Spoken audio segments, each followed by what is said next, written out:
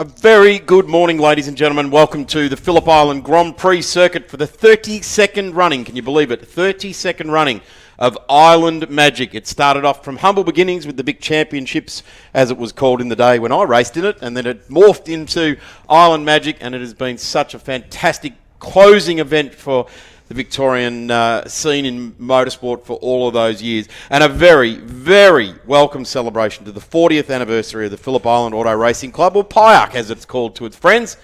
And a massive congratulations to all of the people involved with the Phillip Island Auto Racing Club, right down through all of the generations. And we see the current day growing stronger and stronger, and the club will just continue to grow and work very, very well. Let's get our menu open and have a look at what's on for the 2022 Sunday schedule, the main day, the trophy day for the 32nd running of Island Magic. Porsche 944's race 2 are up first over 8 laps. The Sports Sedans, the big bangers of Australian motorsport, really looking forward to seeing how their championship plays out. 7-lapper, improved production, race 2.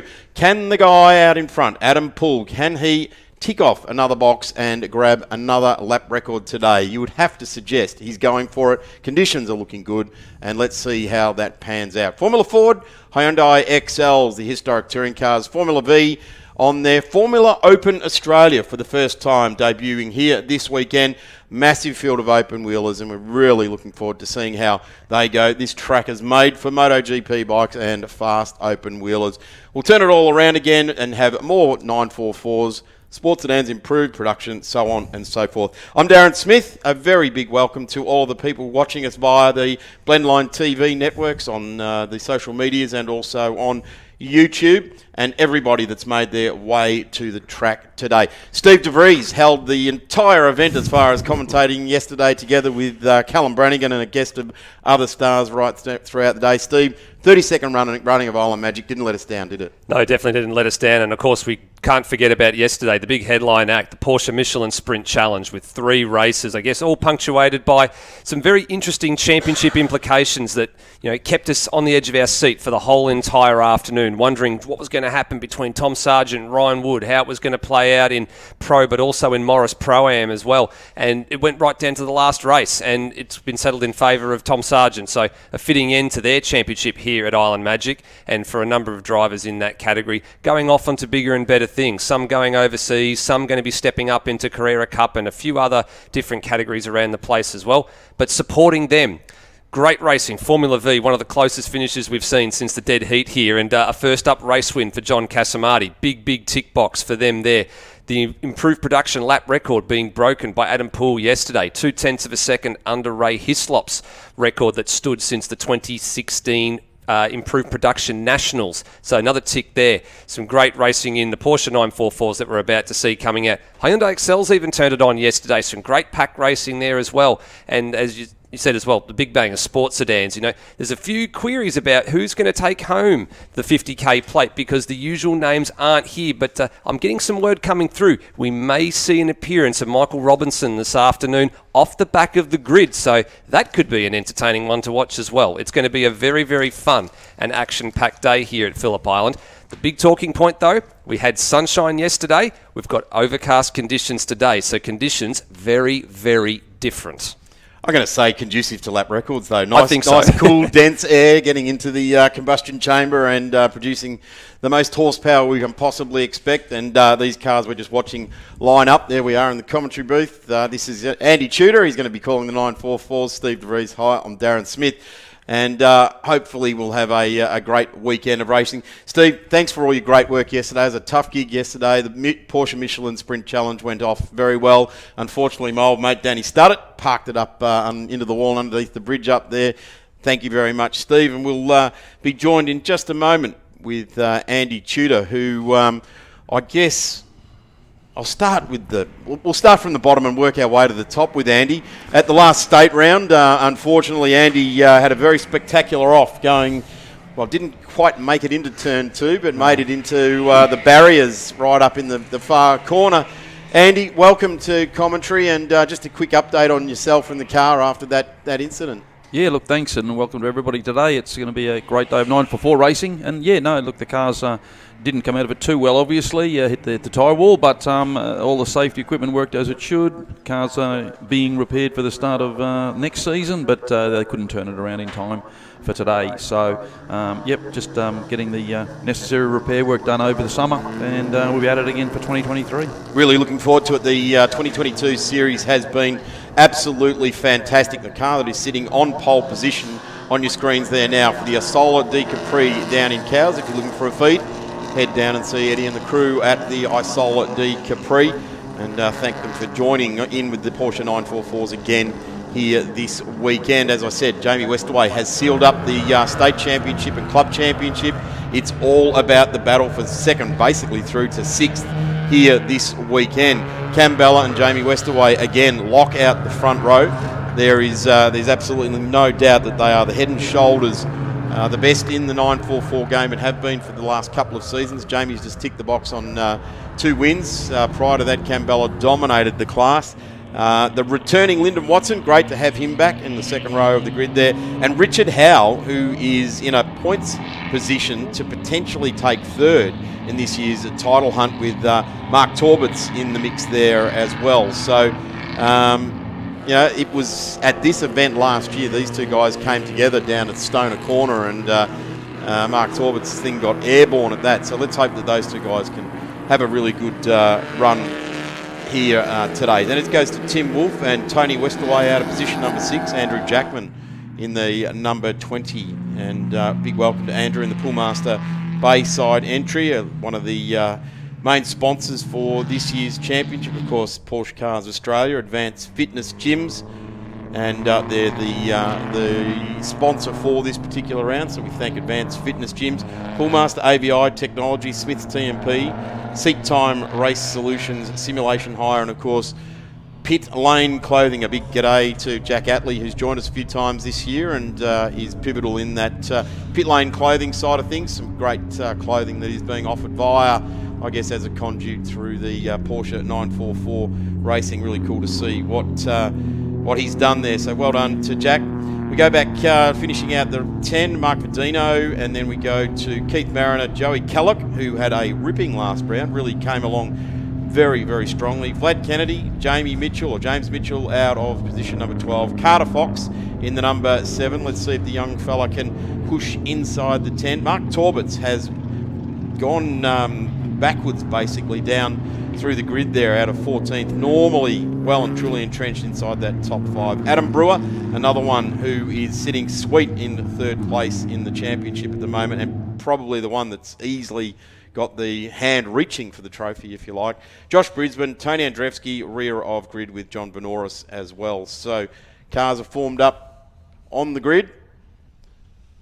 Any last tips, Andy? What do you think we'll take out this one? Look, it's an interesting grid, particularly with, like you say, Torbitz and Brewer at the back post. Well, Torbitz had a bad qualifying, and Adam went off early in the race, first lap yesterday. So they got a bit of work to do to work their way up through the field. So Brisbane and Venuris aren't out there today. Venuris didn't make it, and Brisbane got ran into after he spun himself around out of MG. So and away we go. It is a perfect start for the teal car and the gold car. They'll go side by side down into turn number 1.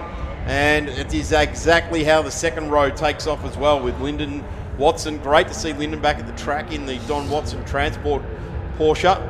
And they stream through turn 1. It's Westaway that leads, and this has been the signature for Jamie. This is what we knew for the best part of 3 seasons. If someone was going to beat Cam Bella, it was you had to beat him into turn number 1 because he had a superior cold tyre car and he would drive away from the field. It looks like whatever that tiny little opening is, whatever the envelope, whatever the secret inside that plan is, that Jamie Westaway has managed to unlock that in his car as well. Coming up under brakes, there's Richard Howe, looks to the inside of the Lyndon Watson car. There goes the Kellogg car, the 1-800 Lasagna car, featured strongly in early rounds. Everyone was very interested to understand what 1-800 Lasagna was, and we all put the call in. He looks to have made up about 3 or 4 spots in that early part of the lap, so he's on song again. Cars climbing up out of the majestic Siberia. And on a day like today, it's probably living up to its reputation. It'll be a bit chilly down there. We're looking mid-pack here now. That's Vlad Kennedy getting a good shot of, and the AVI Technology number 31. And that's Adam Brewer. He's trying to push his way through the field. He's done a pretty good job so far. 23, just opening up the corner there just to allow them through. So Vlad just seeing that discretion, the better part of valour there. And right round the outside, there goes Andrew Jackman in the Poolmaster car as well. Looking to be sporting a front bumper in undercoat, or is that actually the livery? It looks like a grey undercoat type of front bumper, doesn't it? Yep. Get a good look at it as he comes down the straight. No, it's actually part of it. That's the colour on the front of the car, so sorry about that. The 66 now streaming on through. This is Tim Wolf. And Tim has held on to 6th position. Joey Kellogg right into the back of them now. And then there's the number 3 there, Tony Westaway. Around through turn number 2. The Yokohama tyres just gradually getting themselves up to speed. You'd have to suggest after a warm-up lap. Now on lap 2, we'd be getting up into the better operating temperature. Yeah, look, absolutely. They'd be full noise by now, and everything's running as it should be. Dickie Howe, obviously, they're putting a lot of pressure on Lyndon Watson, as you'd expect Dickie to do. Very, very fast car and very fast driver, and I think he's got life membership of the 944 Association yesterday as part of being involved with the series for over 20 years. So, yeah, stalwart, all right. Certainly one of the first guys that joined in with Dennis O'Keefe and the founders of the category. And, of course, Richard Howe, steeped in Victorian motorsport history, had a successful career on the Thunderdome and was always very entertaining on the Thunderdome. And he has never put that moniker behind him either. Really does. Every corner counts. And when you look at it, with 7 laps remaining, he will make sure that every corner counts. Brewer, now he has found his way nicely, very, very nicely up inside the top 5 now as well. So that's a pretty storming drive coming from the rear of the grid in the number 31 AVI Technology Porsche. Gone through on the Pipecraft number 66 of Tim Wolf. It's on a charge. Yeah, Westaway's got in front of him as well, in front of Wolf. So Tim's unfortunately lost a couple of spots there, and now he's got Kellogg hard in behind him. So he's going to have to keep pressing to stay ahead of the next sort of battle pack that's coming for him.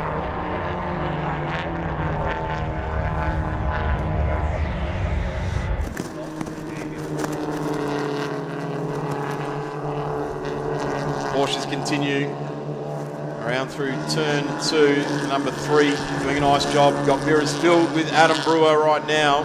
Tony Westaway's been doing this for a long time as well, so he knows exactly where to be able to put the car. Have a look at Brewer though, right in the back there. Pulls out wide, sets himself up for the inside run, and that is an experienced manoeuvre right there, setting himself up, I would suggest, coming off turn 1, getting himself right in behind Westaway, and the classic, just let the car drift wide and run through turn 3 there, back around to Siberia. Now this is a ripping drive, and should be taken notice of because the guys out in front at the moment, Campbell are 150.91 and Brewer's done a 151.49 and carved his way through traffic. So if he can find himself a position, I'm going to say around about P3 because it's where he sits in the championship. He's not quite, there's a definite bracket around Jamie Westaway and Campbell, isn't there? They really are. They operate as a function together. Yeah, certainly a whole new level, and one which I suppose we all aspire to. And luckily there's a lot of driver training getting done, from those younger guys through to everybody in the field, and really assists everybody. And that's a great part of the series is for anybody that turns up new, like I've been the last couple of years. It's fantastic to have those young guys there, and they couldn't offer more assistance. They're very helpful, very happy to pass on their vast experience to us, and it makes for a better racing series. Certainly does, and there's plenty of races going on right throughout this field. Jamie Westaway and Cam Bello just going side by side through turn number 1. We have a look at Mark Torbert's, his charge now. There he is in the number 74, and Mark has cut himself up in position number 12 out of 14, so hasn't been able to come through with Adam Brewer's charge.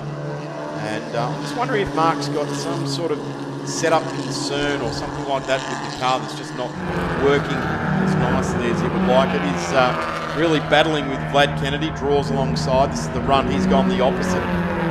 Run down through turn 3, looking to the inside.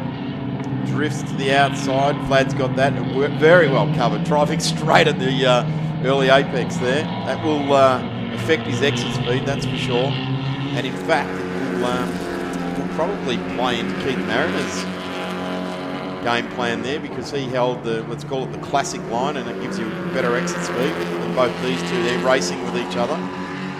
Yeah, Torbert's car is well. So turn 4 is where the lead change. Campbell has got through now and leads the race. I guess, Andy, we watch this now with great intent, because the last round it was all James Westaway. He clean swept the round, and Campbell would really like to position himself to try and take a win here today, wouldn't he? Look, absolutely. That's all obviously always his aim. It's just Jamie's had that very minor edge. But again, Jamie's not going to lie down, and in only turn 1, he's having another crack at him. Well, look at this around the outside. Westaway takes advantage of the toe and gets on through. So Campbell enjoyed the best part of 6 corners where he was in the lead, and the straight line handling, and I guess taking advantage of the draft. And in any one-make racing, whether it be Formula cars or closed vehicles, that draft down the straight here at Phillip Island is everything when you get to the bottom of the straight. You've got about 6 or 7 kilometres an hour faster. Balla now looking to the inside. Here's the classic manoeuvre. He'll get him too. Same manoeuvre he did last lap. Jamie Westaway leaves it open. They go side by side, and no harm, no foul. They continue on with each other. In fact, Jamie stays right with him. And they go side by side through Siberia. This is going to play out for the Ausfield Oils Distributors entry. And it does, as they make their way out of Siberia. It's a real cat and mouse game, isn't it, with these two? Every trick in the book they're using now, and like I say, the draft, the toe, the undercuts. You know, it's fantastic to see two guys, you know, at the peak, racing so hard and so well with such good skill.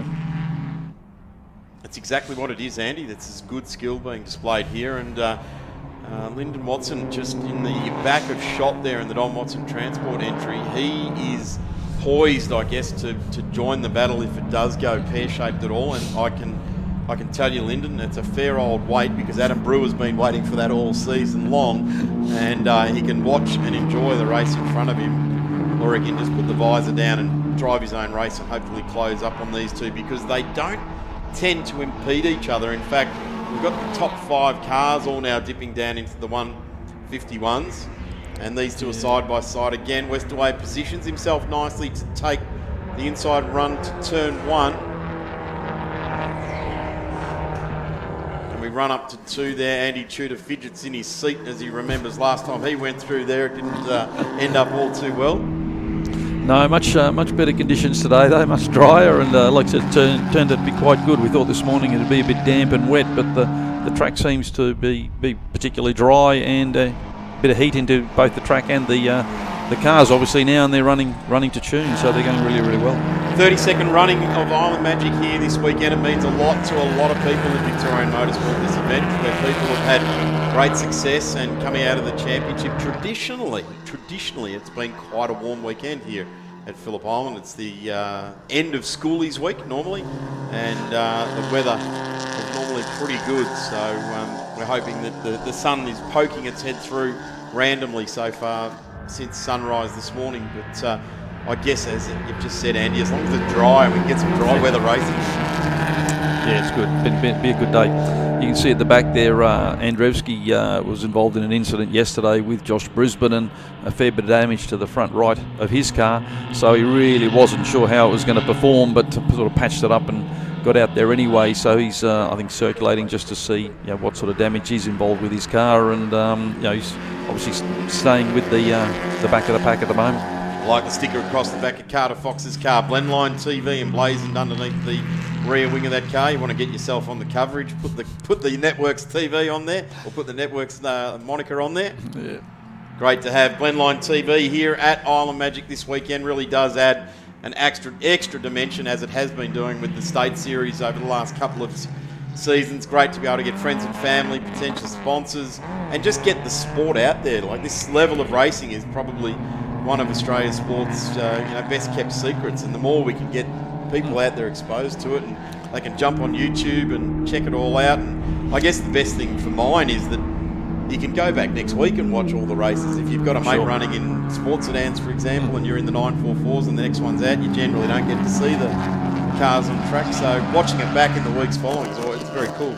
Look, and it's fantastic. Even at the end of yesterday, we all got together where we were staying and watched it, and people saying, I was up close here, or, I was too far back there. The video doesn't lie. You can all sit and have a good look and have a good laugh at the good, the bad, and in between. So it's a fantastic platform to be able to watch it. And like I say, friends and family back home watching it live. It's gathering popularity more and more. It is really interesting, and some promoters think, if I put it on TV, people won't come to the track. It actually works quite the opposite. It gets it out there, and people go, I didn't know that was on. And we talk about the next event as Joey Kellogg comes to a halt in the 1-800 lasagna cart. No, he doesn't. Gets back underway again. Bit of Control-Alt-Delete for the kids out there, and away we go. Well, I think that was a good sign of emerging maturity. He waited for the safe entry. You could see cars coming. He obviously had a spin of some sort of there, and waited until there was a clear track before he could get going again. So that was a good thing to see. Carter Fox at the back there, number 7, improved immensely at the last round. Personal best times, and he's sitting 11th in the championship entering this weekend. And he's ready for next season to get himself well and truly entrenched in the top 10. And we look forward to seeing that as well. Tim Wolf also had a ripping last round as well, so we celebrate that. And he's still putting pressure right now on Tony Westaway down into turn 1 side by side, so he's certainly not letting that position up easily. They go together into the turn. Westaway just creeps in front. So this was the Joey Kellogg spin there, the 1-800 lasagna car. Goes around and just looking down, you're looking for the ignition button, I would say stalled it there. And we go back to our race leaders on their final journey for race 2 for the weekend. And of course the Porsche 944s will have another 8-lapper this afternoon. In fact, it's not, it's a 12-lapper starting at 12:50 for the Asola D Capri. Forward to seeing that race as well. And at the moment, you'd have to say Jamie Westaway with 0.64 of a second. It's probably one of the greatest leads he's had all year long, in fact, over Cameron Bella. Under brakes here, the 24 dives deep.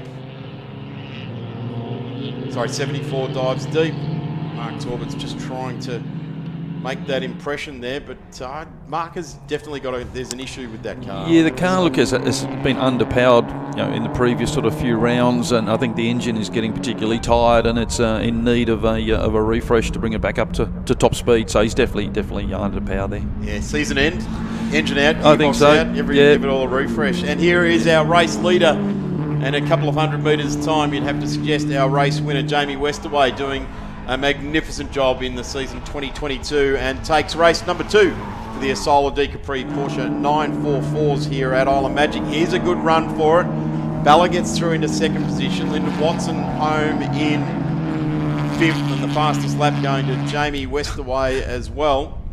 Here comes Wolf, and he just pips Tony in the end. So they've been running side by side for all 8 laps. So that's a good result for Tim there. So Tim Wolf getting a 6th place after getting 5th at the last round. Richard Howe beating him home. Adam Brewer, the charging Adam Brewer, and you'd have to say mechanical marvel off the rear of the grid and coming through to finish in 4th place. That is a hard charger award if I've ever seen one right there.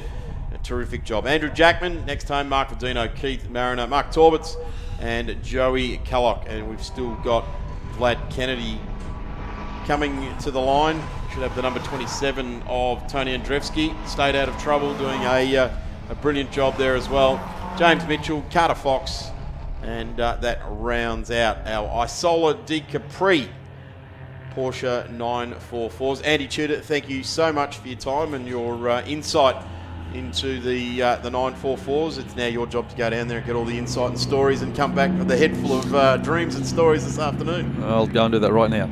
Excellent. Thank you, Andy. Thanks very much. Up next is the Sports Sedans. You are tuned in to Island Magic, the 32nd running of Island Magic here at the Phillip Island Grand Prix circuit. We will have Sports Sedans on track in just a few moments. The QP Lubes Victorian Sports Sedan Championship is wide open, and we are looking forward to seeing how that plays out. Back in a few moments.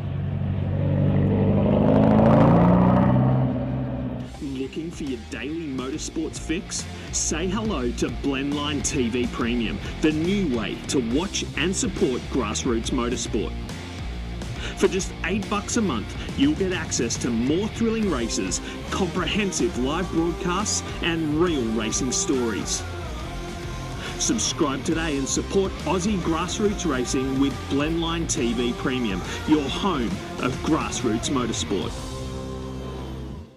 Bosch Motorsport provides technology for racing. Worldwide experience from all major categories of motorsport is in your race car when you use Bosch Motorsport components, ignition system, sensors, fuel delivery and high-end electronics. Bosch Motorsport brings race-proven quality and performance to your motorsport machine. Search for Bosch Motorsport Australia or find us at boschmotorsport.com.au. There's good, there's better, and then there's Bosch. Bosch Motorsport, when quality and performance matter.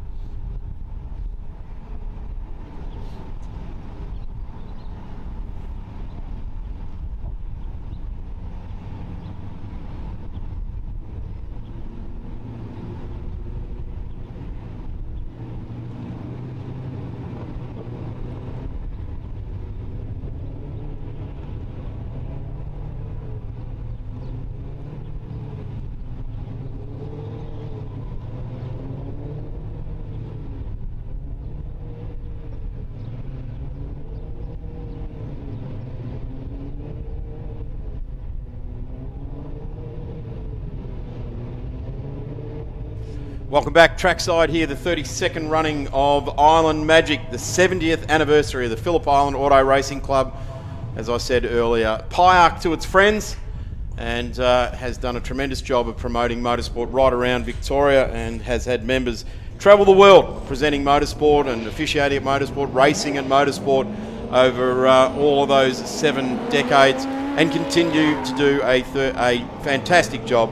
32nd running of Island Magic. It is something that is steeped in Victorian motorsport history as we see the Ramada Resort by Wyndham, Phillip Island, Sports Sedans in the QP Lubes Victorian Sports Sedan Championship roll out onto track. We've got a good classy field of cars here today and really enjoying what's going to be coming our way. We're very lucky to have Cam McKee on board here, a bloke who races a AU Falcon normally in the sports sedans. I guess we're lucky, but you're not, Cam.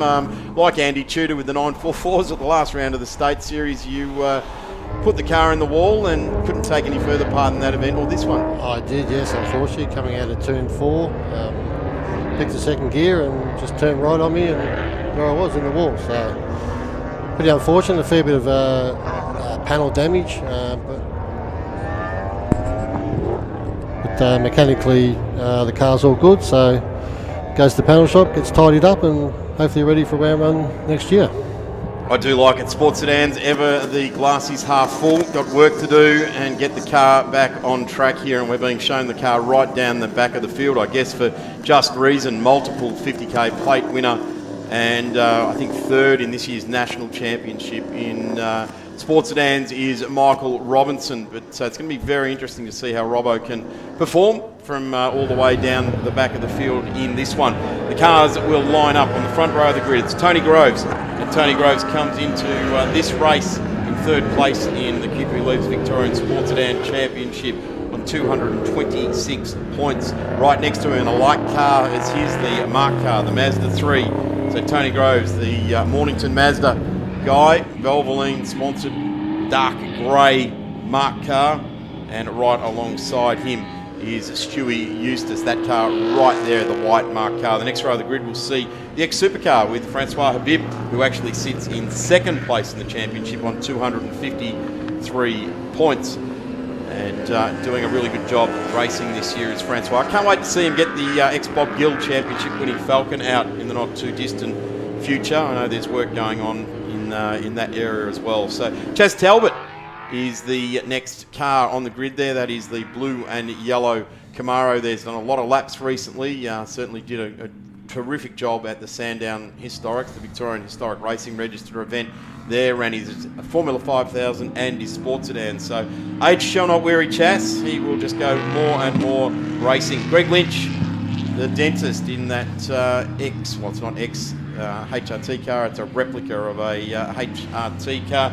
John Ippolito is the guy leading the championship in car number 7. He'll start out, 97, sorry, will start out at 6th place. William Timms, great to see William out here as well. That is the number 27 Mark car just going through our screen now, and fantastic to see him out there. Owns a massive collection of historic racing cars, and really good to see him jumping into the sports sedans in that Mark Mustang. Graham Gilliland, the next one there, the first of the rotary powered cars, and Graham doing a tremendous job in his class, leading the way in his class at the moment. So we're looking forward to seeing how the little rotary powered RX-7 can stand up. Brett Lehman in the number 7, then Nathan Bell, back to David Shaw. Stephen Truan in a car we haven't seen for quite some time, but does have a very, very striking silhouette, that Walkinshaw VL Commodore silhouette, as it makes its way down to the grid. Matt Horn back to Stephen Baker, and Michael Robinson in the Poltec Bell Real Estate menacing looking Monaro off the back of this race. 7 laps is the journey, Cam, and we're really starting to get into that closing phase of the 50k plate, aren't we? It's going to be a great race, this one. It's going to see how interesting is how Michael comes from rear of grid. He's got a very fast car there, obviously, so I'm predicting second position, I reckon, overall. I reckon really? Okay. I reckon he'll come through that well. Yep. Okay. Well, there's no Dean Cam here to slow him down on the way through. Chas Talbot will put up a fight, as will Francois Habib. They want to drag the most points they possibly can. I'm watching the car third on the row, the black car there, John Ippolito. He needs to get points.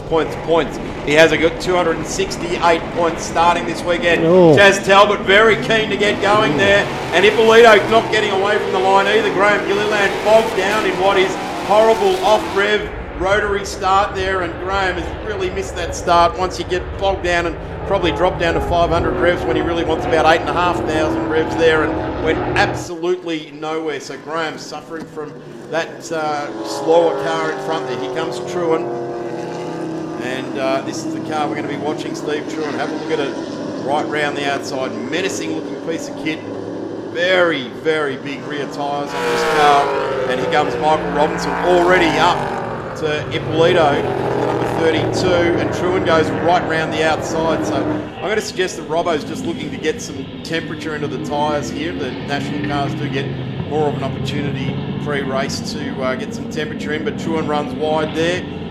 Bulk horsepower on board that VL, isn't it? Oh, it's beautiful, isn't it? Puts it down there. So Chaz Talbot jumped away from the line. I don't know whether he jumped the start or whether he was just right on it. You'd have to expect with over 50 years of racing experience, he'd be well and truly on it. We'll watch the time sheets to see how that pans out there. But in all that's been going on, Stewie Eustace, I think probably for the first time, leads Tony Groves in the marked car. Francois Habib is right in the mix there as well. Chaz Talbot's the next car on the road. Let's have a look at the 90 and the 80 as they go side by side through 12. The Ovalin car normally out in front, and Tony Groves lead in the championship, 226 points. Has had the most wins out of all the contenders. Didn't make it to one of the rounds this year, so that's why he's back on points. He's had 4 race wins to Francois, 2. Dean Cam had 2. And Ippolito's just been ticking the boxes as far as finishing and dragging through bulk points at the moment. Down in 8th place, this is not helping his championship contention.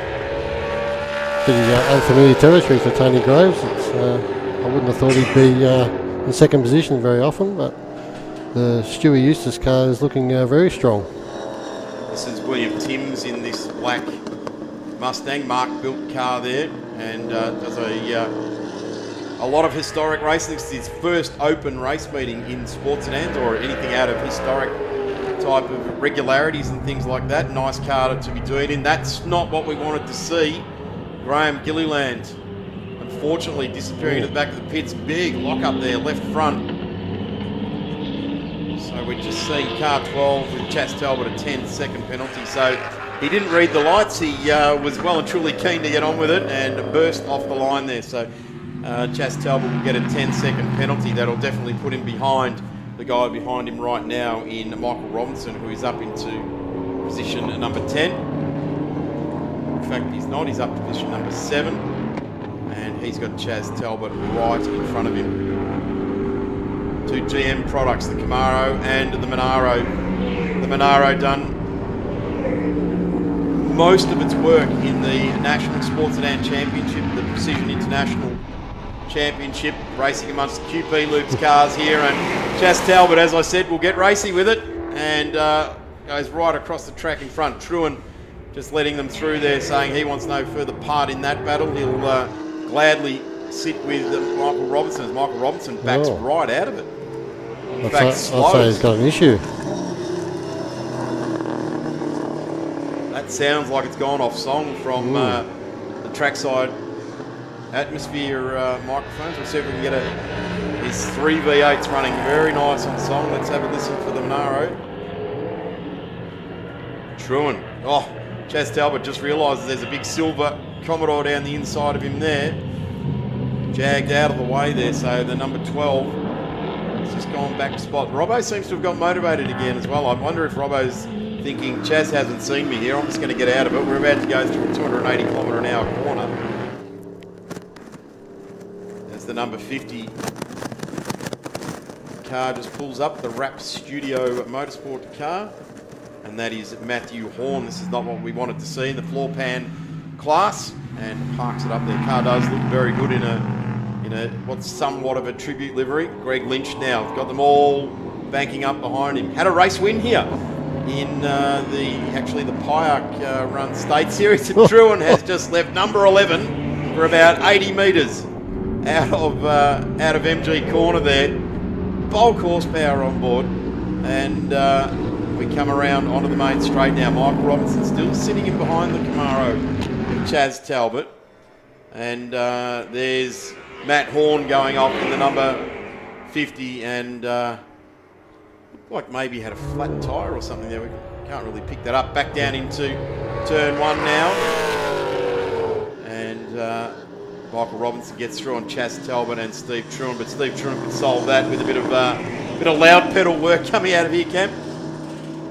Yeah, I can see Michael Robinson starting to get his pace now, so I don't think it'll be too long before he gets past Lynch. Just feeling his way through here. So we see car 7 with a 5-second penalty as well, which is the Brett Lehman car, currently sitting down there in position number 11. The start line infringement as well, so there was a bit of confusion off there as Chaz Talbot launched, and as is the reaction, you see something move, you drop the clutch and away you go with them. So number 7 was a fair way back there. Unfortunately, we haven't seen Graham Gilliland re-emerge from the paddock there, so the little RX-7 in a bit of strife. Truan now solves the problem by laying straps of rubber down on the track. This is where he does it, exiting MG. Greg Lynch, race winner this season, doing a really good job. And the team at Ravage Motorsport always present that car immaculately. Truan looks to the outside now. He's got gold rubber front and rear of this car to hang on. Let's see the horsepower battle down the straight. Well, didn't even need to wait for it, did he? He had the grip battle and went around. Chaz Talbot went to follow him as well. Greg Lynch just eased the door shut, and Chaz Talbot has smoke coming out of the back of the Camaro, and the fire was out as he came past the control tower. It's a tyre issue, or? Gee, I don't know whether the engine would cut out with a tyre issue, but I've seen tyres take out starter motors before. Maybe it's taking out something else. Truan car. Lots of grip there. Stewie Eustace still leading. We've got 3 laps left in this 7-lap journey. These 2 cars just smacking up through the gearbox. Both Ford Coyote powered overhead cam engines. Both cars being looked after by Mildun Motorsport, as is the William Timms car. We'll get it right. William Timms in the Mustang as well. William Dunn working very closely with these 3 cars. Both punching out 36 threes, so very close. Not mucking around, they're definitely the fastest cars on track, and Stewie Eustace is the fastest car on track. So, wide open throttle all the way through turn 12. Great poise, these cars on track. Originally designed, these 2 particular models designed for doing VLN racing in Europe, 24-hour and 12-hour events. They have had to do some minor changes to make the cars comply with sports sedans, because they run in the 12-hour, they've run in GT trophy races and things like that. So a couple of little things had to be made right to make them sports sedans, but certainly been very reliable pieces of kit. The Robbo's just done the fastest lap of a 35.7. So Michael Robinson has found himself some clear track. There's Chaz Talbot, and he's parked himself up just on the entry road there, and probably just eased the last little bit of momentum out of the car.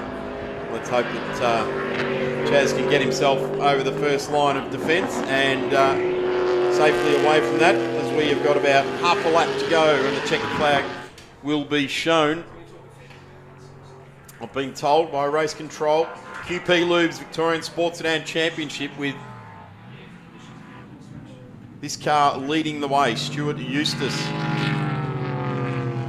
In fact, the Ramada Resort by Wyndham leaderboard tells us that Stuart Eustace is the first 2 cars on the track at the moment. Nice job if you can get it. Yeah, very good. Oh, Tony Groves. There you go. He's going to give it a last corner lunge. And this is a Come Alive, the Ramada Resort, Wyndham, Phillip Island, 50k plate on this afternoon. Bit of understeer there for Tony Groves. Just gave it a whole handful of left-hand lock, didn't respond. And there's the checkered flag. Stu Eustace takes race number 2 for the QP Lubes, Ramada Resort, Wyndham, for the sports sedans. What a terrific job there for Stewie. Beats home his compatriot there in Tony Groves out of the Mornington Mazda Valvoline entry. Francois Habib home third. Michael Robertson home into fourth place there. So, Robbo, I wouldn't say exactly charging, Cam, but just ticking the boxes. Yeah, I think it was. Probably took a while to get the tyres up to temp, and had a bit of traffic to get through, but he'll be happy with fourth, no doubt. Puts him on the second row of the grid for the all-important 50k plate, though, doesn't it? It does. So good place to start up there. Here's John Ippolito in the 97. Just gone backwards a little bit here this weekend. In position number 7, we'll get the we'll get the result from there, leading the championship. But with both Francois finishing in third place with 52 points and Tony Groves on 58 points, will bring them. In fact, that will put Francois Habib right almost up on even points with John Ippolito, and Tony Groves. He'll be a little bit arrears, but it's going to come down to the last race. It is 1, 2, and 3 in the QP Lubes Victorian Championship. Good way to finish the season off, isn't it? The number 7 of Brett Lehman coming around to take the checkered flag, and just in front is the number 50 of Matt Horn, who completed on the timesheet. Only says he completed 2 laps, so did get the car going again to get a finish, as we see Greg Lynch, who finished in 6th place, just coming into the pit lane. There's William Timms as well in there as well. So great race, Cam. Fantastic. Looking forward to this afternoon's 50k plate. Certainly will be a ripper, and the 50k plate will be on at 1:25. So if you're at the track, or if you're watching along the on Facebook on Blendline TV, plenty of time if you're in Melbourne, in particular, or anywhere around East Gippsland, to get to the track and see it live in 3D. And we certainly encourage that. It's still the best way to go racing, isn't it, at the track? Most definitely. Well, we'll be back in just a few moments, and we have got the improved production for their second race for the weekend over 7 laps. Back soon.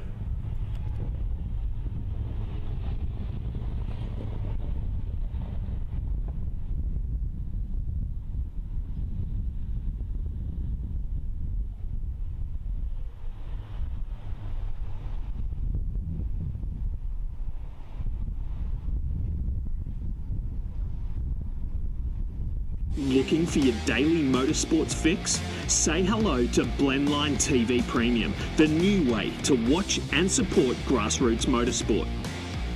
For just $8 a month, you'll get access to more thrilling races, comprehensive live broadcasts, and real racing stories. Subscribe today and support Aussie grassroots racing with Blendline TV Premium, your home of grassroots motorsport. Bosch Motorsport provides technology for racing. Worldwide experience from all major categories of motorsport is in your race car when you use Bosch Motorsport components, ignition system, sensors, fuel delivery and high-end electronics. Bosch Motorsport brings race-proven quality and performance to your motorsport machine. Search for Bosch Motorsport Australia or find us at boschmotorsport.com.au. There's good, there's better, and then there's Bosch. Bosch Motorsport, when quality and performance matter.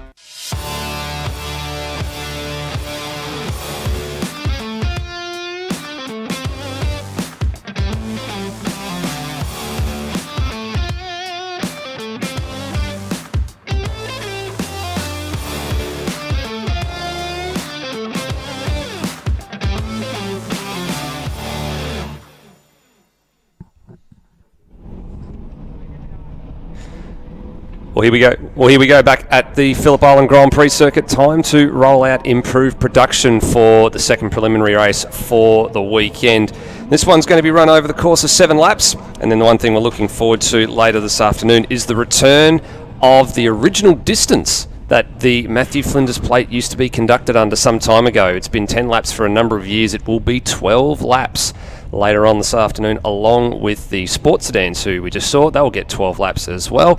And David Cox is opposite myself, Steve DeVries here, Dave, and entertaining first race yesterday afternoon. A few non-finishes, sadly, but the important thing to take out of that is a new track record holder. Absolutely. Adam Poole absolutely went under Ray Hislop's old standing lap record yesterday, and perfect conditions this morning to give another crack and probably drop it a little further. And let's hope we have a good race between the rest of the guys as well. A couple of unfortunate finishes. Andrew Butcher won't be joining us this morning as his car's now on the trailer. Had a terminal engine issue. And a couple other guys. Neil Crow's back out there again, I see, rolling out, and Gary McKay, so that's fantastic. So there must have been minor gremlins those guys had. Cade Lehman's back out again as well after his little electrical issue he had yesterday, and Graham McPherson also had a electrical issue. That's why it's slowed down going across the line. So a few people had a few misdemeanors yesterday, but clean racing, good racing, and let's hope we have another really good start this morning. I think so too, and you're right, we looked at a couple of people throughout the field that were dropping back throughout the course of the 8-lap race or 9-lap race yesterday. Cade Lehman was one of those. We'd seen he was right up there in sort of 4th or 5th place, and then we slowly, steadily dropped back through the field, and we now know the answer why. Exactly. He's got a bit of work to do off the back of the field, and I guess his loss was the gain of several others. So the gain of Ben Schutz, Lockie McBride, Danny Timewell, James Atkinson. They all sort of moved up the order because of his gremlins. James Atkinson will not be out in this race. They had discovered a crack in a fuel line this morning, so they haven't been able to replace that as yet. He'll be out in the final, so there'll be one to watch from the back of the grid for the final. So good luck to James getting that thing back on the track, and let's go see a few boys from the back. Kate will be at the back. Trying to come through, and a couple others. So Gary and Neil and a fun bunch of others, they'll all be up the back as well. Here they all Max. come. And Max, and also you look at this Steve Zorkas, it's the other one as well. So the under 2 litre car there, the red Honda Civic just at the back there, was a non-starter yesterday afternoon. Actually, they've taken that car all the way back to Melbourne, replaced the gearbox in it, so it's got a standard gearbox, and they've come back and they're just going to try and circulate and just see how they go. It's a bit sad for Steve because he was targeting trying to have a crack at the under 2 litre lap record around here, but with the standard box in it, it's going to be a bit of a tall order. Yeah, I believe Nick Scarcella, when he ran yesterday, he was the first under 2 litre car back. Correct. So the first time he's run in a few years, and the first time he's run in IP, and came home with the first place in race 1 yesterday. He'd be mightily stoked, I'd imagine. I think so. He's very, very happy down there at the moment in the Hyundai Sonata, and it's a former Sonata that was up at Wakefield Park for many years with John Boston and a number of the crew up there, but the sad demise still of Wakefield Park, and we hope that that circuit actually gets up and running again because it's a great little circuit, especially for the under 2 litre cars. It's not so much of a circuit for the big V8s, but the 2 litre cars and the cars that change direction go quite well up there. Yes, they do. So let's have a look at how the field's going to line up. So Poole and Tonks on the front row, the top 2 in this year's Vic State, and of course the Club Championship for improved production. So the 2 Holden men, the Monaro on the rider shot there, and the Commodore on the left. Then you got Jason House from Tasmania, who I actually think he had a pretty good start yesterday, but the officials thought it was a little bit too good, and they gave him a 5-second penalty, but it didn't make any difference at the end of the day. He still had a handy margin over Ben Schutz by the line in the RX-7. It's great to see Ben back out as well. Lockie McBride from New South Wales and Danny Timewell off of row 3. There'll be a gap next door to Jamie Augustine on row 4 because we just mentioned James Atkinson is not taking part in this one. Brad White had a pretty good run through the field as well as Matt Logan. So there'll be 2 Holdens on the 5th row of the grid. Then we've got Justin Wade all the way from Queensland in the X-Ray Hislop car. Then Graham McPherson. Then we've got, who's that coming up there, Steve? You got Mark DeFanis. And you got Wayne Orway and Michael Hart. Then the 2 RX-7 pilots of Shane Williams and Craig Caspers. And then you got the first of the under 2 litre cars. You've got Nick Scarcella sharing a row with Ricky Hogan, Tom Prentice, Scott Appledore, Michael Sinclair, and then you can see all the ones that didn't finish at the end of yesterday. So Max Demerick, Cade Lehman, Neil Crow, Gary McKay, and Stephen Zorkas off the back of the grid. So that's your field. Waiting for the green flag now as Gary pulls into position. Steve Zorkas has also just pulled up, so we should see green flag any moment. Here we go, we're about to get it waved. And there we go. All right, so let's turn our attention to the front of the field. It's been a bit of an interesting thing with regards to starts this year. They're holding them for a fair while. Lights are out. There we go. No one's stalled at this stage. Nick Scarcella's had a really slow start, managed to keep going. Here comes Cade, and there goes Max Demerick. And here comes Neil Crow. Gary McKay's stuck behind the 3XLs and cannot get through.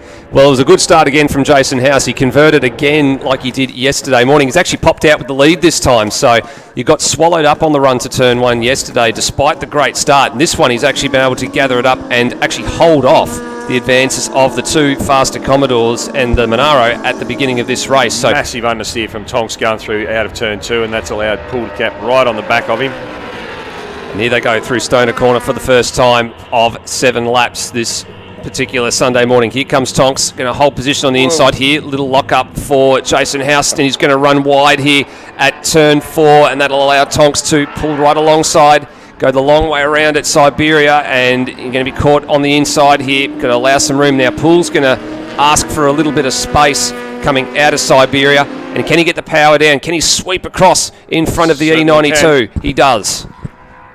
Certainly gets the job done there, and they'll chase off after Tonks going up over to Lukey Heights. And we'll see how he goes over there.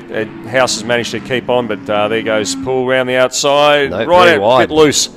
And look who's just in the background there. Ben Shoots is also just hanging on. Good start for we've got Danny. Lockie McBrien right up the inside of Danny Timewell. Nice one, guys. Nice and clean. So that's a good start for Danny Timewell, and then Lockie McBrien snatched that 5th place starting spot back from him just down at MG corner there.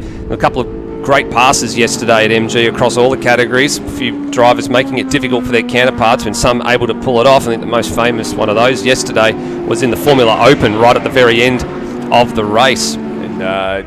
Danny Timewell's got Jamie Augustine, and then Matt Logan's bearing down on him, Graham McPherson, and then goes Justin Wade, just gets across the line and goes past. I didn't see who he went past there in the end. Yeah, Brad White. Brad White. Yes. So Brad's just started to slip back a little bit here. So Brad started in the top 10. He's now was adjudged to be 11th on the road as he crossed the line. He's now 12th. And now here goes Pool. He's harassing the back of Jared Tonks here. So this is what we saw for a good chunk of the Vic States race series this year. Tonks and Pool, hammer and tongs out in front. Pool very wide in the braking zone at turn number 4. Loses a couple of car lengths here, and House a little bit untidy out of turn 4 as well. And they're starting to pull away. So this is what happened yesterday. It was Pool out in front. He blitzed away and then was in cruise control ever since he set the lap record on lap 2. And left Tonks just sort of to trail home here. But Jared's making a good fist of it this morning. I think he's probably a bit more happier with the conditions this morning, unlike yesterday where it was 27 degrees ambient, so the track temperature, of course, was up. There was plenty of UV on the circuit, and the sun's just starting to poke out right now. And Adam's big dive down into MG, but no, can't quite get it done. But he's got the outside run, and he'll have to tuck in behind Jared as they come out of turn 11 and see what sort of run he gets down the straight. Well, the Monaro's had the legs on the VX Commodore over the course of the year. Doesn't matter whether it's here at Phillip Island or here at Sandown, but Pooley's just been quite happy just to sit in the wheel tracks to Jared this lap. He hasn't tried to make any silly moves, but this will be where will be quite interesting. Down into turn number 1. Pool closing the margin down, but just still quite content just to sit there for the moment. He doesn't need to do anything silly, just needs to bring the car home. They're in the 1 minute 41s at the moment out in front, so a far cry from the lap record shattering pace we saw yesterday afternoon.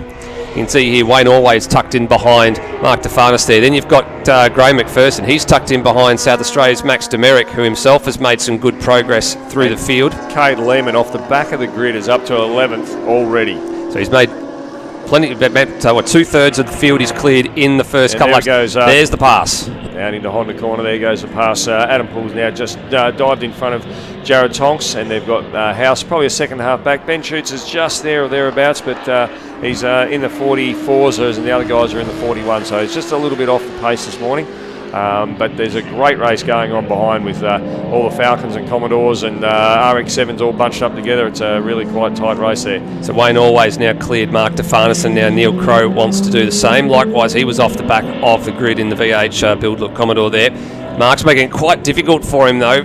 Challenges back and holds position into Siberia. Looking for the traction out of turn number 6. Neil with a little bit of a narrow exit. So not maximising the exit on the corner there, but still very firmly in the slipstream of the number 33 VF machine. And Kate Lehman's cleared Graham McPherson now, and he's off after Matt Logan, and then he'll try and get onto the back of Max Demerick, who's made a really good fist of it off the back of the grid this morning as well. Where's Max up to now? He's Max Demerick's actually up to 10th place, so off the back of the grid he's fed himself into the 10, and he was running really well yesterday until a late issue saw him pull off at the end of the last lap. He actually didn't see the checkered flag. He's actually right on the back of Jamie Augustine in a very similar looking car right now. Here they are coming down into turn 1, so this is a very, very fair comparison here. Two almost identical cars, handled very much the same way. Demerick goes through on the number 55 machine of Jamie Augustine. Next man up is Danny Timewell in the Prestige Hino, and Timewell spent Commodore. And on that last lap, Adam Poole dropped into the 1 minute 40s, 140.7. So he's off after that elusive lap record once again. Yep, he's about a full second away at the moment from the mark he set yesterday, and currently owning all the timing sectors in purple. So that's a new thing we have this weekend because of the Porsche Michelin Sprint Challenge yesterday. We have got a read on all 3 timing splits, and I guess that's really good just to see, the different cars and how they take different sectors. But for the moment, Poole has got all 3 of them, and the lap record that he broke was formerly owned by the driver that used to own this car, the number 4 machine that now resides in Queensland in the hands of Justin Wade. It's great to see that Brad White's having a really good run this weekend so far. I hope I haven't put the moz on him, but curse. Quiet. That's it's been a bit of a sore point, I think, for a little while though. They need not only some seat time, they need some reliability in the car as well. There's Demerick down the inside of Danny Timewell, so he caught up fairly quickly to the back of the number 11 Commodore very, very quickly, and on he goes. So that's going to move him up the order now into 6th place. Oh, and that's Heartbreak. There's Heartbreak there again, up the off at turn 4, Gary McKay, and they've been chasing some oil dramas with that car, and I think the poor little Tirana's cried enough. Oh, that's a shame. That's a real shame. Hopefully it's nothing terminal. It's a fan favourite, that car. I think everybody comes to the track to have a look at that car, and to see it off the track is not something we always like to see.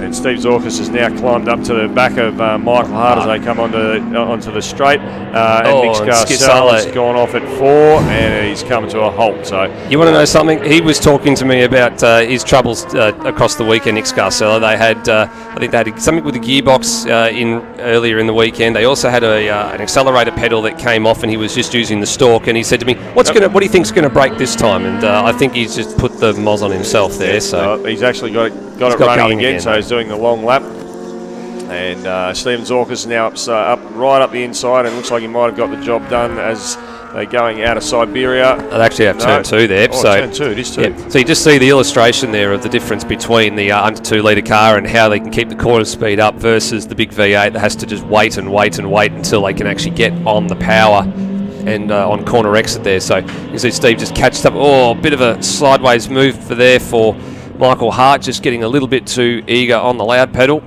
Car breaks traction, and just a little bit of a sideways slide coming out of turn 4. And Steve gets a good exit here out of Siberia. He just can't do anything in the straight line. So you can see here, off goes Michael Hart. He just gaps the little Honda Civic and just pulls away. But then through the corners, especially up through here, this is the bit where Steve will start to catch up. So through turn 9, Lukey Heights, you can see he gains. Look at how much he gains. He just wipes out the whole advantage that Michael had just pulled on him. And then down the inside here, he has down the middle of the track and block it. And he'll block it off here, Michael Hart. So, and then down the straight, it'll be the opposite end of the equation again. Steve will be left for dead by the V8 powered VS machine that he's chasing right now. Although he's going to make a fist of this, he's trying to make an fist of it on the outside here. That's a little bit ambitious. Coming down the straight, Cade Lehman's made up a massive amount of road on that lap. He's actually caught up to the back of Jamie Augustine on that lap. So he's actually, it's, even on the timing it says it's Cade Gorman, and we all know it's not, it's Cade Lehman. Yeah, that's the one we need to keep an eye out there. So if you're playing along at home here, number 26 is currently position number 9 on the road. It's actually Cade Lehman, it's not Cade Gorman. We're not trying to work out how that actually came to be. That's a bit of a mystery this weekend. So he's got a nickname of Cade Gorman as they go past Nick Scarcella, who's just getting out of the way with the blue flags there for Michael Hart and Steve Zorkas. Danny Timewell must have missed a gear, or he's really slowed going into turn 4. That's allowed Jamie Augustine to come right up beside him, and that'll really help Cade as well. And then a little bit further back is Matt Logan. Graham McPherson's now chumped right on the back of Matty Logan as well. So there's a good race amongst this group. Here's that battle you're just talking about there. So Danny's got a little bit of legs out of turn 6, so he insulates himself for about 10 to 15 seconds or so. And Cade's climbing all over the back of the Nissan Silvia in the number 55, piloted by Jamie Augustine. And right around the outside here, look to the left, nope, look to the right, now went back to the left when Jamie pulled the defensive move there. So we're about to start the last lap. In fact, the leader has started the last lap.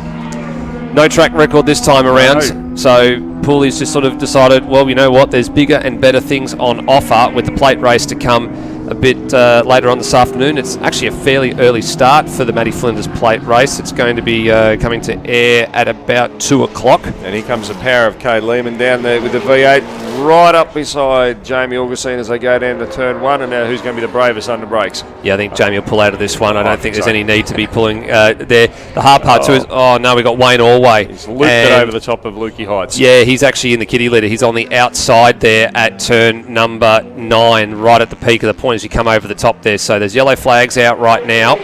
And anyone who's got the radios to alert your drivers that there's a spun car on the outside of Lukey Heights as they're going over the top. Yeah, there'll be a couple of people that have got the race radios there. You can see the antenna on the top of the Cade Lehman machine. There'll definitely be some people out there letting them know. Got Scott Appleton here. Oh, a little bit awkward. Lehman thought about it, especially because the lap traffic was involved there, and thought there might be an opportunity to sneak past the Timewell Commodore. Yeah, I think the Timewell Commodore might just have a little bit more ponies under the bonnet. Cade's actually going to give him a real good shake through here. So here's the race lead up. He's coming around the last corners now. He's actually got his hand out the window there. I'm not sure what that's all about, or if he's just waving the. I think it's Tom Prentice just saying to me, or is he just buttoned it off? I think he's buttoned it right off. Yeah, he's actually backed it right off. So that's interesting. I've not seen that before in improved production. A little hand sticking out the window there. So he's waving cars past. I'm not sure. Jared Tonks comes across in second, and Jason House now across the load in third. All right, a little bit distance back to Ben Shoots, and then there'll be Lockie McBrien, I believe. Yep, Lockie McBrien. Then Max Demerick, who's just ahead of this battle here, is still going on. So Augustine's dropped off the back here. Can Cade out-drag the Timewell Commodore to the line? Don't think so. No, didn't get a good run out of the last corner. But that's an impressive drive. So that's an impressive drive from the back of the grid for Cade Lehman to get up to 8th place. And another RX-7 comes to grief. This time it's Casper the Ghost, a.k.a. Craig Caspers. And looks like he's stranded down at turn 1. Yes, that's very, very unfortunate. And coming onto the straight, we've got the old and the new. We've got the old school Commodore Cup car that's now an improved production car with Neil Crow. And we've got Mark Defanis right behind him. Right behind him. So that's another good run for Crowe. So again, he started off the back of the grid, so he's made up about 10 or 12 spots. He got up to 14th in the end there, behind, a little bit further behind Brad White, but just ahead of Mark Defanis. Steve Zorkas comes the first under 2 litre car, comes across the line. And he's buttoned it off as well, so he will finish in 17th overall. And there's going to be a little bit of a short delay here, I think, with a couple of cars to pick up. That's one of them. And the Wayne. one of Craig Caspers is the other. Wayne's looking under the car there somewhere, so I'm suggesting he's thinking maybe something may have broken. Maybe you might want to dig out all the stones. Wouldn't you wait till you get back to the garage? Oh dear. Anyway, I think he probably should be over the fence. Yeah, I think he should be over the fence too. He's he'll be looking at that, trying, I guess, to think about what he's going to do when he gets back to the pits. We're going to have the Yokohama and Traction Tyre Centre improved production plate race a bit later on this afternoon at 2 p.m. So Adam Poole, Jared Tonks and Jason House and Ben Shoots and Lockie McBrien, the same top 5 from yesterday's preliminary, the same top 5 in this morning's preliminary. So we'll take a short break up here in Central Commentary, and we'll be back with Formula Ford. It was good to see. Yeah.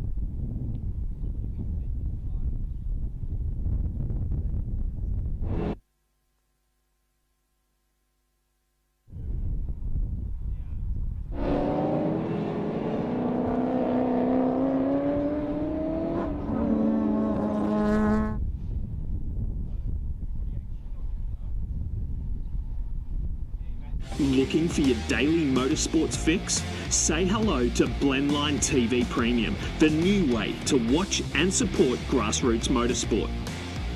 For just $8 a month, you'll get access to more thrilling races, comprehensive live broadcasts, and real racing stories. Subscribe today and support Aussie grassroots racing with Blendline TV Premium, your home of grassroots motorsport. Bosch Motorsport provides technology for racing. Worldwide experience from all major categories of motorsport is in your race car when you use Bosch Motorsport components, ignition system, sensors, fuel delivery and high-end electronics. Bosch Motorsport brings race-proven quality and performance to your motorsport machine. Search for Bosch Motorsport Australia or find us at boschmotorsport.com.au. There's good, there's better, and then there's Bosch. Bosch Motorsport, when quality and performance matter.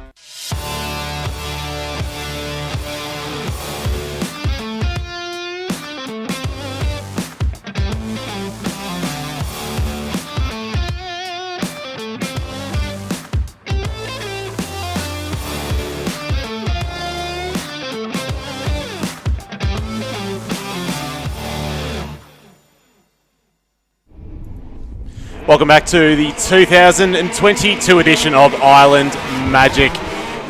Fantastic morning of racing, and coming out on track right now is the Cool Drive Auto Parts Formula Ford, coming out for their second race of the weekend. My name is Callum Brannigan, joined alongside by Paul Ziddy once again to call all the action this morning. Welcome, Paul. Thank you, Callum, and welcome back, listeners and viewers, to Phillip Island. A little more overcast, a bit cooler than it was yesterday, but rained overnight, but beautiful dry conditions here for us to go racing. So hopefully another enthralling Formula Ford battle ahead. Love Formula Ford racing at Phillip Island. Every chance we get to come down to the island and see this enduring massive legacy that is Formula Ford of racing in Australia. Anytime we get to see them in competition around the fast-flowing Phillip Island Grand Prix circuit is a brilliant opportunity. And of course, this weekend, supported by Cool Drive Auto Parts, we have Matthew Hillier, himself not supported by the sponsorship, but the sponsor is of course on board for the whole category. But Matthew Hillier starting on pole position in that number 4 Miguel, alongside Bailey Collins in the number 96 Spectrum. Jake Sandalucia in the number 19 Focus on Furniture. Miguel starting at a 3rd position alongside Zach Lobko in 4th position. Yeah, and then young Kiwi Leo Scott out of 5th in his debut, first race in Australia, first race here at the island. Super job by him. And out of 6th, Eddie Beswick. And as we remember from yesterday, those 5 cars that finished 2nd through 6th covered by 0.06 of a second across the line. A thrilling race. Fantastic work by them. Unbelievable. Sorry. Go ahead. No, unbelievable finish by those guys. Joe Fawcett is starting out of 7th position alongside Damon Woods in 8th position. Harry Blanchard in 9th. Jake Bussey in 10th position. Xavier Kokai 11th. Imogen Radburn in 12th position. Great to have her along here this weekend. We got and Strickland and he as well running at the top 14. And then we have the 2 vacant grids to separate the 2 categories back to Formula Ford 1600, or the Kent cars as they're known.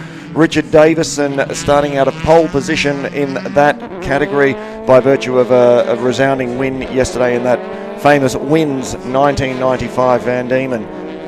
Brilliantly presented car. He starts alongside Gavin Dumar, who won a spectacular drag race for the checkered flag alongside Arnold.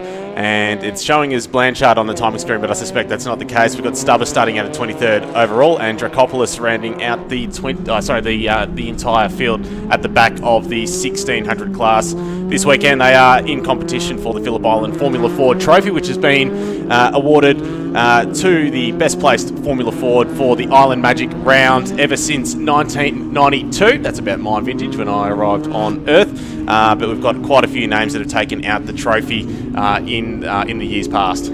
Yeah, going right back to Cameron Prince, whose daughter Courtney Prince now races in the Porsche Cup and has of course come through Formula Ford. We see the cars rolling down the grid now. Your earlier point about the Blanchard, I believe that is John Blanchard, Tim's father. So John is actually So behind I the wheel. believe Sorry, we have two Blanchards in the field, and of course the Blanchard family, Cool Drive Auto Parts, generously supporting the category here and sponsoring the race and the trophy. My sincere apologies to John Blanchard. He is, of course, Formula Ford racing royalty all around Australia and a very generous supporter of Formula Ford racing in Australia. So they're just about to finish gridding up down the main straight. It's good to see a healthy field of Formula Fords to cap off racing for Formula Ford in Victoria. Lights are on, lights are out. Oh, a short light, and Bailey Collins has been gazumped off the start. Not as bad as yesterday with his tyre spin, but again getting swamped on the rundown. Another superb start from Matt Hillier. He's been dynamite on the lights all season long. Zach Lobko as well in that number 7. The blue and black Miguel around the outside of Jake Santalucia going into turn 1, but they go line bestow into the southern loop. But have a go at Jake Santalucia all over the back of Lobko, with Bailey Collins dropping back into position 4, and he's falling within the clutches of the number 30 car behind him. Now that's a bit of an animated hand wave there from Lobko, so it looks like he's trying to gesture to get them to try and work together, because you can see Matthew Hillier has already opened up about a 6 car length gap back to Lobko, who's currently in P2, but a brake lock up there from Jake Santalucia allows Bailey Collins up the inside, but he has to go the long way around. Absolutely, I think he'll hold that by virtue of being on the right side, or the left-hand side of the track, being the correct side to have the line for Siberia. And as you said, Zach is keen that the guys fighting for second don't let Matt just skip away out the front, but Matt's been driving really well all season, and I think that the experience of a year under his belt now, he's going to have the head down, the eyes forward, and just trying to see if he can gap them. That's a very brave move there from Bailey Collins. So he had it completely locked up, but he's held his composure and managed to hold onto it. And what that meant was Jake Santalucia had to give him more than enough space and be generous with the track position there. And it's enabled Beswick to have a look around the outside as they come onto the main straight. So they'll sleeping 2 wide coming onto the straight here. Oh, it's almost 3 wide, almost 4 wide coming down the Gardner Straight. Have a go at this. This is highly energised, and this is the battle for P2 at the moment. Matthew Hillier, looking in his mirror, is absolutely loving the prospect of the cars behind him battling it out, because it's enabling him to open up a 1.1 second gap after just 1 lap, and he's broken the toe, so they won't be benefiting from that all-important slipstream around the Phillip Island Grand Prix circuit, which, as you said, Paul, yesterday, can be worth up to a second. Absolutely, and look, even at a 1 second gap, though, the cars behind would still be just in there. Someone's run off. Jake. It's Jake Santalucia. We saw the dust come up and then waited for the pictures to catch up. He's just run wide on the exit. Now again, it's such an easy thing to do. We spoke yesterday about the fact that these cars, there's no aero downforce. The Yokohama R-Spec road racing tyre that we run on is it's a superb tyre, but it's the cars are under-tired to try and make them move around and be a challenge and teach the drivers. So coming off Southern Loop, you're really committed, running right out to the ripple strip there. It's on a knife edge, and it's so easy to just run that little bit too wide as Jake did. But again, superb job, gathered it up, ran down the side. A bit of harm done in that he's lost some places, but he hasn't hurt the car, and he lives to fight another day. We, of course, normally see Paul behind the wheel of the number 6 Gilles Pretty Special Spectrum in the Australian Formula Ford Championship that we've seen so far this year. But how does Phillip Island rank in terms of circuits for you to compete around? It's obviously a fast-flowing nature. It's obviously offering variety in comparison to somewhere like Sandown or Winton Motor Raceway. But this track, as you can see, the slipstreaming battle coming down the main straight once again. Look how close that is. Yeah, and you saw that there, the way Bailey was able to get around Zach Lobko. Looked like he had the push-to-pass button, but ladies and gentlemen, no push-to-pass. That is simply the aerodynamic benefit of having the car in front punching a hole in the air, and it's like you've got an extra 10 horsepower. You can just get that pass done. And it's why the drivers, I keep saying it's like a 230 kilometre an hour game of chess. Yep. Where do you want to position your car? Phillip Island, an amazing circuit to drive on. I think that in terms of the surface, it's the smoothest surface we've got in Australia. It's like driving on a billiard table. Just an amazing experience. The scenery coming down the main straight, looking out over the ocean. Turn 1 is just, as I say, approach it around 230. a lift, a light touch of the brakes, back onto the throttle, 200 plus kilometres an hour through there with the car dancing under you. Absolutely has your attention. So looking down the time sheet, it looks like we've got Damon Woods, who's one of the main movers and shakers in this race. He's made his way up into position 6 at the moment. That's driving the number 56 Spectrum, and Leo Scott doing a great job in position 4. As we touched on earlier, it's a maiden weekend for him of sorts. Now, that's Lobco up the inside of Beswick. Beswick giving him more than enough room as well. So plenty of respect being shown between the young guys and girls out there this weekend. It's been incredibly clean racing, and you can also see Xavier Kokine, the number 10 high zero car, tagging on the back of this battle as well. So he's recovering from position 9, so we'll expect him to make up more positions. Bussy at the moment as well, though. He's showing some purple sectors and personal bests as well. So currently in position 8. You can see him. He's in the white car at the back of this battle.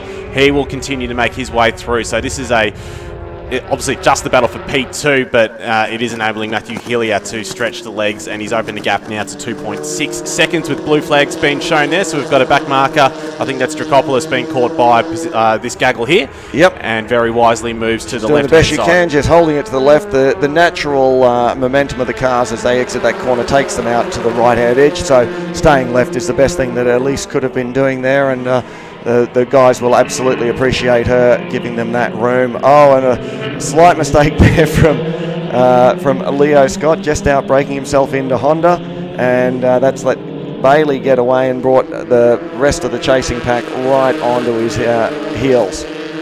And that's enabled Damon Woods as well, so he is continuing to press forward. Lobco dropping back into position 5, that car prepared by Cameron Hill Racing, which of course they enjoyed plenty of celebrations yesterday with Tom Sargent. He was the 2021 Australian Formula Ford champion, and he took out the Porsche Michelin Sprint Challenge title yesterday. So he's backed up his last 24 months with 2 titles, and there goes Woods. He spun it down at turn 10. Unfortunate for Damon there. He was doing a great job today, but has just got on the accelerator a little bit too early, was a little bit wide, and around it came on him. Really nice job by Leo Scott to get the pass done into MG. Nice clinical move. This has given Bailey probably the biggest gap that we've seen the second place runner have. But I think the chasing pack are well and truly in the slipstream, so you'll see them drag back up onto him over the coming laps, I would imagine. Meanwhile, further down in the Kent class, or the 1600 Formula Ford category, Richard Davison is leading the way. He made a trip over to the United Kingdom in recent months to take part in the Walter Hayes Trophy, the biggest Formula Ford race internationally. So great to see Richard Davison stretching his legs overseas as well. He's leading that class ahead of Gavin Dumas, and Stubber at the moment is showing in 3rd position. Sorry, Arnold is showing 2nd in class ahead of Gavin Dumas. There's 3 seconds splitting those guys, but we expect to see that battle to close up as this race progresses. There are 2.5 laps remaining in this race, Paul. Indeed, and full credit to Matt. As I said, Matt Hillier has got the eyes forward. He's just driving away from the bunch behind him now, who are well and truly ensconced in their fight for second. And we're seeing some superb driving. It's just wonderful when you can see Formula Ford racing. They're giving each other respect. They're giving each other room. Lead changes, well, not lead changes, but position changes all the way through that 5 or 6 cars that are fighting over second position now. So Scott is recovering from that slight mistake down at turn 4. Oh, there's someone off camera at the moment. He's gone off at turn 2 of them, in fact. One of them looks like Imogen's got that very distinctive livery. So that's Imogen Radburn, and it looks like Harry Blanchard as well. Yep. So I think they just speared off to the driver's right-hand side, but they're very lucky to recover from that one, doing a great job to keep their composure and recollect the car and making sure that they don't tag the wall. So they're able to resume in that race, albeit with slightly dirty tyres, and they should be able to resume there. And we have Radburn. She's dropped back within reach of Damon Woods as well, who had a mistake earlier in this race. This battle rages on, so Scott now up into position 2 ahead of Bailey Collins. So that was a move for second position going into turn 1. Collins now falling back within reach of Bezic, so he's going to have a charge going, or having a good look up the inside, I suspect, coming into turn 4, Paul. Absolutely. That was, we said, I suspected that Bailey was vulnerable there to the slipstream. And young Joe Fawcett, a stunning lap from him, fastest lap of the race, has brought him right into this as well. Heard some tortured tyres there. I don't know if there was... I think that might have been Bussy who's rotated the car, so that swapped ends on him going into turn 4. But this battle resumes on, so Scott doing a great job. You can see the distance between P1 and P2. That's what 3.8 seconds looks like in Formula Ford terms. Hillier coming over the Lukey Heights for what will be the 6th time. And Scott still holding his own now. Bezik's having a look up the inside of Collins. He leaves him space, but they're going to be side by side as they come around turn 11 and what is the seemingly never-ending left-hander coming onto the main straight. But Paul, as you say, or as you touched on yesterday, it's flat throttle from this point of the track all the way to the end of the main straight in the Formula Ford. Yeah, absolutely, and getting that run out of MG that's why it is so critical.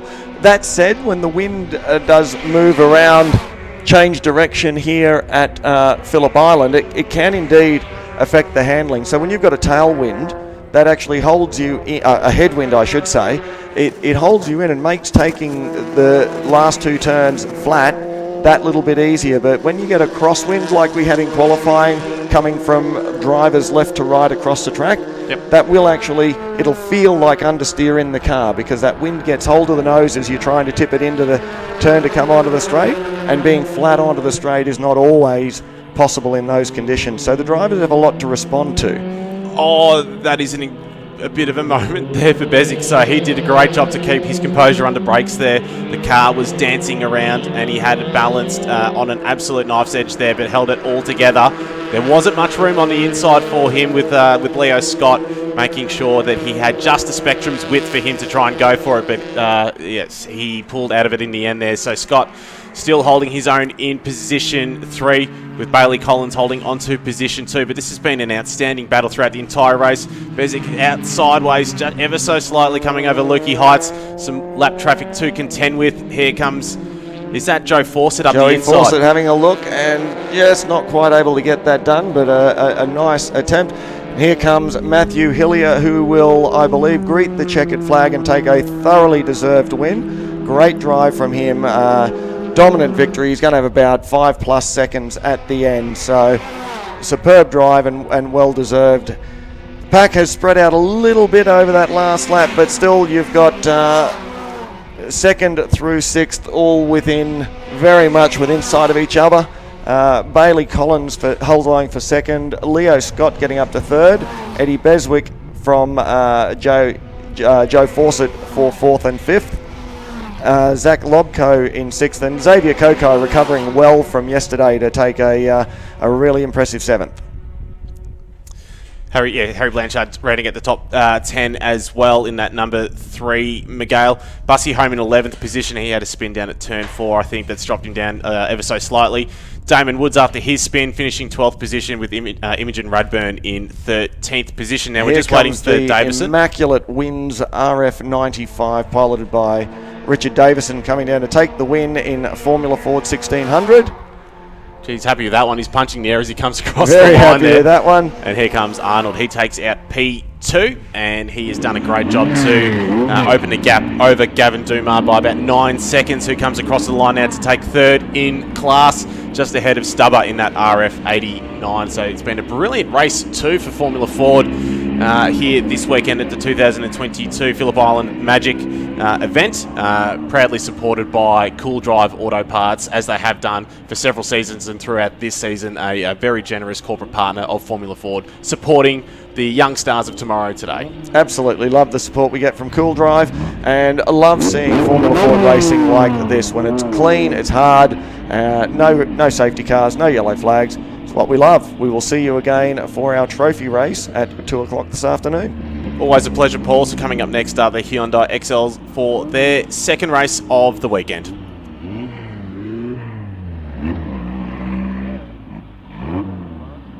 Looking for your daily motorsports fix? Say hello to Blendline TV Premium, the new way to watch and support grassroots motorsport. For just $8 a month, you'll get access to more thrilling races, comprehensive live broadcasts, and real racing stories. Subscribe today and support Aussie grassroots racing with Blendline TV Premium, your home of grassroots motorsport. Bosch Motorsport provides technology for racing. Worldwide experience from all major categories of motorsport is in your race car when you use Bosch Motorsport components, ignition system, sensors, fuel delivery and high-end electronics. Bosch Motorsport brings race-proven quality and performance to your motorsport machine. Search for Bosch Motorsport Australia or find us at boschmotorsport.com.au. There's good, there's better, and then there's Bosch. Bosch Motorsport, when quality and performance matter.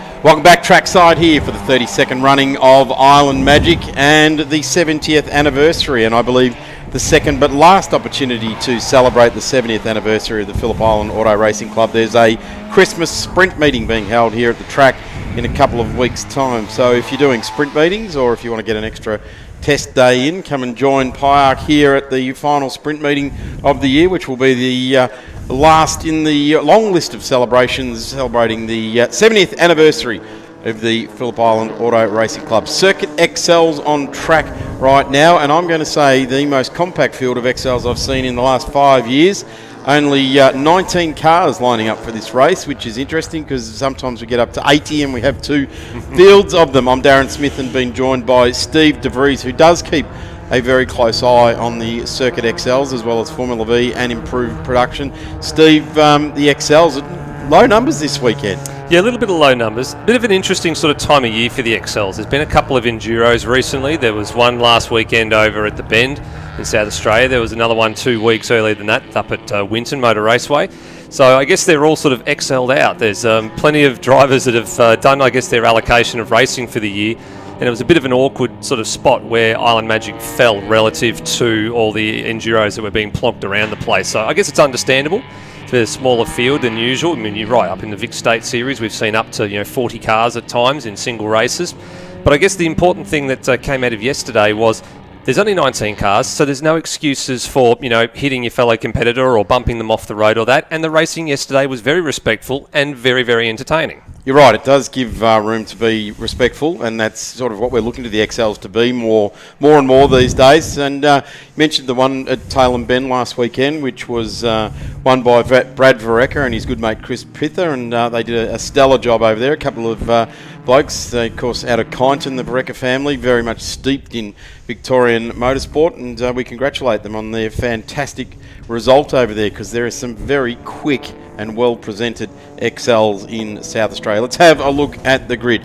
Toby Waghorn is leading the field around in the number 84 with Charlie Nash right alongside. Good to see the next generation there coming through, which has been I guess a feature of the XLs over the last few seasons. Harry Tonkins into position number 3, Hugo Simpson out of 4, James Lodge in 5, Antonio Meloso in the 103 out of position number 6, Larry Merrifield to Chris Stylo, Don Merjvac, and then Scott Appledore in the number 32, Ed Narkowitz in the 29, and then out of 12th is Devon Nichols, Brock Bodal in the 228, and then the 127 right alongside is Michael Barton. Michael Sinclair in the Evergreen number 98, always there. Craig Featherstone in the 31. We go back to John O'Keefe, Lee Kennedy, and Jared Arnvelt in this field of XLs, lining themselves up, getting set to go.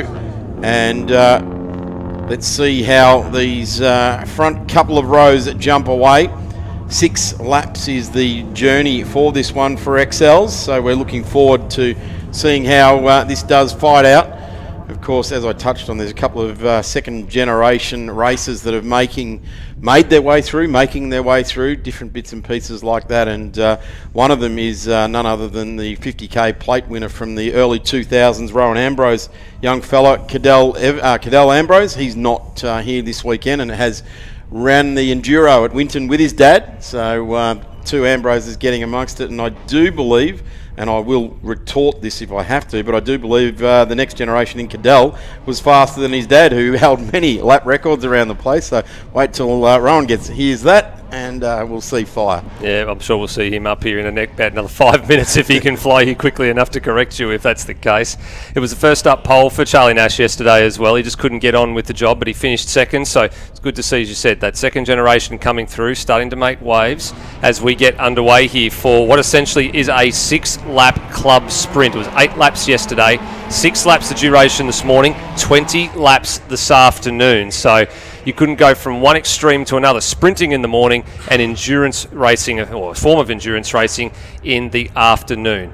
Here we go, into turn 1 for the first time of 6 laps, and it's Toby Waghorn still leading the field with Harry Tompkins slotting nicely up into position number 2, having started on the second row of the grid ahead of Charlie Nash, and then behind him comes the 2022 State Series champion-elect in Hugo Simpson. I do like the way Harry Tompkins is saving that left-hand rear tyre, just popping it up in the air on the entry to turn number 2, and it hangs in the air that long that it even stops spinning before it touches down again. Like a dog cocking its leg to take a number 1 on a tree. It just sort of cocks up there, and just as the weight transfer happens, and that's what you typically get with XL racing, with all the weight over the front and trying to push through the corner, having the wheel pop up in the air. It's been a hallmark of not just the XL racing, but TCR. It's quite commonly known as well. You know, whether you've got the short wheelbase Hyundai i30s, the Suzukis, and all those sorts of front-wheel drive cars that all the weight just goes over the front, short wheelbase. It's a common sight, and we got one off the road already there. I think that's one of the debutantes this weekend, the number 127 machine, Michael Barton, in for his first race weekend. Interestingly enough, when Simon Evans, multiple Australian rally champion, first ran the Golfs, and they were a fully imported kit car out of Volkswagen Motorsport, he said, I think the rear wheels are just there to stop the car dragging its backside along the ground. They just basically keep the back end of the car off the road. And raced for many years against Bruce Woodward in a Volkswagen Golf, of all things, and it was hilarious. If you were ever behind him going through turn 2, there'd be the best part of 50 centimetres of air underneath the left-hand rear tyre, and I think it was a strategy to put everyone else off, because it was just absolutely hilarious, because it would touch down, it was like a 747 coming into landing, a little puff of smoke, and the wheel would start spinning again. Well, if you're James Bond going through the streets of France with Roger Moore back in the day, then it was only 2 wheels on the front of the little Citroen that he was dragging through back in the day. I can't remember what the name of the movie was, but yes, I remember what it was, going through the streets of France. A car split in half, so you're right, the rear wheels are just there to stop the back end from dragging along the ground, otherwise it would look a bit awkward going down the road. The 1-2-3 there from Scarcella Designs. Devon Nichols started off out of 12th and has made up one spot over Mike Sinclair, who's gone back a spot there in the 98, and there's the Burson Garage car. All 3 of the Nick Scarcella designed and liveried cars in a row there. You've got Scott Appledore, then you've got Nichols, and then Michael Sinclair with the Burson sponsorship on the side of the car. It was Burson Garage putting their name to the XL racing here last year. It's Burson Auto Parts this time around. So great to see Burson continuing on. They've been around for, goodness, how many years now? I've lost count. But they've been on the motorsport scene and the motor enthusiast scene for quite a number of years, and I think it's a very, very good fit for Island Magic, also for the XLs, in the same way that the likes of Super Cheap Auto were a good fit for Formula V racing at the recent Winton Formula V National Challenge as well. So grassroots motorsport, people that have been in the category for a while, and businesses that have been around the traps for a while, and affordable motorsport parts and tools and accessories. I think it's a great fit for grassroots motorsport. Merjak and Appledore going side by side, coming out of Siberia. Merjak just getting the power down and flowing the car nicely. He's going to drift the car wide. Appledore to get the run down the inside line as this goes back straight to the front of our field. This is a massive group of cars. Now, this numbered about 5, 6 or 7 at times in yesterday's longer 8-lap race, and it's about the same size right now. There's actually 8 cars in this freight train. We're just starting to get a little bit of a word that the weather might just be starting to turn a little bit. Just a few spots of rain just being noticed by some of the officials and the trackside camera crews just up over the top of Lukey Heights. So that won't be ultimately distracting at the moment, but you can see there the Antonio Maluso in the 103 there just wiping a little bit of the moisture away from the front windscreen.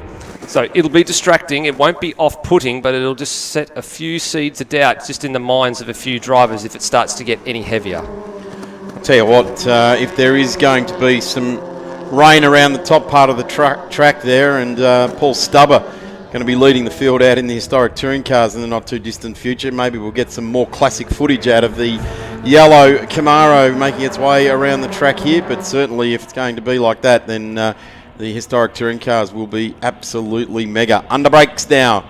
It is Toby Waghorn, Harry Tompkins in behind there.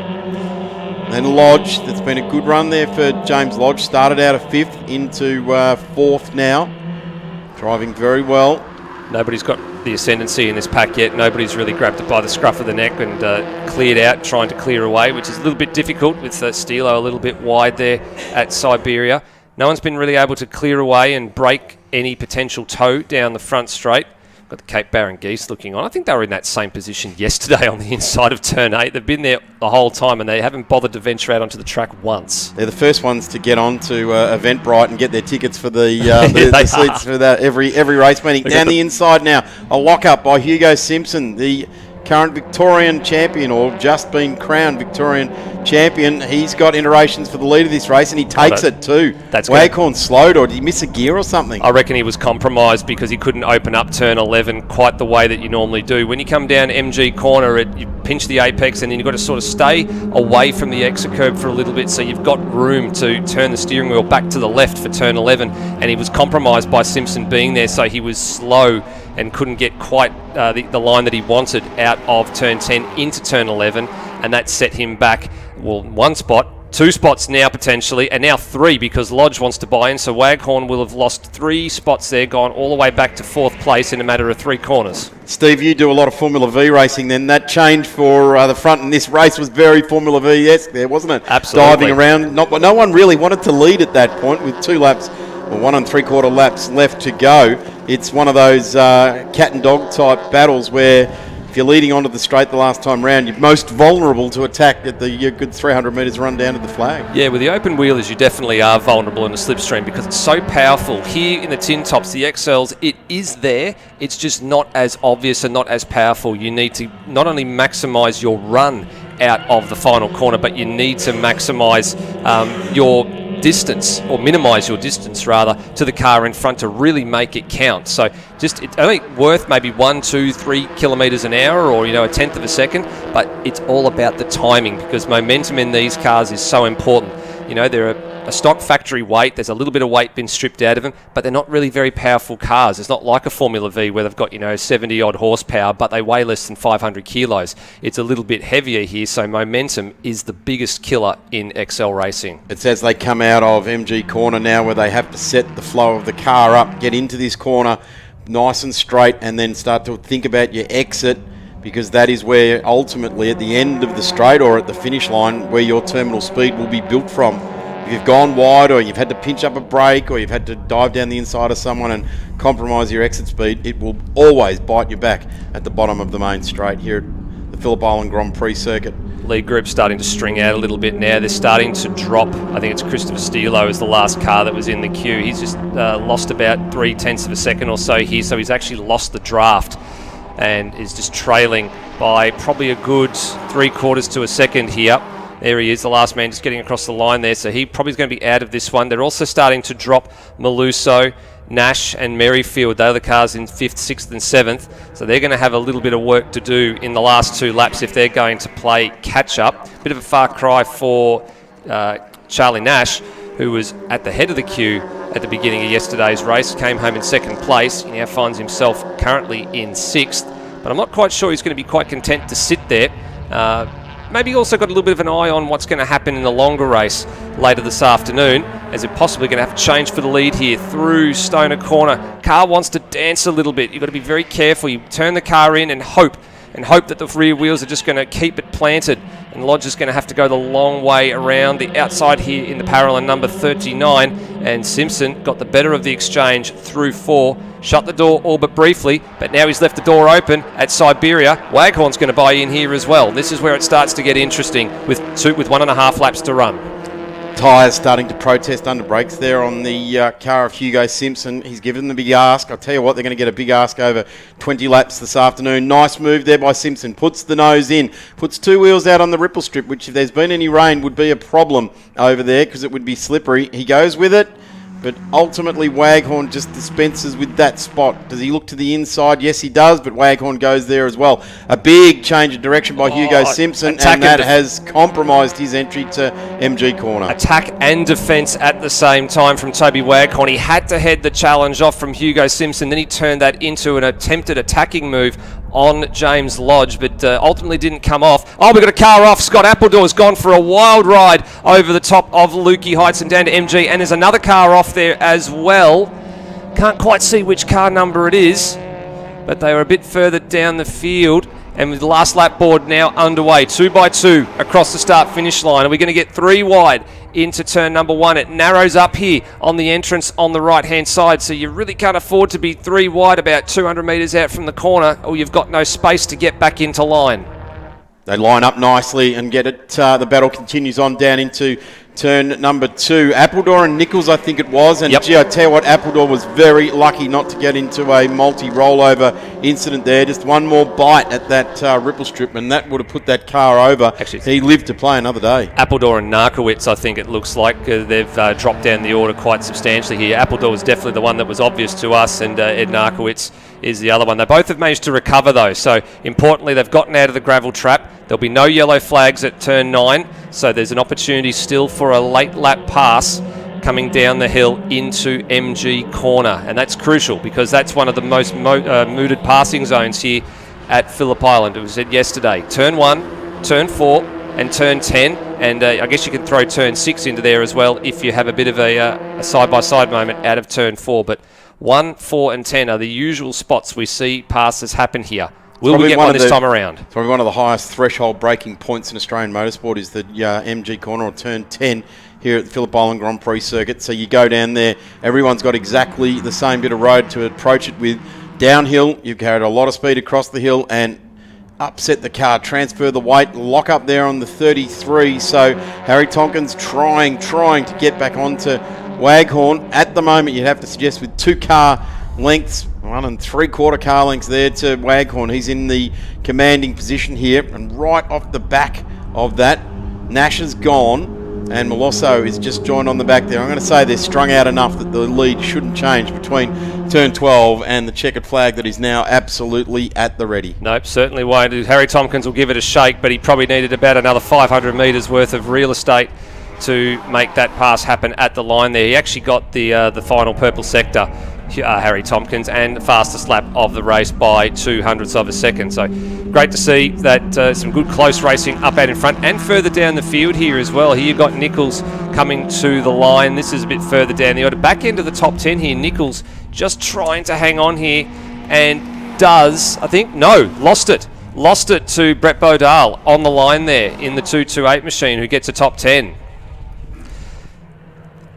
Plenty of action happening throughout that race there, Steve, and as always, the XLs really proud of the guys actually there because they've kept everyone pretty much tidy. Appledore certainly looked as though he could have, that could have been nasty, bouncing sideways with 2 wheels coming off the ground. That could have been rolled into a ball. He managed to, whether it was skill, good luck, or the intervention of some divine outcome, he managed to get to the line, albeit that Appledore got through into 16th. So be keen to go down and see his onboard footage after this one and see what he's got to show. But we've got a couple of replays here we're going to take a bit of a look at. So let's see what the crew have got organised for us. So here it is, actually right on cue, coming down the hill here. So Nichols in behind Appledore and over the top. And there was one car that lost out. So Appledore, you're right, lucky there.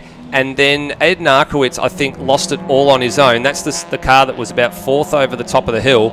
And I don't know whether there was some contact there between Bodale and Appledore, but the first one was rather unusual. So there might have been a little bit of contact that sent Appledore around, but definitely Narkowitz all on his own. With the car balanced on the right-hand front and right-hand rear tyre going across there, all you need is the slightest bit of air buffet down the side of the car then, and we'll put you around, particularly in the front-wheel drive style of car, because there's no weight on the back there. Just lift the car up and push it out of your way, almost like a forklift. Not saying that that's what happened. We haven't got any real evidence of it. Just looking at there, the car did move. So we look forward to the 20 lapper for the Hyundai XLs on this afternoon at at 20 past 3. 20 past 3. So looking forward to that one. Will be a ripping race there, and let's see who runs out of fuel first, I guess.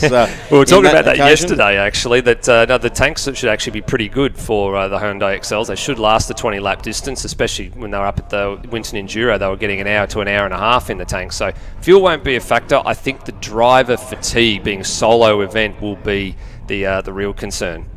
I think you're right there, Steve. We will be back after a quick break here at the 32nd running of Island Magic.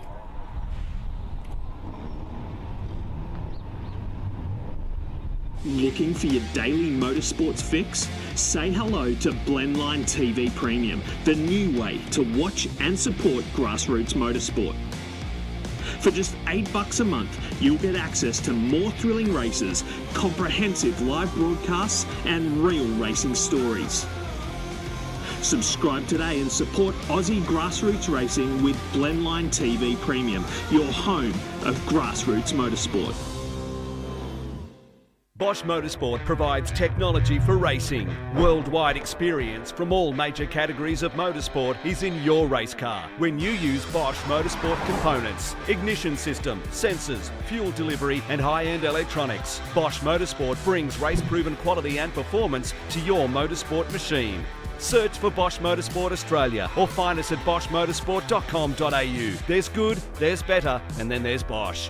Bosch Motorsport, when quality and performance matter.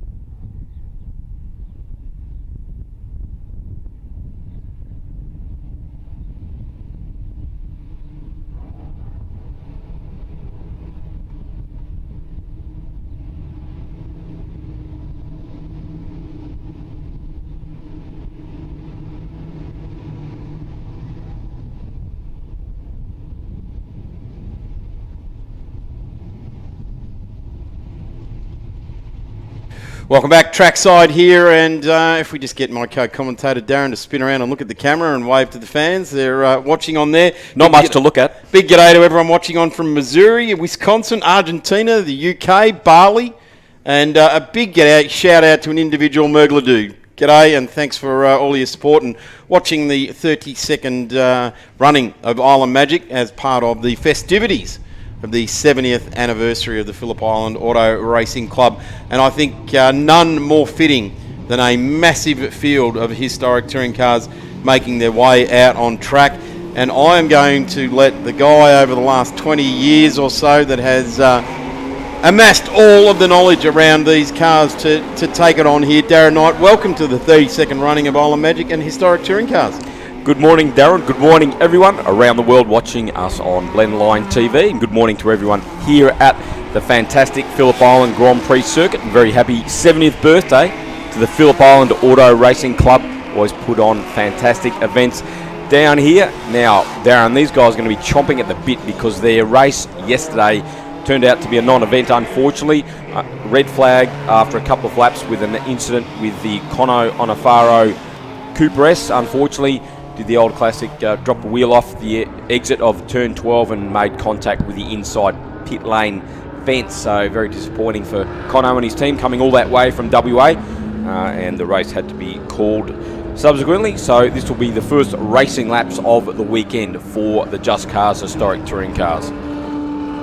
Great looking field of cars, and I tell you what, inside that top five is an interloper that needs very little introduction to the front of motorsport fields, and that is on the second row, a purple RX2 being driven, I think, in the 60s, what would have been said gay abandon, and Darren Hossack is doing a tremendous job to be an absolute out-and-out interloper amongst those big horsepower cars, isn't he? He certainly is. A little bit of racing action we did see yesterday. Darren Hossack was having a huge battle with Big Blue Monaro of Nathan Gordon, and Darren and Nathan were having a great laugh after the race yesterday with that purple RX2 hiking wheels all over the place. Absolutely spectacular to watch, and Darren certainly knows how to steer it well. Andy Brown also in there as well, doing a tremendous job. That car looks fantastic. Little Datsun was unbeatable at the VHRR Historic Sandown a couple of weeks ago, and they do a tremendous job with that Datto. Certainly very quick, had an alternator issue yesterday. So David Brown, as you mentioned. David Brown, sorry, not Henry Brown. Mentioned 3 wins last meeting for historic touring cars at Historic Sandown a couple of weeks ago, so certainly one of the quicker under 2 litre cars in the country. And on screen now, the pole sitter, number 31, that famous yellow and black 69 Chevy Camaro from Western Australia. Previous race winner here many times at all Chev Camaro front row, of course, with fellow West Australian Aldo Di Pioli in his beautiful 69 Chevy Camaro number 96, a car originally campaigned in South Australia, built by the Stubber team. Beautiful looking car there, Paul Stubber. A big shout out to everyone at the Napa Auto Parts Grassroots Racing podcast, one of the very entertaining podcasts that Gary O'Brien and myself and Grant Rowley put together with Paul Stubber, and really does a lot of racing around the world, and really does turn on the entertainment. So if you're looking for a good podcast to catch up with the guy that right there on the front row of the grid, check out the Napa Auto Parts Grassroots Racing podcast, and just look for the photo of Paul in that magnificent looking yellow Camaro. We're talking about the Di Pioli machine. Before that was campaigned by Roger Oliver, built by the Stubber crew as well. So certainly know how to screw together a very quick Chevy Camaro. Speaking of Camaros, Trevor Talbot qualified 3rd quickest in his 68 model Chevy Camaro, number 76. How's that for a box? That is a ripper super box up there, isn't it? G'day to the stealth black van with the campers up there. What a way to go racing right at the top end of the track. I believe that is around Belinda's Terrace somewhere. I think it is. That black outfit certainly looks great. Great to see a good crowd coming in as well. Getting ready for a start now. The first race of the weekend in anger for historic touring cars after yesterday's red flag. Almost ready for a start now. 7 laps for Just Cars, historic touring cars, Stubber and Di Pioli. Di Pioli gets off the line a lot better than he did yesterday. Good start from Gordon in the Chevy powered Monaro. David Brown has stalled on the grid in that very quick Datsun. Darcy Russell on the Mustang toe-to-toe with Gordon in the Monaro, that battle for 3rd place. Not a good start for Trevor Talbot. He's lost a couple of places off the line there, Darren. Darren Hossack's gone backwards too, and that'd be just the horsepower off the line there. The number 18 jumping in behind the Chris Stern car there as well. Just watching Jervis Ward in the Falcon Sprint, got a ripping run down the inside. Jervis started out of position number 25 and got very motivated. There's Jervis there, just appearing right in the middle of our shot. The number 8 Mini, or number 6 Mini, I think it is, in behind there, and looking very good. A Camaro just limping coming out of turn 2 there as well. Darren Hossack going wide around the outside. Got the cross car, Tirana, right beside him there as well. It's going to be an issue for the little 12A to maintain the rage with these guys, and they're going wide and hard out of Siberia for the first time. Trevor Talbot in the Camaro just rounds up the number 4 fastback Mustang of Darcy Russell, who now has the Historic Touring Car Association of Victoria President Chris Stern right on his tail in his 68 Ford Mustang. Problems for Stubber. Our race leader Paul Stubber has an issue. Sure, it's a flat. There's some bit of smoke coming from the right rear. Certainly obvious to him because he's got his hand out the window indicating everyone to go on through. And, well, that's a shame for everyone trackside and watching on. He's absolutely spectacular racer. He's Paul Stubber. And as I said in the opening moments of this race, check it all out at the Napa Auto Parts Grassroots Racing podcast. Check out his fantastic story and all of his racing exploits.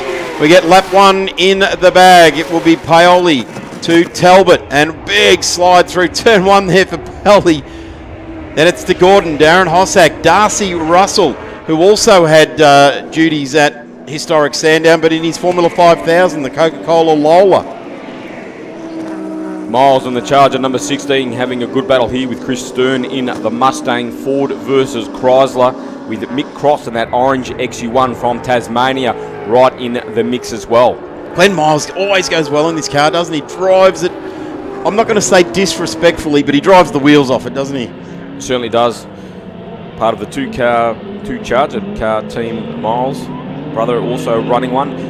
Really having a great battle here with Chris Stern and the number 90 Mustang, who runs wide at the old Honda hairpin, now known, of course, Jack Miller Corner. Yes, it is. We must remember that. It's another tribute to a MotoGP rider. Stoner Corner into Miller Corner. I think we're well overdue to have a Corsa Corner and a Bayless Corner as well. Probably. I like the fact that we can have a Frank Gardner Straight, and if it's a two-wheeler weekend, it's a Wayne Gardner Straight. A little bit of... I get in trouble every time I say that. Oh, well. Wouldn't be the first time. No, that's exactly right. Water off the duck's back.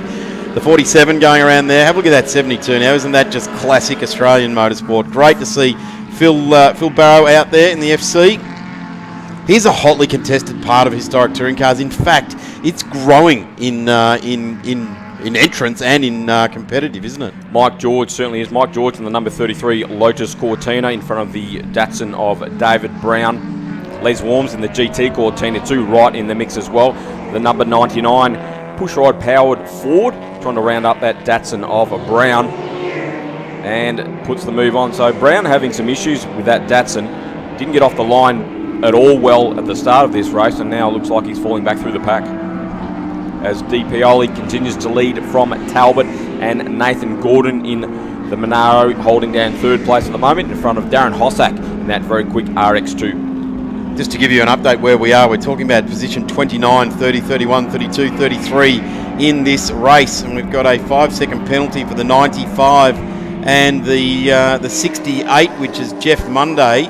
And David Crabtree in the Capri. So that is, I believe, the ex-Laurie Nelson Capri, and still being driven very, very well. David Crabtree, no stranger to racing, and has done plenty of it down the time. There's Joe Kalia, I think we're looking at there in the 44, doing a terrific job in the Apex Racing outfit. Really loves his motorsport. There's nothing more pure than this guy than going to the racetrack and having a burn around. Really does love it. Oh, look at this. That is just what Darren Hossack wanted to see there. The car starting to lose its tyres in front of him. Nathan Gordon, the number 45, Monaro versus Hossack in the Mazda. So it's fat versus skinny, and I'm talking about the cars, folks, not the drivers. Oh, have a look at this. Hossack around the outside. He almost gets flippered off like a pinball machine there, doesn't he, with the the 45 laying licorice straps there, and Darren just lifting the front of that RX3. I think he's trying to lift the left front off the wheel so he's got less drag on the road just to try and get it through there. Less friction. The articulation of the independent rear end, or the independent style rear end in the RX2 as opposed to was in the RX3 and RX4. Pulls him behind. He would understand any hole in the air is a hole in the air to try and stay with this. Look at that horsepower race though. Straight line handling. Straight line handling, yep. 350 Chev under the bonnet of the number 45 Monaro of Gordon. Hossack now starting to reel him back in as we head down into Southern Loop. Gordon very sideways and onto the grass, so Nathan Gordon under pressure there from Hossack has beached the Monaro and he will be going nowhere. So Darren Hossack has had great success at the Island Magic event over the years. He came 2004 was the 50k plate winner, and 2010 in both the Saab Chevy and then the Audi Chevy owned by John Gourlay. So Darren enjoying his historic touring car racing these days and has just got himself into a podium position. Yeah, Nathan Gordon, here we see him about to launch the big Monaro into the gravel trap. And safety car will be dispatched probably for the Gordon incident. That car is going nowhere. It's a little bit too close to the edge of the track there for race control. So safety car has been called and will be deployed out in front of the field to bring it under control. The Cool Drive car. We thank Cool Drive for all of their support, not only with supporting the Formula Fords here this weekend, but also with providing the safety car. And the place looks to have descended into a bit of a mist around the track, doesn't it, Darren? Just wondering if Nathan might have been caught out by a little bit of water on the track, because the rain is starting to just fizz down lightly, but nevertheless it makes it pretty hairy when you're heading down into Doohan Corner at a great rate of knots. And the Monaro certainly stepped out well wide and deposited Nathan into the gravel trap. So yes, we're definitely starting to see that spitting. If you've just joined us, Paul Stubber did not make lap number 1, and we're seeing reports back to us, and at 2 mainly and around at Siberia. So that's obviously coming in from the ocean. And definitely changing the outlook around the place, starting to get a bit of almost looks like bushfire smoke around the place at the moment, but it's not, thank goodness. We've got enough rain and wet stuff around to prevent that at the moment. These cars do not run a slick tyre, they're basically a grooved racing tyre. There are wets available, of course, but no one went out with wets today with the track dry to start with. Which does present the issue anyway, because they've had the best part of 4 laps, nice, hot, treaded racing tyres. It's a racing compound, and then all of a sudden water comes on it. Yep. And it's probably the worst result, because then that hot racing rubber gets pretty greasy pretty quickly. And when you've got a big HQ starting to pendulum around a little bit under pressure from an RX2 from a guy that's won the biggest race here twice, going back 10 and 15 years ago behind you, then almost a perfect storm there, isn't it, for a HQ to have issues. This is going to be a challenge here. And pull it out and get it moving. So the Pyack recovery crew, that is the Ken Johnson Cage Mobile, which has been synonymous with recoveries here for, I'm going to say, the best part of 50 years. And Pyack usually amongst the most efficient of recovery teams I've noticed in many tracks around the world. Quite often you watch motorsport overseas and you see them mucking around getting rid of cars, and I always think, geez, I wish the Pyack guys were on the scene. They have done a very good job. It's a big group of volunteers that front up for the Pyack recovery team, and the most important job of the weekend for the recovery team is that they also make sure that the barbecue happens for the officials, and the frothies are cold for the commentators to quench their thirst. Well, it is thirsty work, Darren. It is thirsty work. Thank you very much to all the officials and volunteers, and a lot of the volunteers are getting a bit damp out there now because the rain is getting a little bit heavier across the back part of the circuit. We have 3 laps to go. The safety car will be coming in, and then we'll have 2 red-hot laps to end this first race of the weekend for the Just Cars Historic Touring Cars. Cars look magnificent. This is as they ran in the day. There's that FC off the back. And we're just having a look at this number 41 here. There's been reports. Yep, Jerry Lenstra in the GT Cortina unfortunately was caught up in an incident trying to avoid the stricken Mini of Conor Onofaro yesterday. There was cars going everywhere to try not to T-bone the Mini, and Jerry just caught the tail end of Mike George's Lotus Cortina. It was good to see him back out there. Getting ready for a restart now. Aldo Di Pioli in the Chev Camaro against the earlier model Camaro of Trevor Talbot and Darren Hossack in the Mazda. So we line back up again, and the Camaro just puts the boot into it, and it is definitely damp under foot out there at the moment, or under tyre, because the Paoli car went sideways. Now Darren Hossack is massively exposed to the horsepower race, and he goes down a spot heading down into turn number 1, and will hold on to the inside line. And I tell you what, he's making that little RX2 as wide as he possibly can. He's got the headlights blazing so they know he's there. He crowds them up into the corner so they can't go naturally where the car wants to go. Darcy Russell in the number 4 Mustang, having to fight very hard to keep out the number 18 Mazda of Hossack, lifting that wheel again, Darren. I'm going to say Darcy, of all people, is going to be massively annoyed by the RX2 being up the inside of him there. He's like, what is this guy doing? Under brakes here. Hossack squirrels it in there, and Darcy Russell goes, you clearly want it more than me, mate. In you go. Only one lap to go for the Just Cars Historic Touring Cars. A spin 4 miles in the Charger. He was well inside the top 10. Wow, that's a rare mistake. Very rare mistake. That car's normally pointing at the checkered flag, doing its best work. Joe Collegia misses it. The rest of the field comes through. Very slippery conditions on this final lap as Aldo Di Pioli is trying to keep the car in a straight line. You can see them moving around from side to side, having to push hard to keep that car in a straight line, with Talbot in second place, just waiting for a mistake. He's hardly even idling on the cam across the top there, and he's just sort of trucking along across the top of the hill, just keeping it moving. If it was a boat, it'd be just on the bow wave at the moment, just about to plane there. And he pushes it nicely, and there it is. And doing a bit of Paul Stubber finest there, doing a Paoli style in the number 96. Aldo Di Pioli, the West Australian, heading towards the checkered flag in the first race of the weekend for Historic Touring Cars to go the full distance, and takes the win from Trevor Talbot in the 68 model Chevy Camaro. Darren Hossack was right on Talbot's tail at the end there, with Darcy Russell coming home in 4th in front of Chris Stern in the Mustang. A great battle here for 5th. Andrew Beard has got home in 6th, rather, in his silver Camaro in front of Grant Munday and Mick Cross in the Tirana. David Brown came home nicely in the end there, got himself well and truly motivated, and inside the 20. In fact, he was 20th. The other thing I was remiss with there is Darren Hossack, also a guest on the Napa Auto Parts Grassroots Racing podcast as well. So a couple of big names there, clocking on to the Gaz and Daz show and having a bit of a listen to the Grassroots Racing podcast.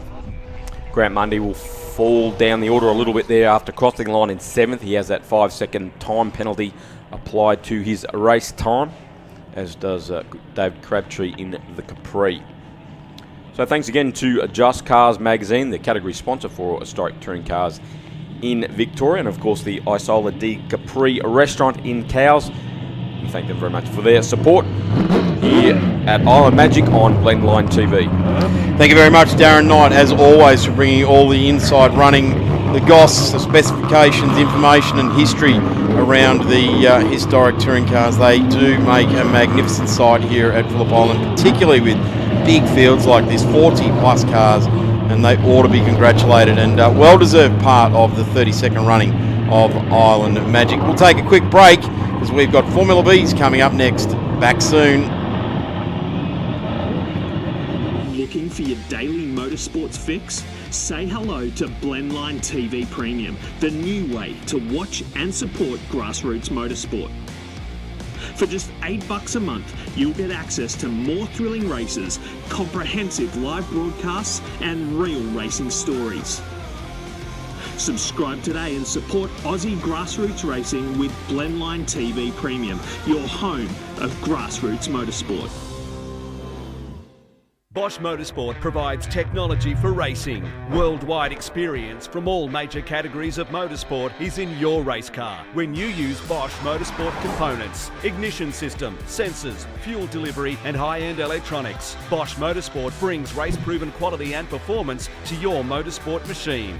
Search for Bosch Motorsport Australia or find us at boschmotorsport.com.au. There's good, there's better, and then there's Bosch. Bosch Motorsport, when quality and performance matter.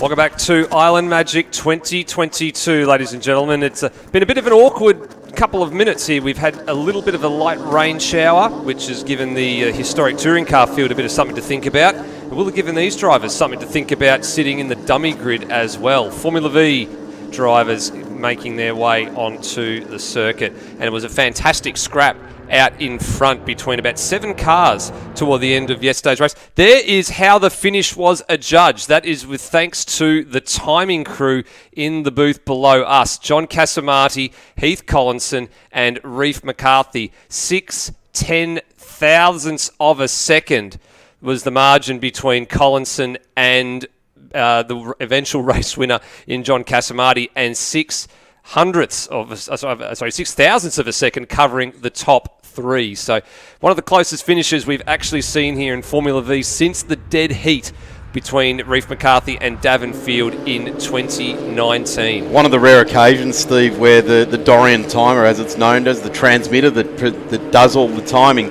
gets overridden by the judge of fact, and that's often a tricky way to go. But I tell you what, that is fantastic by timing to get that actual result. I had an experience once in my racing career where the Dorian timer was mounted 10 millimetres further forward than a fellow competitor, and to this day I still haven't conceded defeat to Bruce Woodward. G'day Bruce, I know you're out there listening, so every time he sees me, he grabs me around the neck and says, I beat you. Yeah, he hasn't been in the paddock for a little while. I remember Bruce Woodward with the Golf a couple of years ago up at Winton. He's a bit of a character, Bruce. Absolutely a character. But Formula V's on track, and fittingly so, with Pyack being a great hand-in-glove relationship for over 50 years with Pyack and the Formula V's. Many, many nationals being run here. In fact, the concept of the nationals was born with Pyack and Formula V over all of those years ago. But a lot has changed. The engines have changed. The bodywork has certainly changed now. A lot slicker, a lot more modern looking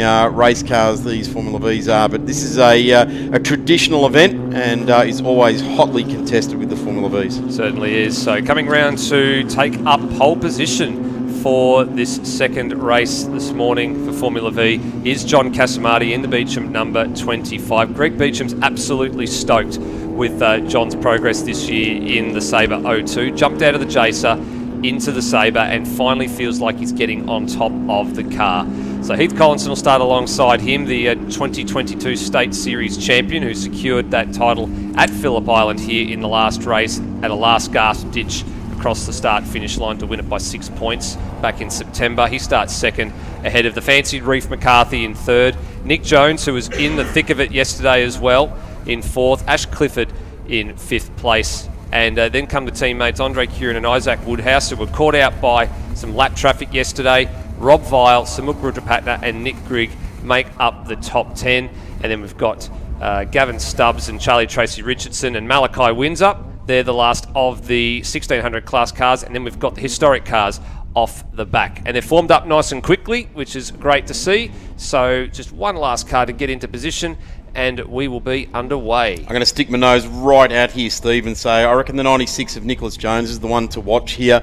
Changing conditions, lots of experience, and he will, I would suggest, set himself up for a bit of a tail gun run and then push through on that last lap. And he gets a position off the line as the 31 Black Angus car of Heath Collinson doesn't get away. He slams the steering wheel in disgust, grabs the cog, and then gets the car moving. Yeah, he missed it on the gear change from first to second. Got the good jump, but then he just couldn't slot the gear into second. It's a very, very short amount of time you've got to change gears off the line here. They don't use first gear or second gear through any of the corners. They only use them at the start. It's all third and fourth gear corners at Phillip Island. So Reef McCarthy in the Ramada Resort car gets through very, very nicely there indeed in the Speco VHT Formula V race. It's the second race for the weekend. Got a longer race coming up this afternoon. They're going to go 3 wide through turn 3, and that is a massive experience through there. But it's Reef McCarthy getting through there nicely. And Andre Kieran now following him through, picking up another spot over John Casamati. The pole sitter goes back a couple of spots here. There's, of course, that awkward wheel hub failure in qualifying for number 32, and he's a little bit wide. He's off the back of the ripple strip. That's twice over the weekend that we've seen a JRD entered car dropping wheels behind the curb at turn number 6, so a little bit edgy early on. And as we were saying, just to finish that point, the very unusual wheel hub failure in qualifying for the number 32 machine, but they've gathered it back up, got that car fixed and out, and was very competitive yesterday afternoon until the lap traffic incident down at turn number 1. Just sort of split up that pack of 7 cars and turned it into a 5-car group that ultimately battled for the win. Nick Jones positioning himself nicely for the run all the way out of Siberia there, held tough on the outside of Kieran and eventually consolidated his spot into P3 as they stream their way on to the main straight for the first time in this 8-lap journey. And customarily they all go for the wall and then snake their way over to the driver's right-hand side. One extreme to the other, one side of the track to the other. So Heath Collinson, who had the tardy start off the second row of the grid, he's got some work to do here. He's crossed the line in 7th place, just going ahead of Rob Vile at the checkered flag stripe.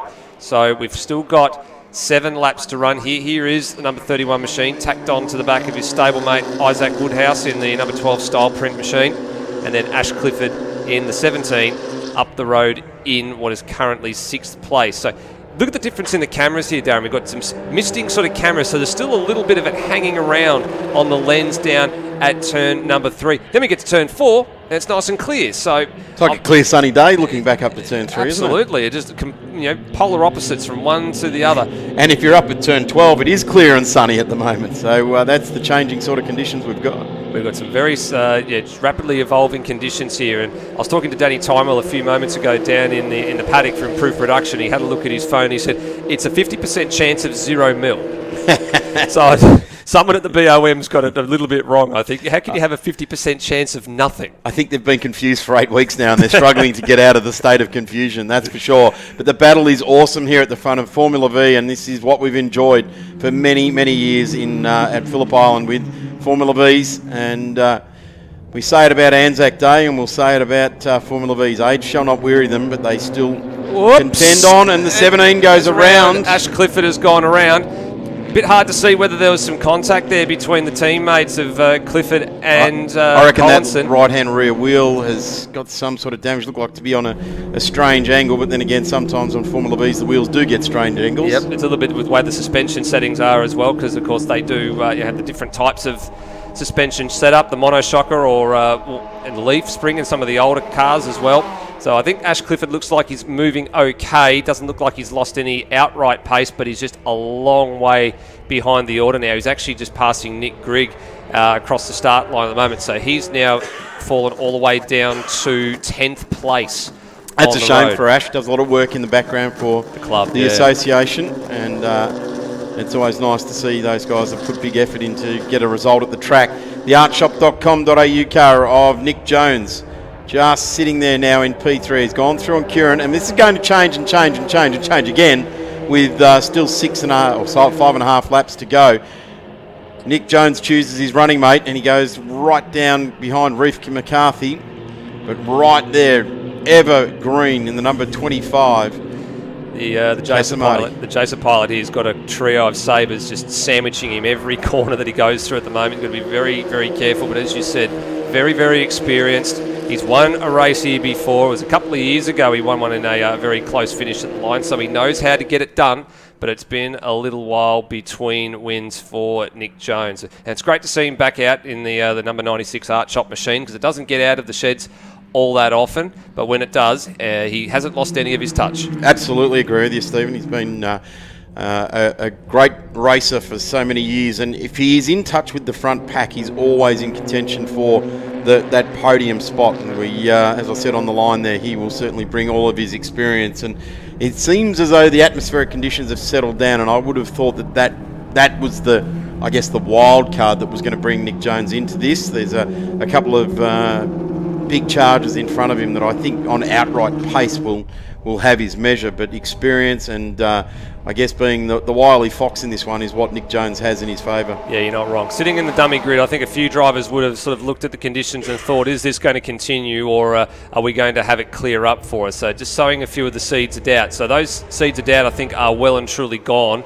They've done about 3 laps now. They're on lap 4, and it will have settled in and gone, you know what, the track is still in a very good state. There's no damp patches. There's no sort of awkward bits offline. We can afford to push. We don't have to conserve. And lap times at the moment are reflecting those sorts of conditions. The leading groups of cars are in the 54s. Ash Clifford's fastest lap at the moment, all the way down in 9th, a 1 minute 54.03 on the last tour. It's not too far off the ultimate dry weather pace.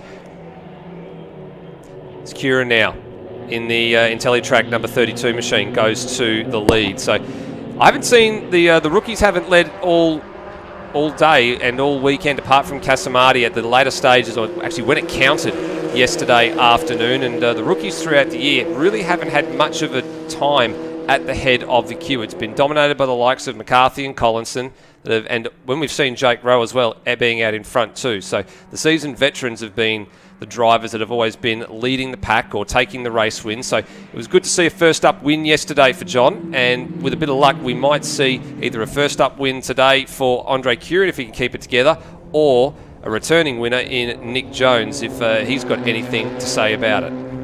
Certainly lining themselves up. This is if anything, a mild form guide for in 3 laps' time, really, isn't it? That these 4 cars, they've shaken off Heath Collinson, which I never thought I'd say in a Formula V race. He's got pretty much no one in front of him, no one behind him to work with to try and get the extra lap time out of it. They're going to run 3 wide across the strike, and that's pretty much how the race ended yesterday, with 3 cars wide across the strike like that. So you'd have to say, Stephen, a dress rehearsal for the way this race could pan out. That's absolutely right. So importantly, I think Heath Collinson is dropping down the timing screens. I'm wondering what's come of the number 31 Collinson Black Angus machine. It broke a head bolt yesterday, and it was spilling smoke from lap 2 all the way to the checkered flag. It didn't hamper his performance, so he managed to get home in the 3rd place finishing position, but he's sinking like a stone. He's off the order. I think he's either come in off the return road somewhere, or he's come to a stop somewhere on the circuit. So that's a bit of a shame, because he would have been penciling in a good result for the trophy race later this afternoon. He's going to have an awful amount of work to do buried in the field. Yeah, it is a big field too, out over 22 cars there, so each time you add another row back, it's a bit more real estate you've got to recover, and we've got a complete role reversal in this top 4 again now. Nick Jones has gone back to P4. The race is being led by Casamati, and Kieran and Reef McCarthy fighting it out for 2nd and 3rd. And Nick Jones, with as I haven't even finished that sentence, he pushes his way back into 3rd place here, and the 32 of Kieran just gets left to run by itself.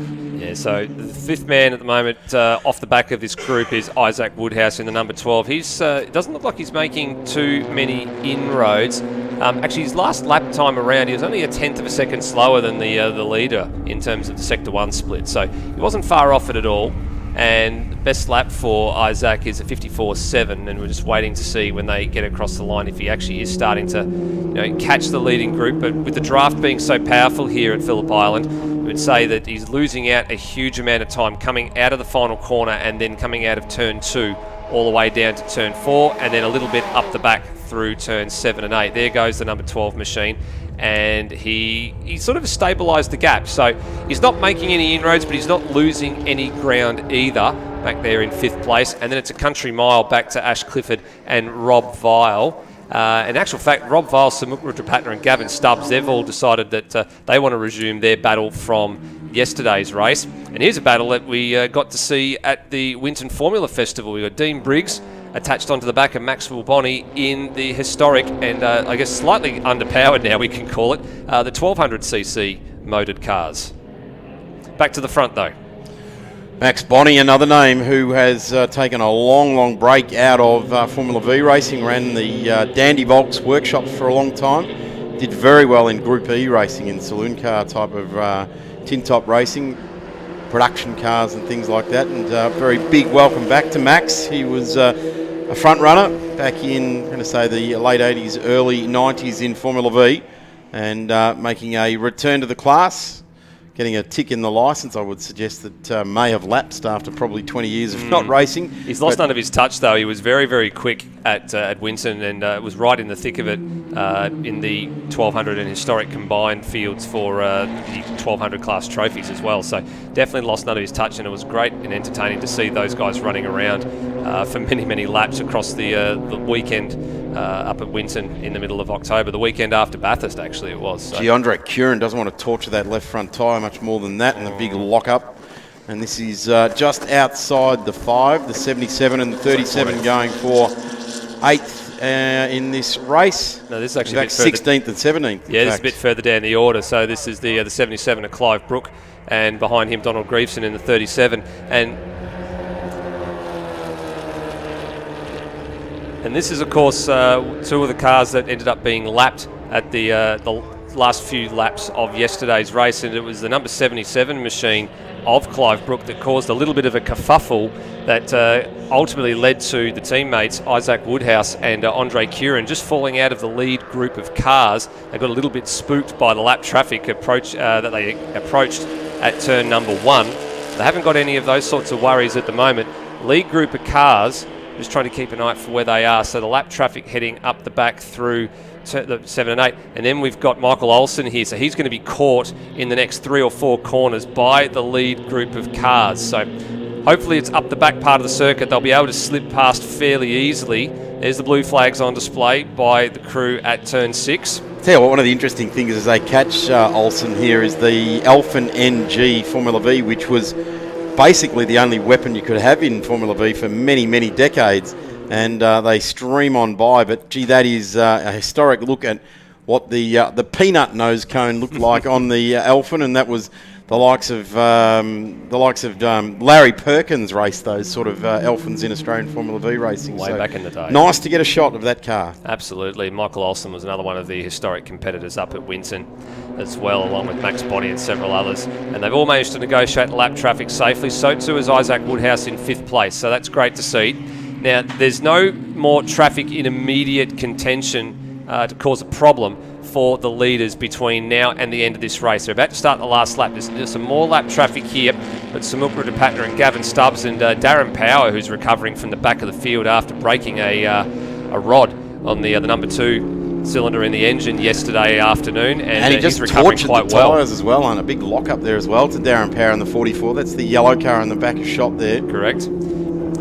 And then Gavin Stubbs in the Spectre Formula V, one of the ones campaigned by Davin Field back in the 2019 dead heat occasion. But we're not worried about a dead heat at the moment. Here we go. This is where the chess match starts to start. So not yet, but in about 3/4 of a lap time, we might have an issue. We might have an issue with, when we get to the end here. So McCarthy from Jones, Curran and Casamati. Now, Casamati made his move down at Siberia yesterday afternoon, and then he was never headed getting to the line, and he managed to hold off the advances of McCarthy and Collinson. Does he make the same move this time around? He's 4th in the queue here, and I don't think is really in position to repeat that passing manoeuvre down at 6. I reckon Nick Jones just took the sucker punch there from Reef McCarthy. He led the field through 6.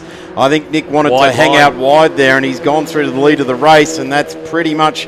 He needs to make a good car and a half, 2 car lengths to make this win, because they will stream on by, and it looks like he's done that. So the wily Fox doing a good job there. Nick does not want to make any mistake, does not want to slide the car too much, because these 3 now behind him, whether they realise it or not, but they're actually working together now to get the number 96 back. But that's a handy lead in the last kilometre of this race. I love the move. I love the fact that he went into the corner a little bit later. He squared the corner off, he got the power down, and he drove out of the corner, and he gained about 2 car lengths quite quickly rather than taking the traditional narrow line and using the camber of the corner. So I think that Jones potentially may have done enough here. He's got about 3-4 car lengths to McCarthy, and Curran's going to challenge McCarthy to the line here for second place. Is Jones going to be caught? He's weaving left, right. I think he may have just butchered the exit here. McCarthy's going to snatch it. Curran's going to stick his nose down the middle as well. He's going to get second. So Jones just had a little bit of a bad exit out of the last turn, and it cost him at the line. I called it coming out of into turn 4, didn't I? That Reef McCarthy let it open. Nick Jones took the sucker punch and led onto the straight. So here come the rest of the field through. So we've got Casamati finished 4th in that from Woodhouse and Ash Clifford. Rob Vile home for 7th in car number 7, so that's great to see. And Gavin Stubbs gets the better of Samuk Rudrapatna at the line there as well. So a great finish between a number of drivers that ended up battling toward the end of yesterday's race in the top 10. And Darren Power gets home for a top 10 finish there as well, which he was targeting, having started at the rear of the field. So he'll be very pleased with that drive. And here are your 2 top contenders in the historics at the moment. Max Bonney having the number 5 of Dean Briggs absolutely glued to the rear exhaust pipe of the number 86.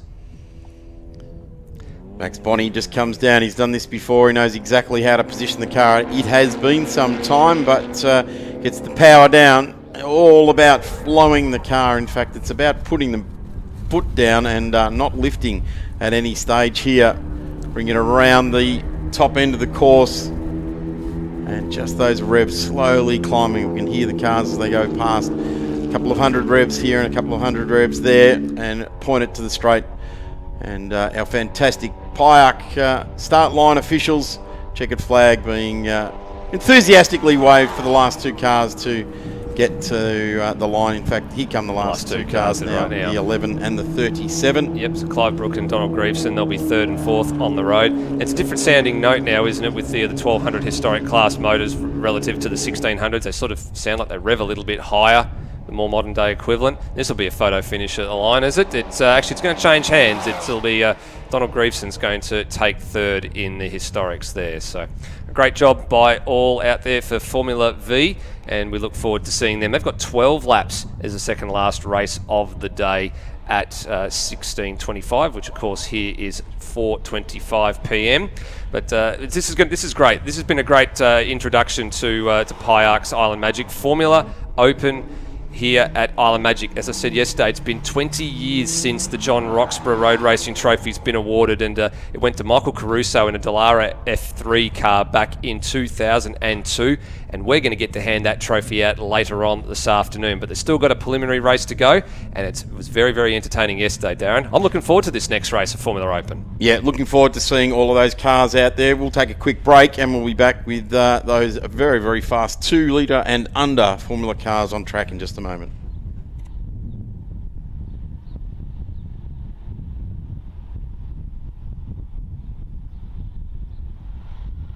Looking for your daily motorsports fix? Say hello to Blendline TV Premium, the new way to watch and support grassroots motorsport. For just $8 a month, you'll get access to more thrilling races, comprehensive live broadcasts, and real racing stories. Subscribe today and support Aussie grassroots racing with Blendline TV Premium, your home of grassroots motorsport. Bosch Motorsport provides technology for racing. Worldwide experience from all major categories of motorsport is in your race car when you use Bosch Motorsport components, ignition system, sensors, fuel delivery and high-end electronics. Bosch Motorsport brings race-proven quality and performance to your motorsport machine. Search for Bosch Motorsport Australia or find us at boschmotorsport.com.au. There's good, there's better, and then there's Bosch. Bosch Motorsport, when quality and performance matter.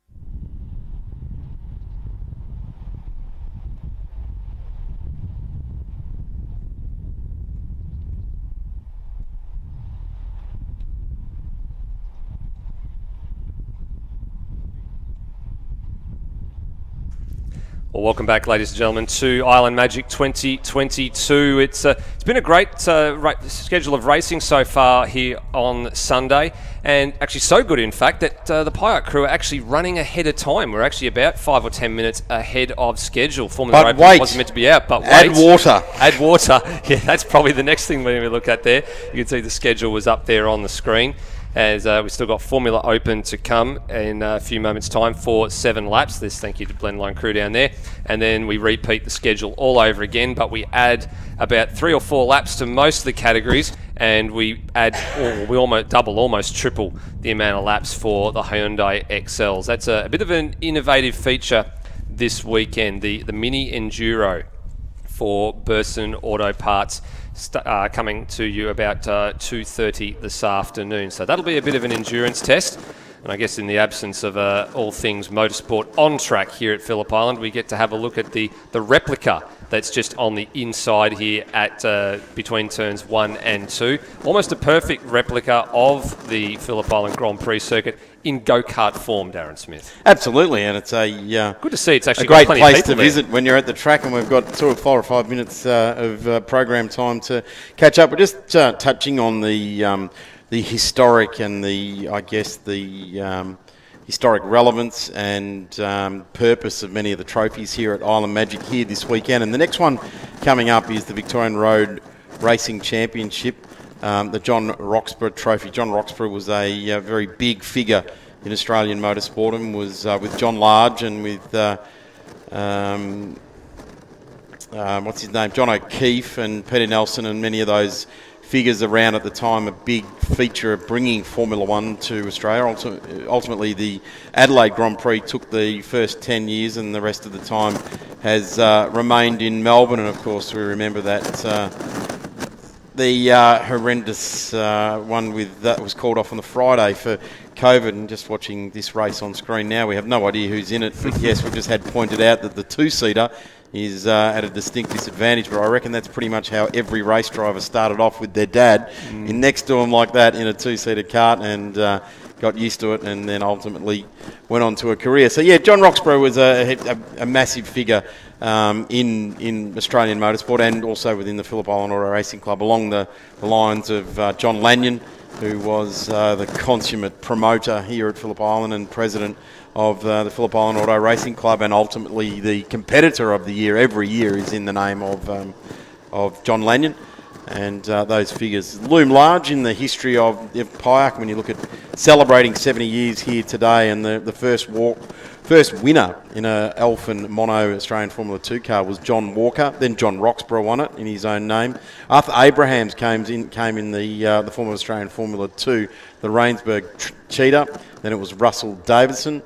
And we've seen a lot of Davisons race over the years, that's for sure. Of course, Richard Davison has just taken the Formula Ford 16 Kent class title this year as well. So that name lives on in open wheeler racing. Arthur Abrahams again. Then we went into the Formula Holden era, if you like, was David Bruce.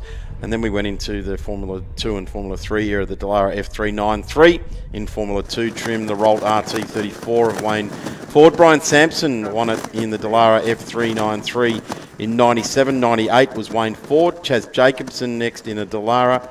And James Manderson took it out in the Dallara. And the last time we saw it, as Steve alluded to, was Michael Caruso in the Dallara 301. So we're going to see a lot of Dallaras again, as we see our officials just taking a moment to have a rest and have a chat about maybe the kids and the family at home that are enjoying watching on the live stream via the Blendline network on social media platforms, on YouTube. And of course, we always thank our volunteer officials. Check it all out at pyatt.com.au/officials, and we certainly recommend that if you're thinking out, if you always applaud people that get involved. And big shout out to those officials at Turn 2. We'll see if they're listening to the PA down there. No, definitely deep in conversation at Turn 12 as well. So great to see them all around there. There's a tow truck driver in the background there as well. Mac Towing with Mick down here this weekend, a big part of it, and has been for many years. But yeah, there's a bit of the history, I guess, for the Victorian Road Racing Championship. that we know there. Of course, the 50k plate is also massive. Started back in 1972 with Brian Thompson in the Tirana V8. Tom Norton took it in the Porsche 911S twice in a row there. Great Tom Norton, a fantastic, long-standing Pyack member and a great bloke. Raced Chargers and all different bits and pieces in touring cars. Phil Brock in an XE1 Tirana. Alan Gow in the L34 Tirana. I'll leave that up to your imagination as to which L34 that was. Gary Rogers in the GDS Monaro. Tony Hubbard, Bill Emeny, Barry Jamison, Bob Jolly in the VK Commodore. Mike Imrie won it numerous times. Bruce DeBoo in the Mazda RX-7, parked up the Isuzu Ballot for the weekend and went out in the RX-7 and won it. Robin Doherty, Barry Jamison. Richard Catchlove in 2000 was a very controversial win. Dean Randall in there. Chris Muscat won it twice in 2002 and 2003 in the centerline suspension Silver Bullet. Darren Hossack in 04 in the John Gourlay Saab. Dean Randall again in 06. Glenn Hastings in the Perotta entered yellow Cortina, which is now owned by Mark Torberts of 944 fame. And looking forward to seeing what Mark does with that particular Cortina sports sedan that last tasted success here in 07 with Glenn Hastings. Michael Robinson took his first win in the 50k plate in 08. Then Tony Ricciardello, Darren Hossack again, Robbo, Steve Tomasi, Ron Moller, 2014 and 2015, Michael Robinson. So that's 4 for Michael Robinson, Steve, that he's taken. Bruce Banks. John O'Lawson was probably the standout different one out of all of them. Largely a road-going Subaru WRX STI, four-wheel drive. It was belting down rain that afternoon, and there was just no way anyone was going to catch a four-wheel drive, largely, as I said, floor-pan car.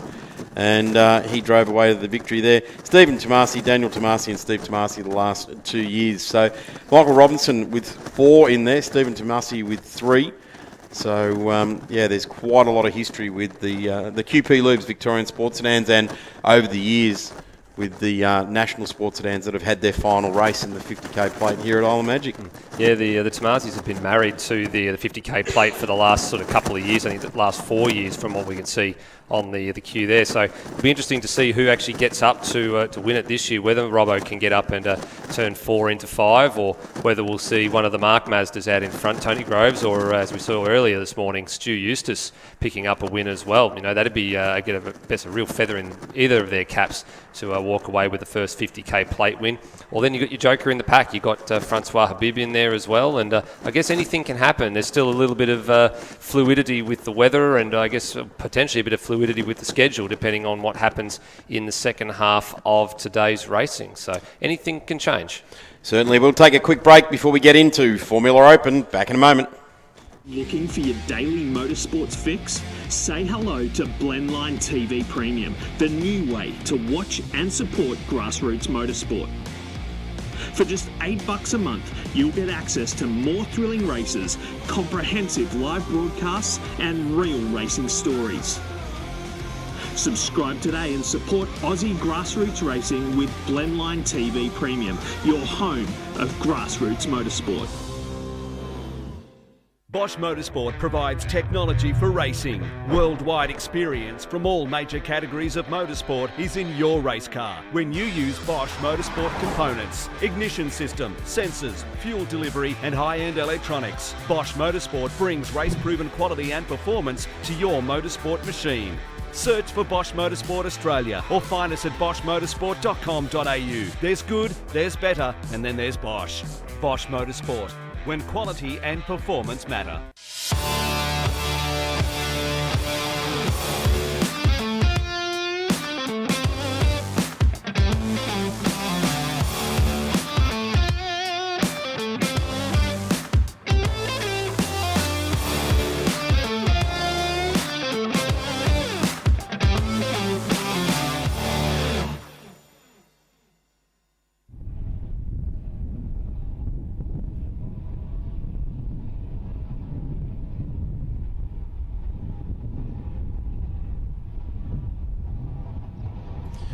Cars starting to roll down the lane now for the Formula Open, the inaugural weekend of this competition. A fantastic concept that has been floated by multiple Australian champion Tim Macro and some supporters in the background of what Timmy is doing, and we see those fantastic cars rolling out over our shoulder here, and the cars start to make their way down onto the grid. This has to be the biggest open wheeler grid we've seen here since the heady times of Formula Holden, that is for sure. A huge field of cars, 27 cars. I think Formula Holden might have tapped out at about 28 cars, so not too far off that. But I guess the nice aspect, or the real aspect of this kind of category, is it's inclusive. There's a structure. There's 3 classes in there at the moment. AFO1, which is open to FIA European Formula 3 cars from 2004 to 2012,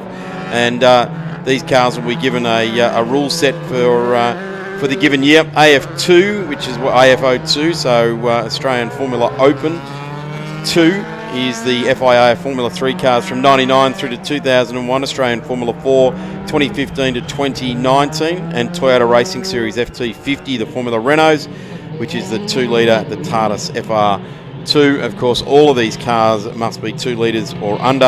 And then AFO3, which is a good one, invitational class, open to free Formula cars and cars eligible at the organiser's discretion. So really some very, very fast cars, some cars with absolute international pedigree. And I guess you're not going to go anywhere else in the world and run in the current national championship in one of these cars, because they are older types of Formula 3 cars, but very, very similar. I was down with the guys at Tim Macro Racing before, and I said, so for a commentator up in the tower, how are we going to tell the difference between the 02, the 7 and the 11? And they were all scratching their heads saying, oh, really, it's all how the airbox off the side of the motor mounts, and that's how we can pick up that they're F3 cars, because they've got that restrictor governed intake on the side of the car. So we'll see that. One of the interesting ones that I'm looking forward to seeing is Tommy Smith in the Toyota Racing Series car. So that'll be interesting to watch in the number 16. He comes out at position number 6. Let's have a look at the grid. It'll be Trent Grubel that leads them away after a win yesterday to Noah Sands, Ethan Brown, then Mitch Nilsson. Now I'm wondering if this is Mitch Nilsson from Radical Australia Cup fame. Won a couple of trophies over the years in championships there for Mitch. We'll catch up on that one. Ryan Astley, then Tommy Smith in the SCT car, who's had a very, very strong international career already, and bringing the Formula Toyota car here to Formula Open, Australia Formula Open. Jarrett Ruff to Nathan Gotch. We'll be watching for Nathan Gotch. The next row of the grid will be Roman Krummen's been around Formula 3 for a long, long time, and Ryan Howe out of position number 10, watching for how Ryan can launch this one. Winston Van Leeuwenhoek in the 25 out of 11. Then 12th is Greg Muddle, Robert Rowe, Jesse Lacey. Then it's Jack Beaton, Chris Swarak, Rodney Baker, Doug Barry, Glenn Lynch, Matthew Rosler, Laurie Katsidis, Mark Wilson, Shane Morrow, Nathan Beer, back to Christian Estesy, Tim Boydell, Rod Anderson, a guy who has raced these cars for a long, long time, and Paul DeBlaise down the back of the field there as well. Cars are forming up very quickly. They don't want too long sitting still. They want to get away with it. We won't be mucking around, but the car number 34 sitting on pole position there, Trent Grubel in the KCK Lubricants, a sponsor that Ben Jerzakowski currently uses in production car racing, and he had a very strong pedigree in Australian Formula 2. Names like James Winslow, Leanne Tander, the first woman to win in Gold Star competition here in the Tander Sport car all those years ago, and just recently won a Formula 4 championship. And away we go, and it's a slow start from the second row of the grid. The number 27 of Ethan Brown not getting away at all and gets gazumped off the line there. These real purpose-made race cars go channeling down into turn number 1.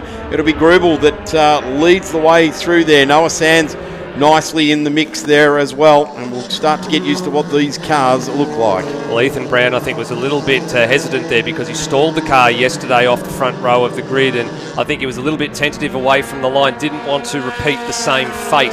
For him, though, it's cost him about 3 or 4 spots off the start, so he's going to have to do exactly what he did yesterday and work his way back through the field. Grubel was the star of the show yesterday. He was gone and he gapped the field and was home comfortably at the end of the day. maybe, just maybe, Noah Sands might have a little something for him in conditions that are a little bit cooler compared to yesterday for these Wings and Slicks Formula cars. Nathan Gotch going side by side with Ethan Brown. We've got a spinner there in the 23 as Lawrence well. Casillas. So he's it looks like he's not able to get going.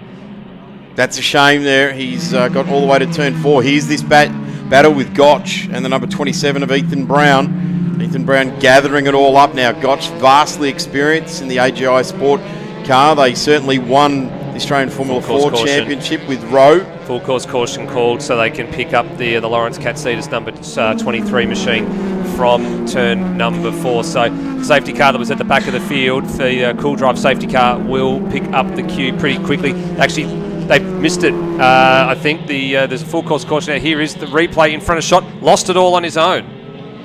Lost it all on his own. So Lawrence Casillas in the 23, beached now, and that is why we've got the safety car. He's tried to get it off the racing line there and try and get the car as far offline as possible, but now it is officially beached. The rear wheel's spinning. It still is a little bit damp offline. This with all the rain and the inclement weather we've had over the many weeks, offline is not just damp, it is muddy and it is sodden. So you can take your foot and you can step in it and you sink about a centimetre at least. So it doesn't take much for these Formula cars to bottom out in the muddy ground, and then once they bottom out, they've got no weight to place over their rear wheels and drive out. So that'll require a flat toe. And the safety car, I think, was actually in pit lane, which had sort of held its position off the back of the grid waiting for the start there.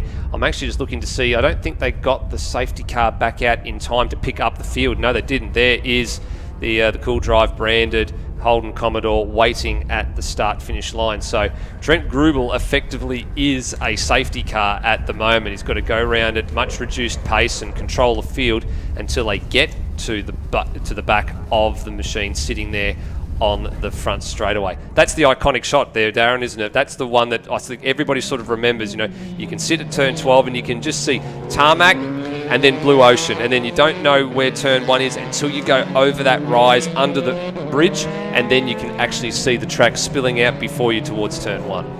Absolutely agree with you, Stephen. That is for sure the beautiful shot, the picturesque shot out of Phillip Island. So let's have a look. Trent Grubel in car number 34 leads the way, and doing a ripping job, it has to be said, taking the race win from yesterday over Noah Sands. Noah Sands in the Gilmore Racing Dallara F308-11 2-litre car. And he's no stranger to Formula cars as well, having been in Formula Ford in the last couple of years as well. So this is, as we said yesterday, it's a fairly decent wake-up call for him compared to what he's used to in Formula Ford.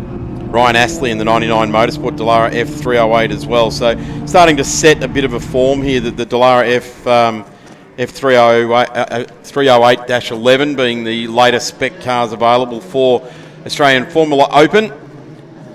Filling up those top spots, then Mitch Nilsson in the number 8, and he is again in the F308 for Streamline and Artec down there as well for this weekend, and doing a pretty good job. I'm pretty sure Mitch Nilsson of Radicals fame. Tommy Smith in the number 16 car, car number 16, the Tatis FT50, so that's a 1.8 or 1800, and that is distinctly different to the other cars, and you can see it coming around on screen just there, just disappearing off screen there. So it does look completely different. If you're a Formula car fan, you'll get it, but if you're seeing Formula cars for the first time, they all look pretty much the same. And in fact, even the Cruise was all about setup of the car, not so much how the wings and the aerofoils and the air correctors and different bits and pieces.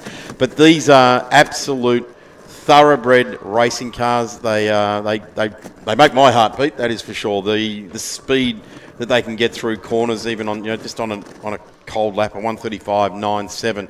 That is it is a awesome, amazing lap time, and we get the heat into the tyres. The other interesting thing is that the Australian Formula 3 cars that we're seeing here, the Dallaras, that most of them are all running on Hancooks, and the Tommy Smith FT50, which there it is again, just disappearing off screen, is running on a Michelin And if we do get wet, and there is a call that they put wet tyres on, the FT50 will be at a distinct advantage with the Michelin wet tyres. So we'll keep an eye on that. Doesn't look like it's going to happen in this particular race, but the final race for Formula Open starts at 4:30 this afternoon, and we'll see how that all starts to play out. The number 27, Ethan Brown, is a Dallara again, F308-11 for Tim Macro Racing, and looks every bit the goods. The number 66 of Nathan Gotch, which is again a Dallara F307. So that is the AGI Sport car,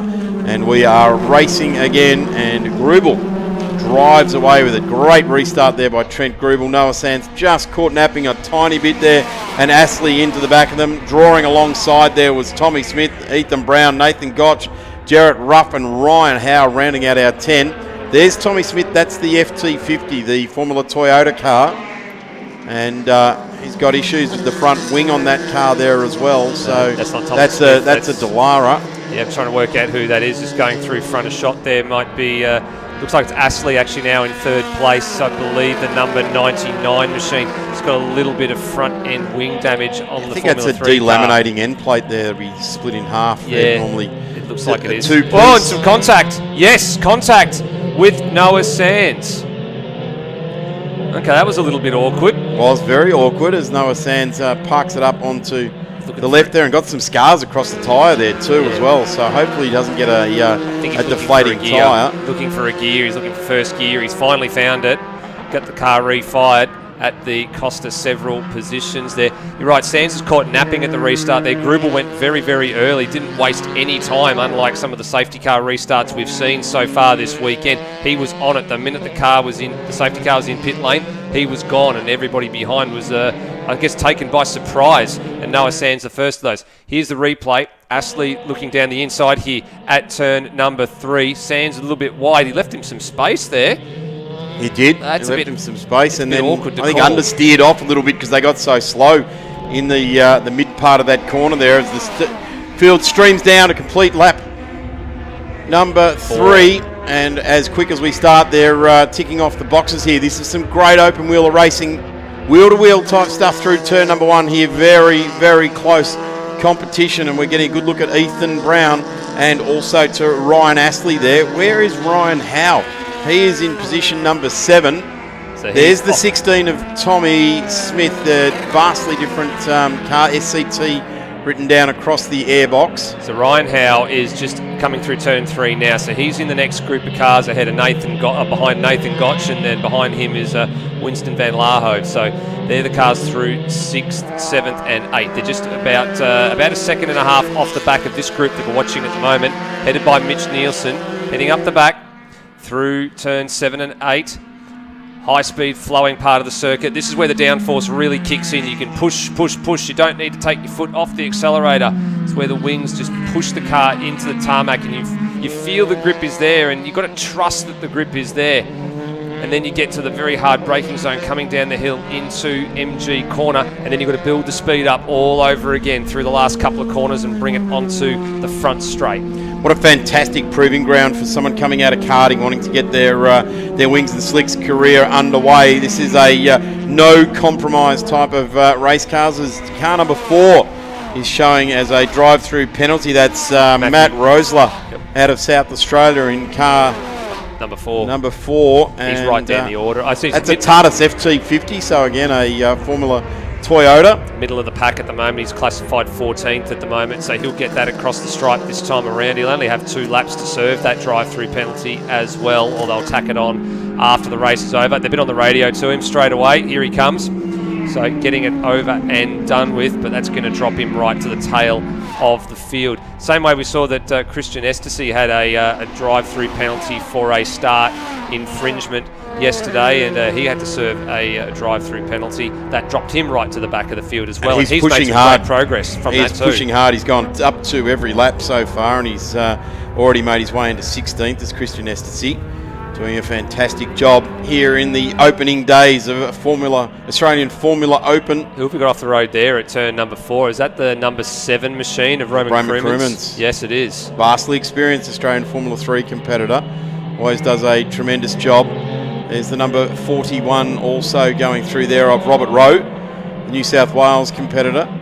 And these cars, as I said, absolute thoroughbreds, and would be a massive delight and a thrill to be behind one of these wheels on these cars and at this racetrack here this weekend would be just brilliant. This sort of racetrack rewards the fast and flowing style of racing that is induced by Formula 3, and this is Ethan right Brown. at the pointy end of the field. This is Ethan Brown. He just set the fastest lap of the race, 3 purple sectors, 1 minute 27.745. So he's crawling all over the back of Mitch Nielsen now. He's got just the last 4 or so kilometres of racing to go in this second preliminary here at Island Magic 2022. Nielsen picks the defensive line, picks it early, heading down into Miller Corner. We've got to keep getting that right. It's not Honda anymore, it's Miller Corner. No, exactly right. And we come around and a to spinner. Siberia. There's a spinner out of the top few cars, the 99 there. That's Astley. And gone around there in the G Technic car. We quickly get back to second and third on the road because at the moment the 34 of Trent Grubel is 4.5 seconds up the road, and he is all but reaching out for the checkered flag. In fact, has he just been gazumped by I'm looking for where he coming is. through? I'm wondering where he is right now. Absolutely wondering where he is. So this potential... Oh, is that him there? Did they just... No, there's a couple of cars that are a lap traffic, I think. No, here is Grubel. I was about to say, I thought he'd fallen off the road for a minute. Found him ahead of all the yellow and red cars.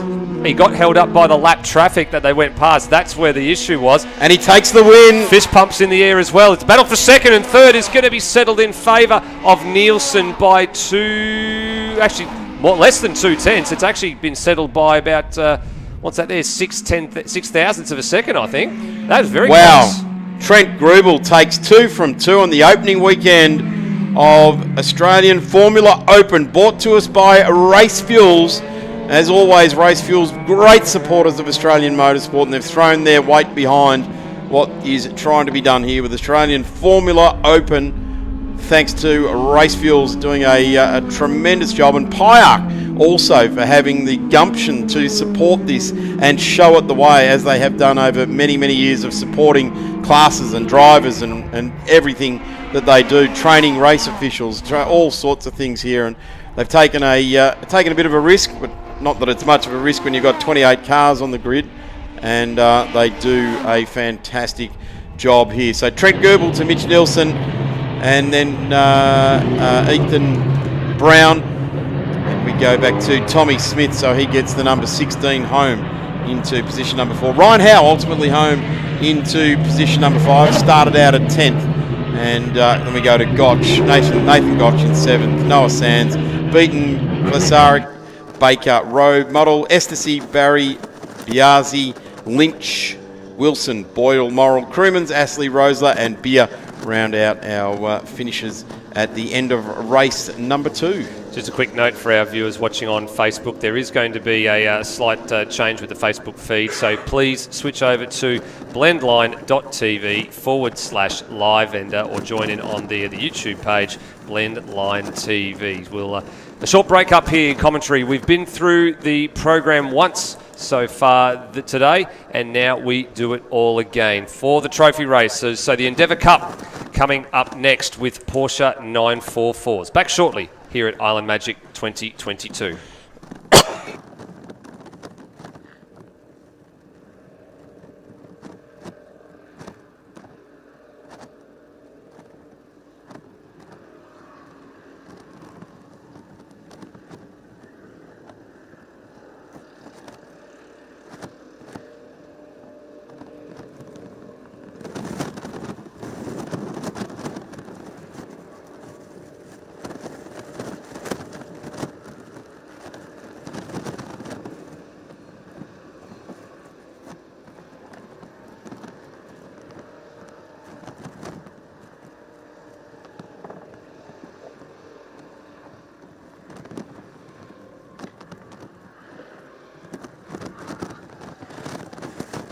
Looking for your daily motorsports fix? Say hello to Blendline TV Premium, the new way to watch and support grassroots motorsport.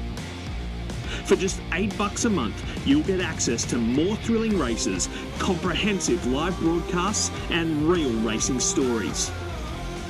Subscribe today and support Aussie grassroots racing with Blendline TV Premium, your home of grassroots motorsport. Bosch Motorsport provides technology for racing. Worldwide experience from all major categories of motorsport is in your race car when you use Bosch Motorsport components, ignition system, sensors, fuel delivery and high-end electronics. Bosch Motorsport brings race-proven quality and performance to your motorsport machine. Search for Bosch Motorsport Australia or find us at boschmotorsport.com.au. There's good, there's better, and then there's Bosch. Bosch Motorsport, when quality and performance matter.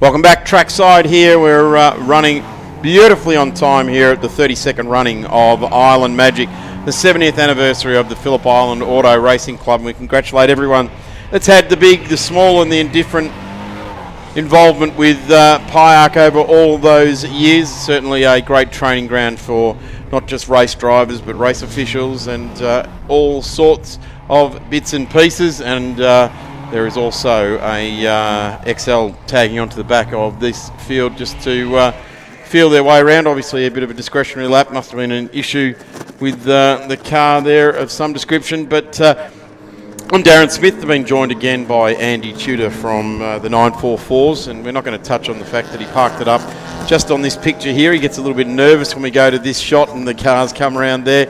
But Andy, the goings on of out in the pit and paddock over about the last 2.5 hours since they came off the track. Yeah, thanks. Yeah, look, it's been a busy time down there. A few of the guys in particular. We were speaking before about Mark Torbitz's car seemingly very much underpowered compared to as it had been earlier in the season. And finally, it looks like a throttle positioning sense actually failed in the last race. So they can be very problematic. You can go for a long time and they don't show up until they're very much at the failure stage. And so in that last race, it finally failed. So they've been furiously changing it and just got it done before the start. So we'll see, as he said, if he's 2 or 3 seconds quicker, then he knows he solved his problem. Yeah, well, certainly Mark's the kind of guy that is, he normally runs around the top 5, and when he disappears sort of out of that top 5 and looks to be languishing a bit, you do start to have alarm bells ringing as to there may be something going on. And no one more so than Mark Torbitz wants to be inside the top 5, that's for sure. Yeah, look, it's been good. Everyone else seemed to have a fairly clean run in that first race. A few different groups all battling throughout very cleanly and all ready to go for the race 3. And, everyone's looking forward to it immensely. Certainly the 944s have been part of Island Magic for quite some time now. And we look to the award that does go to the 944s at the end of this weekend's competition and has been steeped in history, the Endeavour Cup, and has been awarded to the 944s right back to the very beginning with Ojars Bilardis in his 944, John Morris, Kane Rose, Brent Rose. Kane Rose, of course, went on to win the Porsche GT3 Sprint Challenge. Rob Lang, Tony Westaway a couple of times, Chris Lewis-Williams a couple of times, Richard Muscat, now pro sports car racer, doing a great job. Lewis-Williams won it another 4 times there as well. Cam Bella, John Kennedy, Bella and James Westaway last year for the Endeavour Cup, and that first was won back in open or sports car racing. John Harvey won it in the McLaren M6 Repco, the Alphen 360, Alphen MS7 with Gary Cooper and Stewie Costiera, my favourite all-time race car. So the Endeavour Cup is a fantastic event steeped in history, being run with 944s over 20 years now. So Jamie Westaway lines up on pole with Cambella right alongside. Lyndon Watson over Adam Brewer, consolidating his spot for third in the championship in the process. Richard Howe, Tim Wolfe, who has really turned it on over the last round of the state championships and here at Island Magic. Tony Westaway, Andy Jackman, Mark Verdino and Keith Mariner. Going back to Mark Torbitz out of 11th. We'll keep an eye on that for the number 74. The 77 of Joey Callock, the 1300 Lasagna car. Field looks set with Vlad Kennedy. Tony Andrzejewski's car looking really good out on track at the moment in the number 27 to James Mitchell, Carter Fox, and Josh Bridgman and John Benoris not joining us here today after issues yesterday.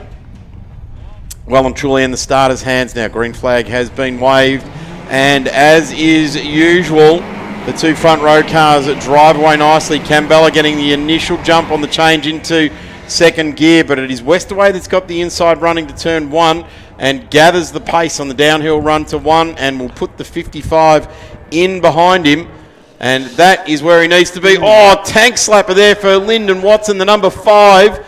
Exhausts the pressure out of the cabin. The tailgate comes up and closes conveniently NASCAR style, and Adam Brewer there. Now what this does, Andy, is that this gives the front 3 cars, particularly the front 2 that we know are fast, a massive gap. But I tell you what, Lyndon Watson, what a spectacular spin. I'm not going to say a manoeuvre because he wouldn't have done that on purpose. No, that was well and truly collected up, and again didn't take anybody else out at all, and everybody backed right out of it, which meant he maintained position. But he just looks like he's peeling off now. He's coming in. Yeah, there's something not quite right with that car. He sort of under brakes there, was having a bit of a wibble wobble of the wheel, and it didn't look like it was being induced by the driver. It looked like the car had taken its own controls there. There's the 20 coming through with scars on the side there. That's Andrew Jackman. Let's have a look at this down into turn 1. Lyndon Watson cracked it sideways. There it is, understeered. Mark Brewer, wow, he had a box seat for that. Don Watson went around, the Don Watson Transport Corps, Lyndon Watson at the wheel, went round. Evasive action pretty much by the rest of the field.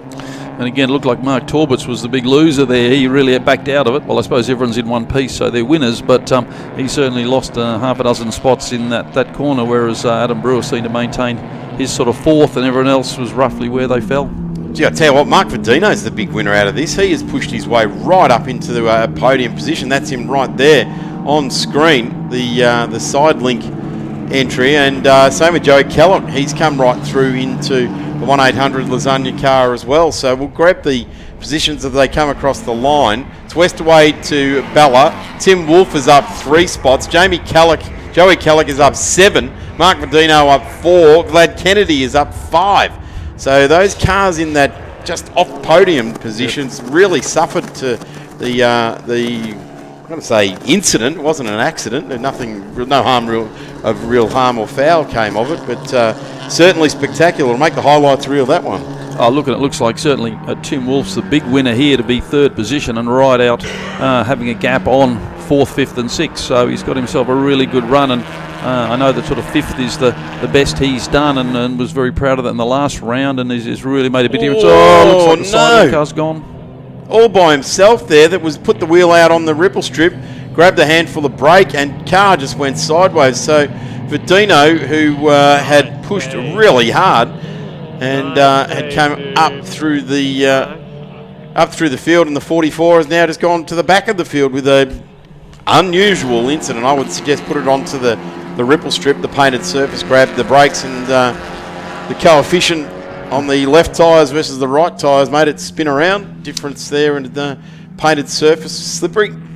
Under a lot of pressure as well. He was in that tight pack with both Callick and Andrew Jackman, and I think that also added a bit of pressure to a bit of late braking and not quite warm enough yet. Joey Callick doing a really good drive here. Shows you what, when given an opportunity, if someone else has a bit of an off or someone else in front of you gets slowed down and these other drivers get a chance in those top 5 spots, they can really start to shine. They get that carrot in front of them and realise that they've got a good result on here.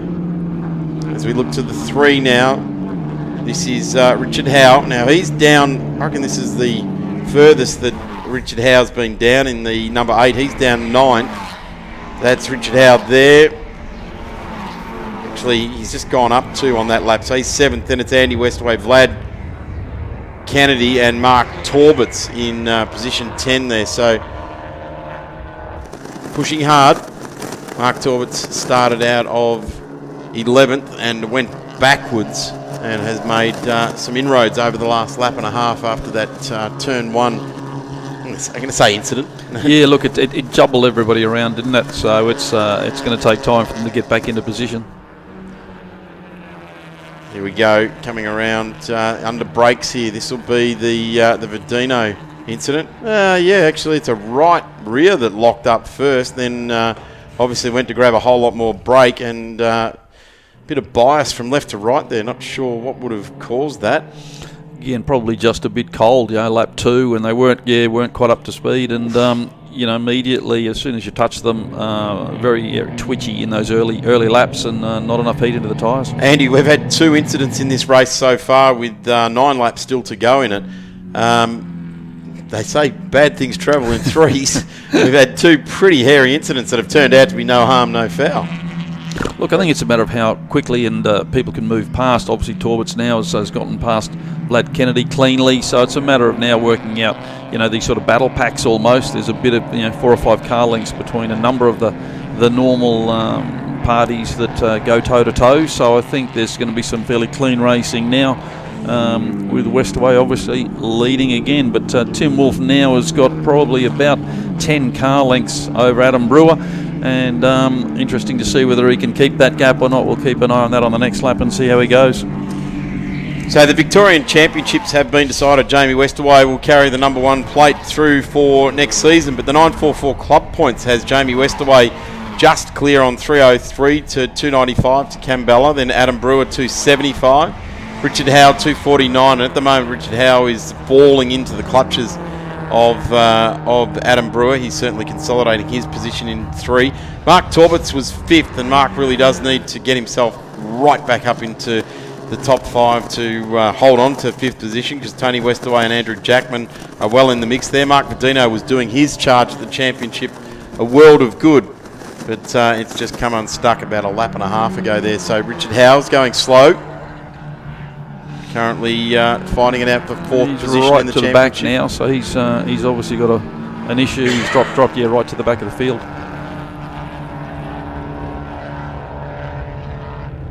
Yeah, he's off it, removing himself from the at speed. Yeah, it's not something you want to see. Looks like there's maybe a loose wheel or something on that left front.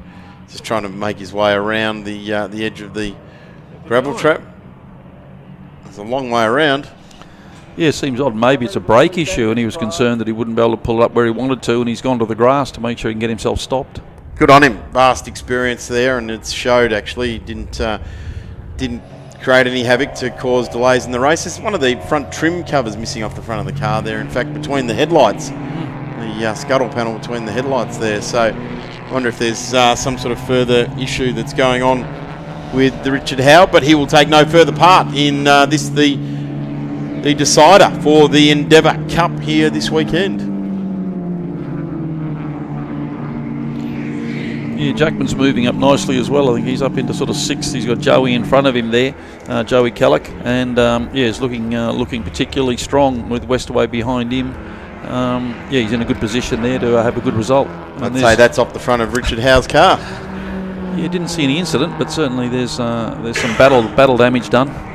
That's I would suggest that's down on driver's left on the main straight between the MotoGP pit entry, pit exit lane and the racing surface. So not sure what happened there.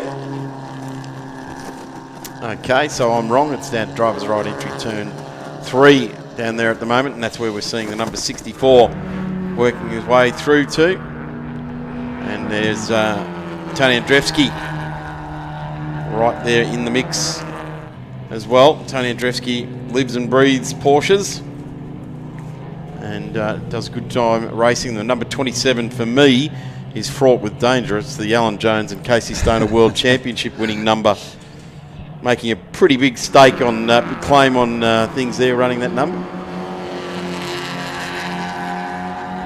Yeah, he's just obviously positioned in behind Keith Mariner, who's always a good, clean racer, but his car always seems twice the width when you want to try and get past him. So good luck to Tony Andrzejewski here. He's obviously pushing pretty hard, but Keith's a fantastic racer, and really, once you get stuck behind him, he's a hard man to pass. Well, the measure of a good race car driver, isn't it? You've got to get past the guy in front. 100%. He's covering off beautifully there down into MG, and that'll give him a good run now right the way down to the main straight. So, no, he's doing good things. Oh, it looks like Brewer has taken past Tim Wolf there. He's just gone under the start-finish line, so He's got himself up into third, pushing Tim back to fourth. And Kellock up to fifth, so that's a particularly good, strong result for Joey Kellock, and Jackman at sixth. It's a good result. This is what we see when the likes of Keith Mariner, when they start to run defensive lines, eventually the car behind that will cotton onto it will start to just run their own lines, and coming onto the straight this time we're seeing that the 27 of Tony Andrzejewski has got a good run, so starting to flow the car better rather than following the defensive line of Keith Mariner in front. And at some point we will see the 27 just stream on by, because he's been able to run a a more classic line, more classic rear-wheel drive line, and these cars set themselves up beautifully with that. The 50-50 weight distribution that they have helps the handling aspect of these race cars immensely.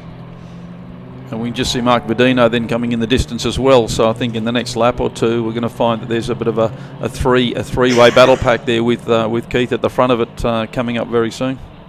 Be good to see Mark Verdino start to play a role in this race, even though it be for the minor placings after a terrific start to this one. Look, that's one of the great joys of the 944 racing, that right through the pack, it doesn't matter whether you're right at the front or fighting for 14th or 15th. There's all these different battle packs, so you're actually racing right the way through no matter where you are in the placings. It is the name of the game, isn't it? In this sort of grassroots type of racing, as long as you've got someone around you to race with, or you're attacking or defending, or you're trying to look at the road ahead with someone peppering you from behind, as we see Joey Kellock currently 5th on the road, and at Jackman, the number 20 car in position number 6, just slowly gaining on Joey Kellock in the 1-800 Lasagna outfit. Streaming down the beautiful front straight. Fantastic to see such a great crowd in to see Island Magic today. The weather has been, I would say, not as inviting or not as congratulating once you make the trip, say, from East Gippsland or down from Melbourne or wherever you may be. But great to see such a good crowd trackside here at the Grand Prix circuit for the 32nd running of Island Magic. The last weekend in November has been its traditional home, and that's probably what people remember. They come down to the island and come out to the track and have a bit of a look around. Great to see people up on the hill at Siberia as well, as we see the 20 underbrakes with the 77 nearly are coming together there. Nearly are coming together between Joey Kellock and Andrew Jackman in the Poolmaster entry. Yeah, and I'd suggest we're still a few laps to go. That's not the last we're going to see of that. He's obviously pushed his nose up, couldn't quite get through, and has lost a bit of ground there. But it won't be long before he's back right on his tail and certainly having a crack. And this is a particularly good drive by Andrew Jackman to be up in sixth position, and obviously you'd like to see himself in 5th. Under brakes now. This is the number 7 of Carter Fox racing it with James Mitchell, sporting the Blendline TV sticker right across the back of that yellow Porsche, and going up the inside of James Mitchell and taking that place away. So James Mitchell has got a 5-second penalty hanging over his head as well, and Carter Fox just goes through. Mark Verdino's already gone through, and Tony Andrzejewski in the 27 in position number 11 at the moment. 3 3/4 laps left remaining for this race for the Endeavour Cup, the Porsche 944s, and has had some thrilling racing, particularly at turn 1, where it almost ended up in tears. Everyone gathered it all back up and continued on with the race, but what it has seen is Westerway, Bella and Brewer, the 3 main protagonists for right throughout season 22, come into their fore. And I see Mark Torbitz is actually moving right back up through the field, so maybe he has solved his problems. Not sure what sort of times he's doing at the moment, but he's certainly well and truly back up into the mix, so that's good to see. 152.65 in his last 2 laps around, so last time round just eased out of 153. So here's this battle pack we were talking about with Keith Mariner. It looks like Tony Andrzejewski has just got past him, and now it's time for Mark Verdino to join the party as well. So there's the pack of 3 there together.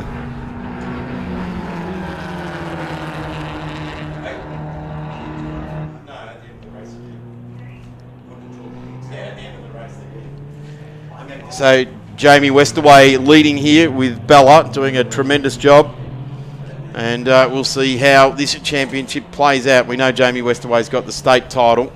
The all-important inter-club rivalry where everyone gets together for the end of the year presentation, and that's where all the needling for next year comes in. And of course, Andy, you'll have your flash new, freshly painted up and repaired race car. Absolutely. And look, there's been 3 or 4 new cars into this year, and there's still talk of another 2 or 3 that are going to join the fray. So yeah, I'd like to certainly see a starting grid in the 20 plus, which we've had a couple of races ago, and that really gives us a good field. So the 27, Tony Andreski now taking a spot there from the 44 and relegating Mark Vadino back just one spot, who had a fantastic opening lap of this race, lost it, regained, and is back in the race. But Tony Andreski gets it. He puts himself into position number 9, I would suggest, next time they come across the line. Interestingly enough, Andy, there is starting to be that misty appearance on the screen or on the window of the commentary booth at the moment. Yeah, look, with 2 laps to go, I think they'd be keeping the fingers well and truly crossed that stays away, and they probably are just going to be lucky. But yeah, look, Mark Vadino's now just overtaken Tony Andreevski, and yeah, he's showing really good pace, so probably be disappointed he had that spin early on and wasn't just a little bit more patient and let a little bit more heat come into the tyres and into the car, but certainly making a good effort of it now, considering that spin. So yeah, it'd be interesting to see. I hope it stays dry, because Sports Sedans will be all bolted slick tyres on, and there's nothing worse than seeing 700 horsepower Sports Sedans head out on slick tyres and trying to contend with the Phillip Island Grand Prix circuit. But this race is alive. This is right smack bang in the middle of the pack here. Vadino getting back through on Andreevski, and right in behind Andreevski. Yeah, look, back to 1, 2, 3 seem to be fairly consistent, with Westaway a long way gap over Bella at the moment, and Brewer there's a big gap. Wolf, Callock, and then Andrew Jackman are going to be the sort of the next battle pack. So with only a couple of laps to go, well, actually only 1 lap to go, looks like that's roughly where 1 through 6 will sit anyway. 46 going wide there. That's Jamie Mitchell and Carter Fox. These two fighting it out for 12th and 13th on the road. And Jamie Mitchell just getting through on Carter Fox. So putting the number 7 back 1 spot. And just looking to flow the car nicely over the final and closing stages of this race. And wow, I tell you what, we haven't seen a lap of 6.7 seconds in the 944s for quite some time. Jamie Westaway has really got this car working magnificently this weekend. Of course, Cam Bella, the setup in his car is quite well known, because there's half a dozen or cars or so of his build, or he looks after out there in the field at the moment. So they all know what Cam Bella's up to. But I tell you what, the man with the game on a string is Jamie Westaway, as we've got storming across the line Mariner, Mitchell, Fox, and just confirming that Fox goes back 1 spot into 14th place, and Richard Howe is not scored any more laps since lap number 3. Here comes Jamie Westaway onto the main straight.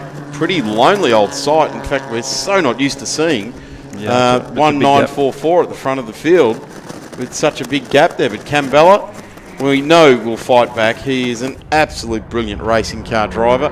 And the interesting thing is that watching Jamie now out in front has gone for the wipers down the bottom at turn 2. So that is a bit of a telling story, the fact that he's gone for the wipers, or whether he's had a bit of a cross-up and just accidentally whacked the wiper switch. Just confirming at turn 1 and 2, there is a bit of rain down there. A few lights coming on as well, so yeah, a few of the guys obviously getting concerned about it, getting a bit awkward. You can see through MG now a bit of a mist coming across the field. Certainly not what we wanted to see with Sports Sedans making their way out on track. Gets very, very tricky and greasy for the big bangers, gods of thunder of Australian motorsport. We want to see them get some dry track, otherwise it gets pretty hairy for the big cars. And this is the last race for the season for the 944s.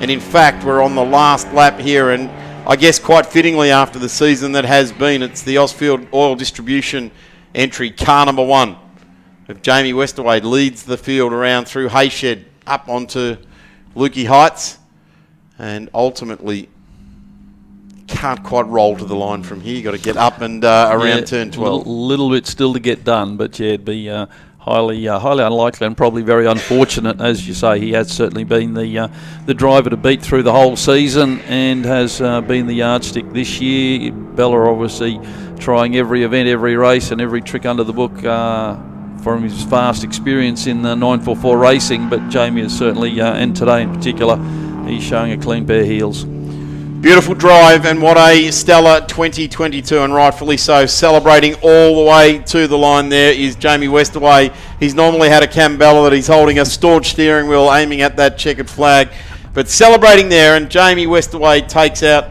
a stellar 2022 season. And I tell you what, he doesn't want to rest on his laurels, because in P2 is the guy that won't be resting on his laurels. You can rest assured that car will be pulled apart and put back together again in race-winning form for Cameron Bella, and we look forward to the 2023 season to see how those two and others. Adam Brewer joins in. He'll take P3 in the championship, and that is a coveted title in itself. Tim Wolf got home in 4th place. Jamie Kellogg, a massive improvement in the 1-800 Lasagna car, doing a brilliant job. Still some great racing going on here. This is down pretty much the tail of the field with Carter Fox and Jamie Mitchell, and at the moment Carter Fox is actually going to take that spot because there's a 5-second penalty hanging over the number 46.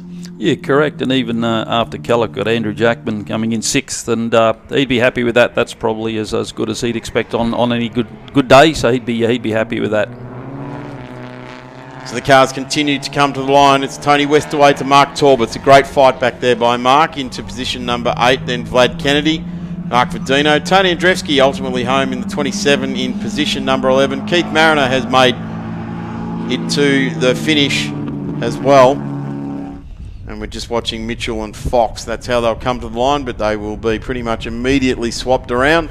And that will be an exchange that will have to happen because there's a penalty there. There's Joey Kellogg as we, I guess, bid adieu.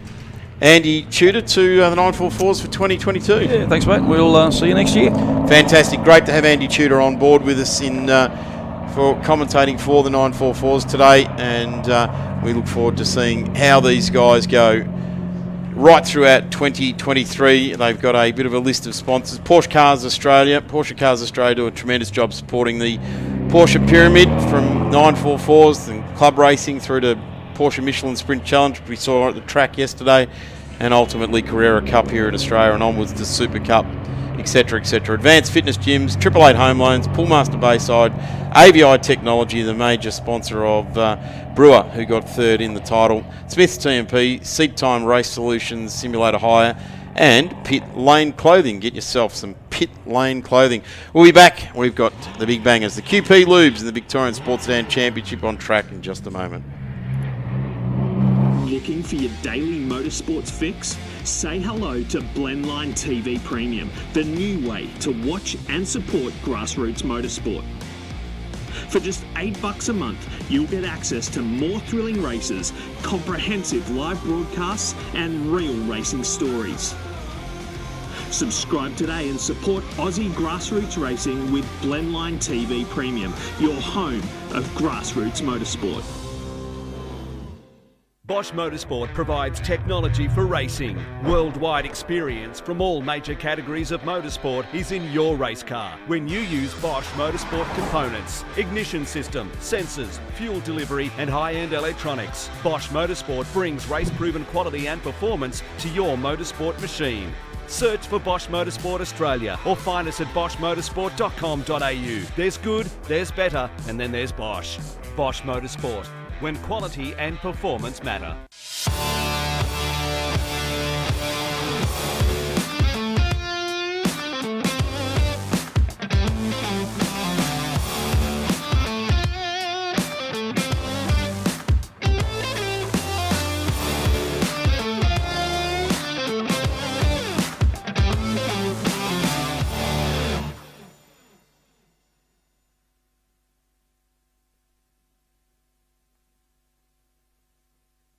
Looking for your daily motorsports fix? Say hello to Blendline TV Premium, the new way to watch and support grassroots motorsport.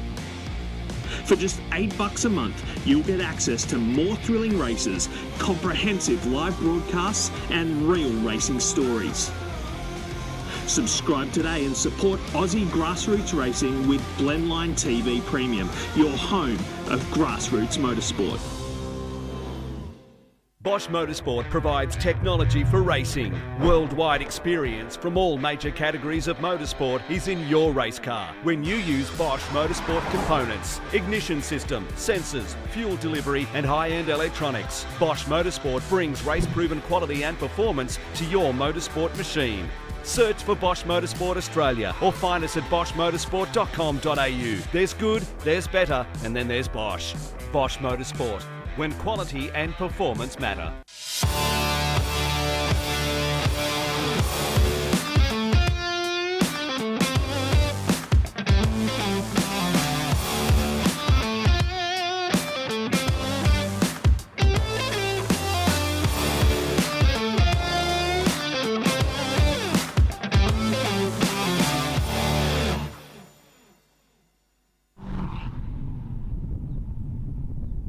So we are well and truly into the afternoon of the 32nd running of Phillip Island Magic at the 70th anniversary of the Phillip Island Auto Racing Club. On track next, arguably the feature race here this weekend, the 50k plate. It is always an important race in the world of sports sedaners, that's for sure, and it is certainly one of the most important one-off events in the category every single year. The 50k plate, not too far away from being run, and I tell you what, it is so wide open at the front of this field that it's a brave person that tries to pick a winner. So straight after that, the Matthew Flinders plate, which I guess runs every season, as does the Nationals, but I tell you what, when the Matthew Flinders plate and the improved production Nationals combine here at Phillip Island, like they have done every 4 to 5 years over the last 25 years or so, it is a massive event. I think it was about 162 cars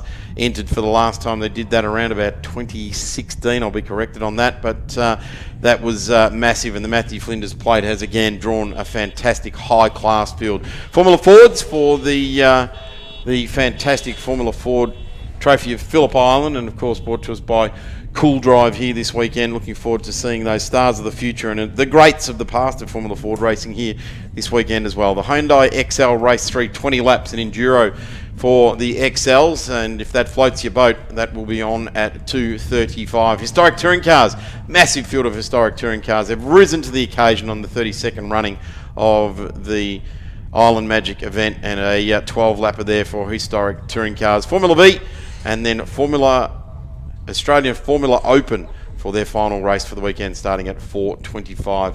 Really looking forward to that affair as well. A great inclusion on the 2022 Island Magic program. We look forward to seeing that. We're going to take a quick break, catch our breath, and wipe our brows and get set for the 50k plate for sports sedans. Strap on your life jacket and get set not to get wet. Back in a minute.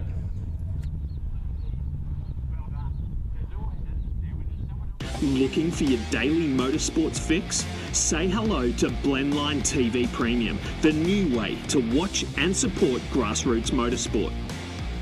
For just $8 a month, you'll get access to more thrilling races, comprehensive live broadcasts, and real racing stories. Subscribe today and support Aussie grassroots racing with Blendline TV Premium, your home of grassroots motorsport.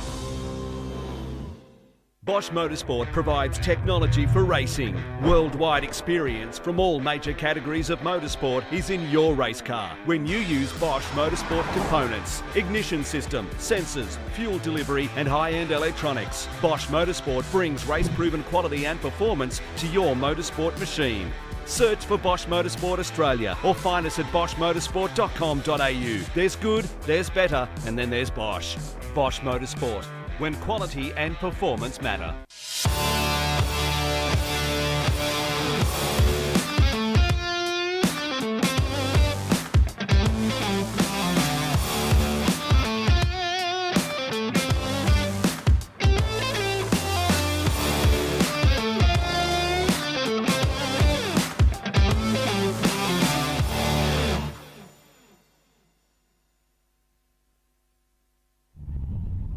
Live pictures here, of course, joining us on and all around the world. Places like Wisconsin, Missouri, places like the UK, Sweden, Denmark, logging on to watch the 32nd running of Island Magic, and we are having a ripping time here. 70th anniversary of the Phillip Island Auto Racing Club. There's not too many car clubs, enthusiast motorsport clubs that can lay claim to 70 years of history. I hosted the 50th year of the Sports Sedan category down at Docklands earlier this year, and I think we're about a year or so late due to COVID. We had a great celebration, but that's certainly fantastic. Formula Ford have celebrated over 55 years now as well, but Phillip Island Auto Racing Club, enthusiasts from race drivers and officials and the like all the way through the entire organisation do a ripping job. I'm Darren Smith, and I'm going to be joined by Cam McKee from the Sports Sedan fraternity. Normally runs a AU Falcon in the racing, but had a indiscretion at the last state round. Cam, you're okay. The car's getting fixed, and you'll be back for next year, we hope. Yep, can't wait, Darren. Yeah, the car's off to the panel shop shortly, and that'll get all sorted out, and away we go again for next year. I'm also in the process of building a new car as well, so that'll be a year process. So they'll be ready for 24. So. Fantastic. The Sports Sedan fraternity, there's always something bubbling away on the background on a flat bed or on a rotisserie somewhere getting built, and a real enthusiast club. It's an unusual category in that everyone has their own thoughts and iterations of what's going to be best on track, and everyone, like yourself, gets the opportunity to extend their own engineering knowledge and what they think might work, what may or may not work, and sometimes it gets on the track and it doesn't, and other times it gets on the track and it's a ripper. A lot of trial and error, but that's all part of the fun. Absolutely is. Cars on track now for the Ramada Resort by Wyndham, Phillip Island, for the 50k plate. The QP Lubes Victorian Sports Sedan Championship is absolutely alive and well. Coming in to this race, John Ippolito is on 340 points. Then it's Tony Groves on 352 points. So Tony Groves is leading. Francois Habib on 341. John Ippolito 340. Stewie Eustace 282. Greg Lynch 267. Chas Talbot 205. You've got to suggest that it is John Ippolito, Francois Habib and Tony Groves fighting it out for the championship. But that is also front and centre. But this is the 50k plate. This is winner takes all. This is checkered flag drops, and you get the hero music playing down as you come back into pit lane. So let's see how this takes part. It is going to be Stewie Eustace off pole position in his Mazda 3 marked car. Tony Groves right alongside another Mazda 3 marked car. Francois Habib in the ex-Tasman Motorsport car. Beautiful looking Dodo livery on that car with the number 23. And then we've got the number 32, Michael Robinson, 4 times winner of the 50k plate. Cam, out of the 4 we've just talked about, do you put your money on the 4 times winner? I do, yes. Yeah, I think he'll do all right this time. He was a second quicker than Stewie Eustace and Tony Groves on the second race today. So I reckon once he gets the tyres warm, he'll be into it. Steve Truan will start out of position number 5 with Greg Lynch right alongside. If Steve Truan can keep the number 11s on his tyre rather than laying them down on the tarmac, bulk horsepower in that silver VL Commodore, isn't there? A lot of horsepower, yeah. Absolutely, just massive tyres, and they're not gripping up, they're spinning up and just laying rubber everywhere. So William Timms in the Black Mustang, first time racing here, first time circuit racing outside of historic regularity type competition in the Mustang, doing a ripping job. Nathan Bell in there as well in the number 36. Brett Lehman in there as well in the out of 10th spot. David Shaw, Chas Talbot won't be joining us, Cam. No, Chas Talbot has done a drive shaft in that race this morning, and Graham Gilliland will be joining the back of the field. He did a CV joint this morning, but he's back out there. So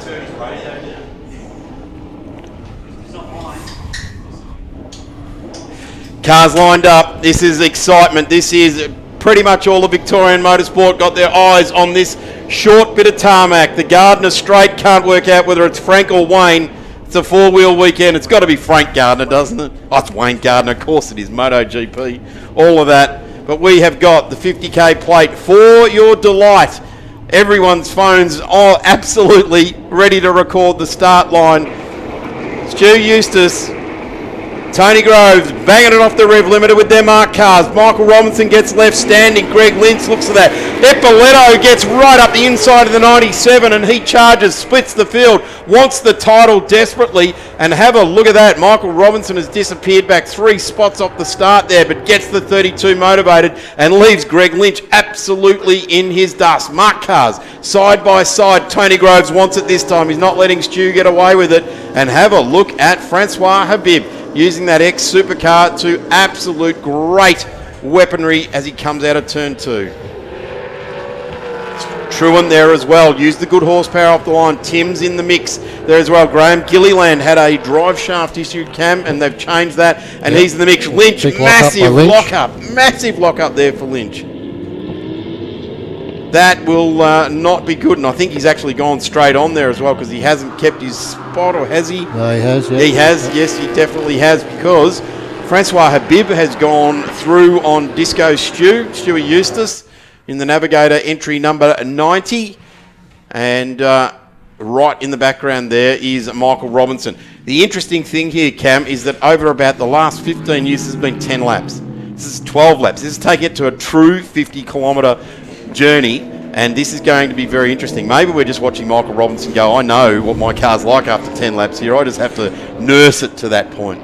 There'll be a lot of laps for these guys. I wouldn't have thought they'd done 12 laps too many times before, so it's interesting to see how the cars hold up. The national guys would have. They've regularly done 12 lap and 14 lap races here as well. Earlier this year, no, they had a couple of races shortened due to Trans Am crashes, but they thumped their way down the straight. That beautiful sound of sports sedans lighting up the Phillip Island Grand Prix circuit for the Ramada Resort by Wyndham here at Phillip Island. Tony Groves, he is reaching out for the championship.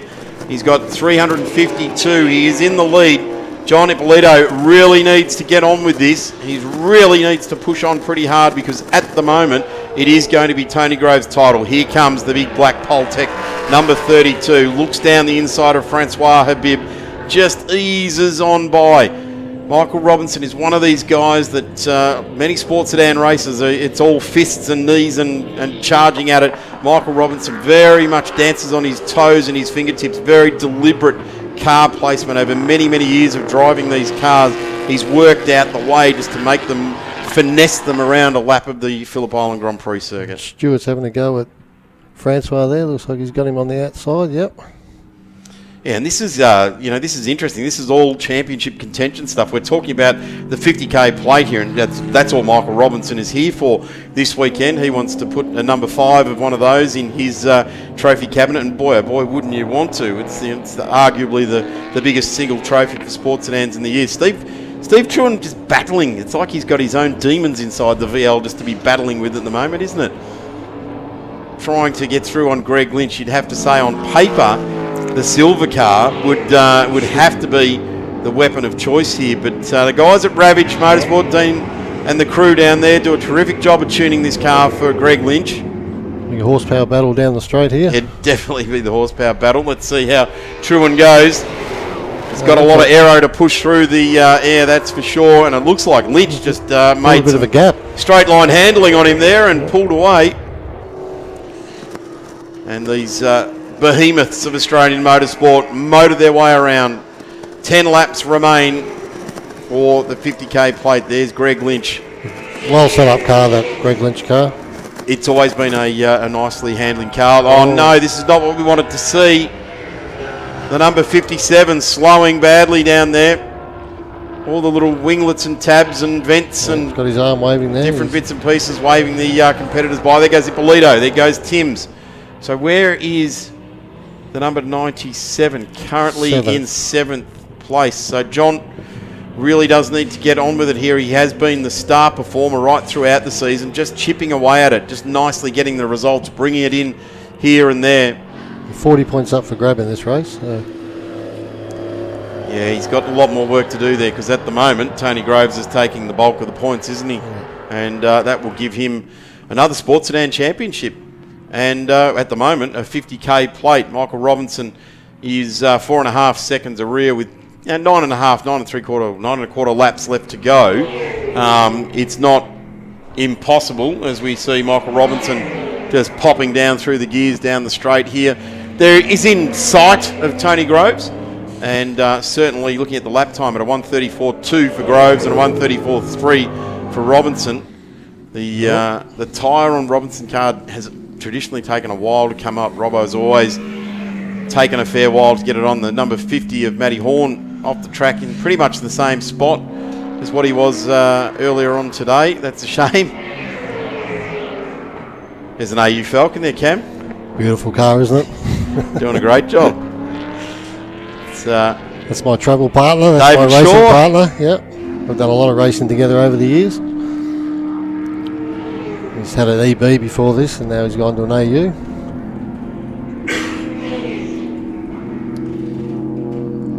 So these two just getting together. This is a bit of traditional motorsport. Another replay here. Let's have a look at this. Yeah, that's where Matty Horn went off at the entry, I guess, at Lukey Heights.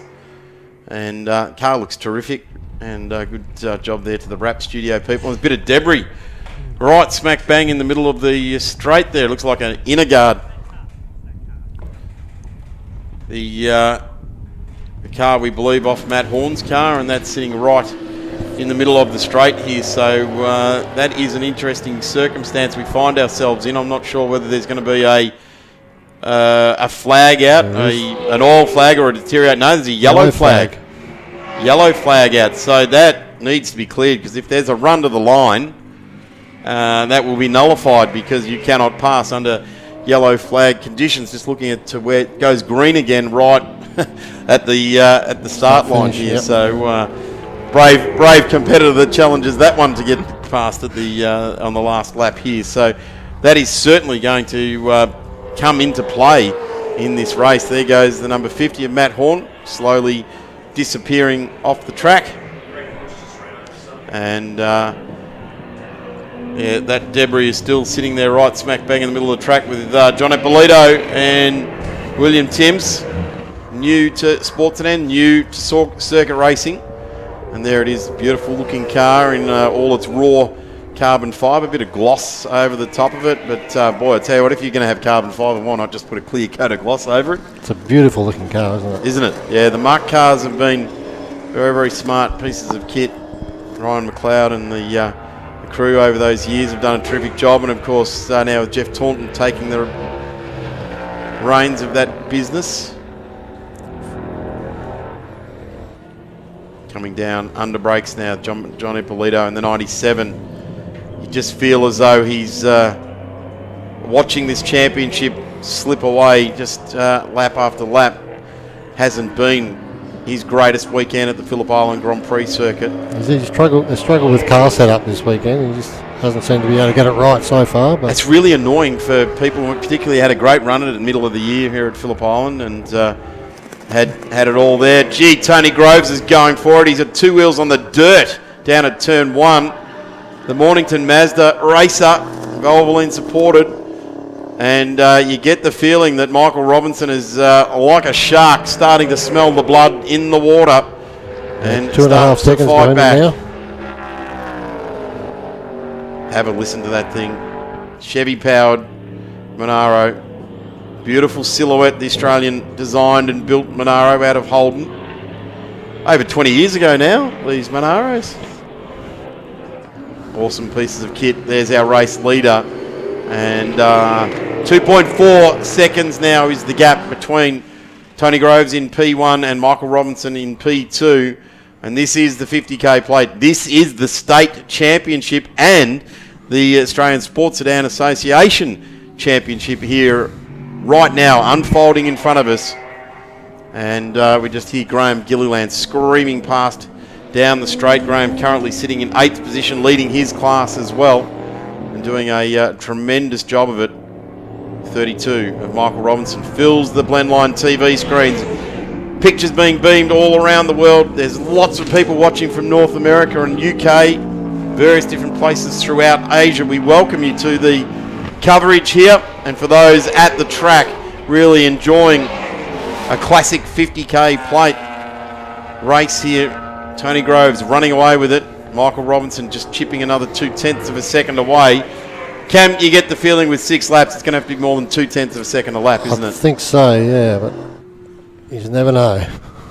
So 1:34.21 is still the fastest car on track, is still car number 80, the car leading the race from Mornington Mazda. John Ippolito here, William Timms in behind. These two have been glued together for the first 6 laps of this race. And they come around what was called Belinda's Terrace all those years ago. And turn 12, less emotionally these days, turn 12. I like names of corners. Down the Weingartner Straight they come. Ippolito and Timms. The number 27 there, doing a very strong job. 2 cars with striking silhouettes and setting some really good lap times. Just getting a look at Ippolito, a 1:43.50. Timms a 1:43.4. So Timms is fastest out of these 2 cars on the last lap around. Here's the AU, David Shaw. Tips it in, a truck right entry here. And pushes on down, just trying to catch where he is. 11th on the road in this race for the number 94. Phoenix Oil support. Shaw Fix Engineering. And car looks to be just a little bit lurching a little bit around, coming onto the main straight here. Just a little bit of body roll there. And sounds the goods though. Deep-throated V8 sound. And just avoiding that debris that we've seen on the track here. Coming in behind him is Francois Habib. Will be coming down to lap the Falcon. And the gap is actually out to 3.8 seconds now. So Tony Groves has set a really good lap time, 1:34.2. And I reckon that's a pretty clear signal, Cam. You've been racing these cars in recent times. That's the answer back, isn't it?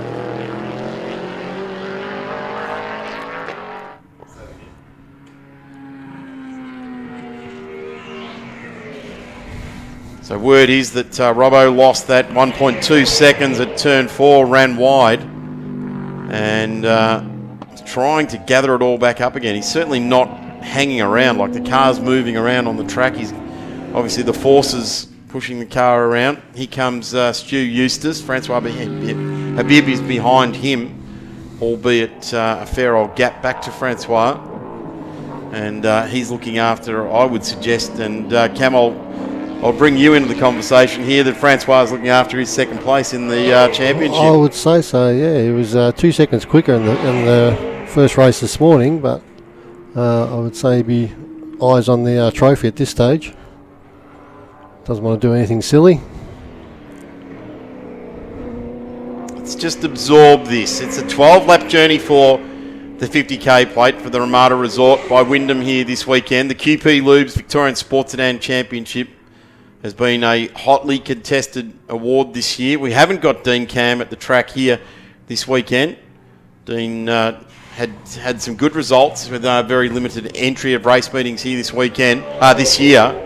And Dean always plays a big part of it at Phillip Island. So we remove that wild card from the pack, and we throw in Michael Robinson as we see Greg Lynch, the dentist from the northern suburbs, staying true to his heritage there, just getting a bit of sideways action out of MG. A HSV Club racer for many, many years in this particular car, as was a road car, Club Sport, or I think GDS actually, and was built into a purpose-built floor pan style sports sedan, as we see the Lehman car coming in as well now, the number 7 of Brett Lehman, and he got a black flag for leaking fuel. So that will be, you'd have to draw the conclusion that that's what the issue is there. With 4 laps remaining, the gap between Groves and Robinson is 3.4 seconds. Michael Robinson, if he has got a run in it and he thinks he's got something left, it's about now, Robbo. You want to turn it up in the number 32 as he absolutely thumps down the main straight. They've put a lap on Graham Gilliland in the number 21. And Graham had a question mark over the car with a drive shaft change cam between between races? They did. They did a drive shaft. No, CV joint. It was a CV joint in Graham's car. Looks like the Mustang's sort of starting to get some... Go on the inside of... Oh no, doesn't quite get him. Starting to catch though, John Ippolito. John Ippolito, the 97 here. Tricky car. Form written down one side and MRC construction up the other. Sucker punch for an inexperienced commentator. That one caught me out many, many times. But have a look at this here. William Timms is handing out sucker punches. He's going to the left and the right. And he's going to stay left at the moment. Ippolito rightfully takes his position on the track there. Turns across as we look to Lukey Heights now back down the main straight. And we're about to see some pretty quick cars come charging onto the main straight here. It's Greg Lynch leading this battle pack from John Ippolito and William Timms. This is positions 5, 6 and 7 on the road. And doing a strong job in it, albeit for the minor places for these guys. Not on the podium at the moment. It's Tony Groves to Michael Robinson and Stu Eustace. Francois Habib. I feel as though Francois has gone totally into protection mode at the moment. His lap times are good. He's hitting the mark with the 141.1s or 140.1 and doing all right, but he doesn't seem to be throwing out really any challenge because the cars in front of him are doing 36s and 34s. So if he wants to be in the mix there, he's got to really start to push that. Yep. Bill Timms running a little bit wide there. These three are going to have a great battle towards the end of the race. 1 3/4 laps remaining in the Ramada Resort by Wyndham, the 50k plate. And we're getting a word that Michael Robinson's lit it up. The gap is now 1.73 seconds between Tony Groves and Michael Robinson. There they are in the same shot. 1.5 laps left to remain. I feel like a guy calling the Melbourne Cup now. It's like it's going to all just come to a conclusion, isn't it, over the next 7 kilometres. Michael Robinson brings the number 32 all up to temp, all up to pace. The big issue that Robbo's got is he hasn't done a lot of racing against Tony Groves, and Tony Groves can be a tricky customer to just blaze on by. He will certainly use the advantages he's got, and Robbo gets a little bit sideways out of MG and lost a bit of real estate there. Coming around onto the main straight, he's got him in his sights now. It's interesting to have him in his sights. It's a matter of catching and trying to get through to take number 5, 50k plate there, but Tony Groves wants it badly as well. Desperately, Tony Groves wants it, and he continues on down there. There's the gap now. They've got them in the same shot around the world. We're seeing the 50k plate playing out in front of us. There's no championship points. There's no battle between these two in either of the club championships or the state championships. This is about the one-off race. Have a look at Grovesy now. He's got the Le Mans flasher on. Letting is it Francois Habib? Dave Shaw. Dave Shaw, no. To get out of the way, Robbo ranges up under brakes. I tell you what, he's making life hard for himself. This is half a lap to go in the 2022 QP Lubes Victorian Sports Sedan Championship in the Ramada Resort by Wyndham. 50k plate. Get up and about, ladies and gentlemen. This is going to be an absolute champagne finish. Get the judges of fact ready on the line because this will go right to the strike. You get the feeling that Michael Robinson's just got a tiny horsepower advantage, but he has to be in a striking position. The marked car sounds brilliant. Prepared magnificently by the crew at Mildon. They leave no bolt unturned, unchecked. And we have a look now as Tony Groves has got a race winning lead coming out of turn 11 here. Michael Robinson just gets a whole lot of wheel spin, but the marked car comes up on traffic. Wow, will the traffic play in on it? Will this stop Michael Robinson jagging to the left to try and get a run to the line there? But it will be. Tony Groves takes the win over Michael Robinson, just 0.2 of a second. Missed the 4 times, doesn't get 5 times, but Tony Groves is your 50k plate winner for 2022. The Ramada Resort by Wyndham, Phillip Island, 50k plate taken out by Tony Groves. What a great run there. Michael Robinson, you just feel that Robbo played the game for maybe a lap too long. Yeah, it was a little bit. And that takes out the championship too for Tony Groves. Certainly does. Tony Groves will take Habib the second. And big title. Yep, Johnny Pilato third. Johnny Pilato will be certainly a bit disappointed with this weekend. Didn't quite get the car right in the window. Here comes Francois Habib. We'll bring it home into second place for the Victorian Championship.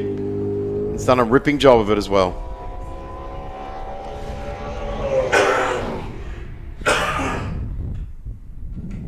As they slowly start to all come to the line, Tony Groves is your QP Lubes Victorian Sports Sedan champion and the Ramada Resort 50k plate winner over the true 50k distance. Mike Robinson into P2 and a great drive there in the Poltec Bell Real Estate Monaro. Stewie Eustace ultimately home in third place. That didn't sound good. I wasn't too sure who that came down the straight. It was a double select of a gear.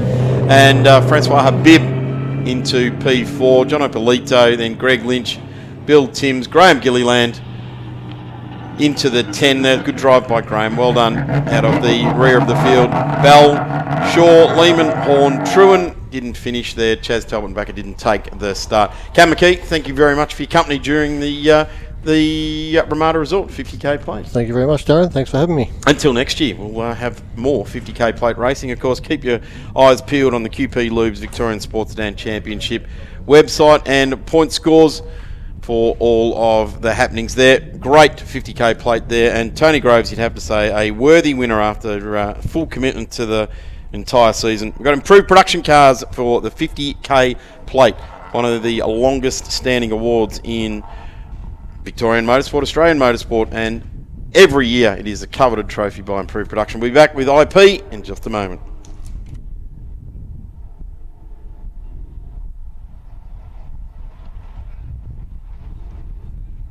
Looking for your daily motorsports fix? Say hello to Blendline TV Premium, the new way to watch and support grassroots motorsport. For just $8 a month, you'll get access to more thrilling races, comprehensive live broadcasts, and real racing stories. Subscribe today and support Aussie grassroots racing with Blendline TV Premium, your home of grassroots motorsport. Bosch Motorsport provides technology for racing. Worldwide experience from all major categories of motorsport is in your race car when you use Bosch Motorsport components, ignition system, sensors, fuel delivery and high-end electronics. Bosch Motorsport brings race-proven quality and performance to your motorsport machine. Search for Bosch Motorsport Australia or find us at boschmotorsport.com.au. There's good, there's better, and then there's Bosch. Bosch Motorsport, when quality and performance matter.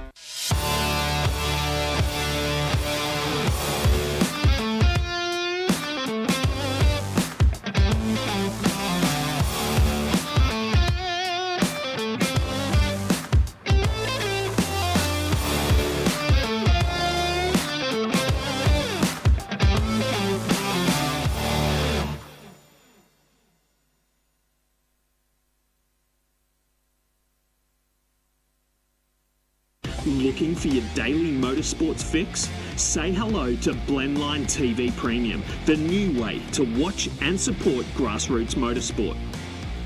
For just $8 a month, you'll get access to more thrilling races, comprehensive live broadcasts, and real racing stories. Subscribe today and support Aussie grassroots racing with Blendline TV Premium, your home of grassroots motorsport. Bosch Motorsport provides technology for racing. Worldwide experience from all major categories of motorsport is in your race car when you use Bosch Motorsport components, ignition system, sensors, fuel delivery and high-end electronics. Bosch Motorsport brings race-proven quality and performance to your motorsport machine. Search for Bosch Motorsport Australia or find us at boschmotorsport.com.au. There's good, there's better, and then there's Bosch. Bosch Motorsport, when quality and performance matter.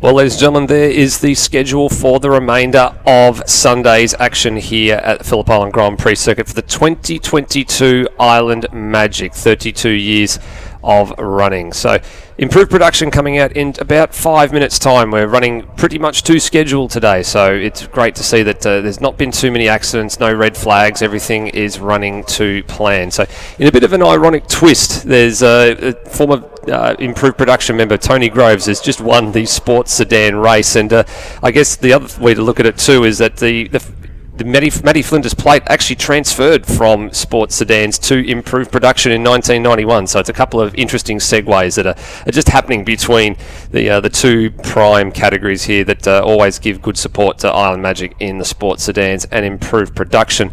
Then you've got Formula Ford and the 20-lap race for the Hyundai XLs, a very big endurance torture test for a number of these drivers for the XLs that are used to sprint racing here in the Victorian State Race Series. A massive field of historic touring cars to round out for 12 laps. Formula V for the Maury Fordham and Phillip Island Formula V trophy is the second last on the schedule. And just before 4:30, the John Roxburgh Road Racing Trophy for Formula Open for 12 laps. So that's how the remaining 6 races on our schedule today look. In about 5 minutes' time, we'll be getting the Matthew Flinders Plate Race underway for its original distance of 12 laps. So the first time in about a decade or so that it goes from 10 laps to 12 laps. So back on the other side of this with improved production. Looking for your daily motorsports fix? Say hello to Blendline TV Premium, the new way to watch and support grassroots motorsport. For just $8 a month, you'll get access to more thrilling races, comprehensive live broadcasts, and real racing stories.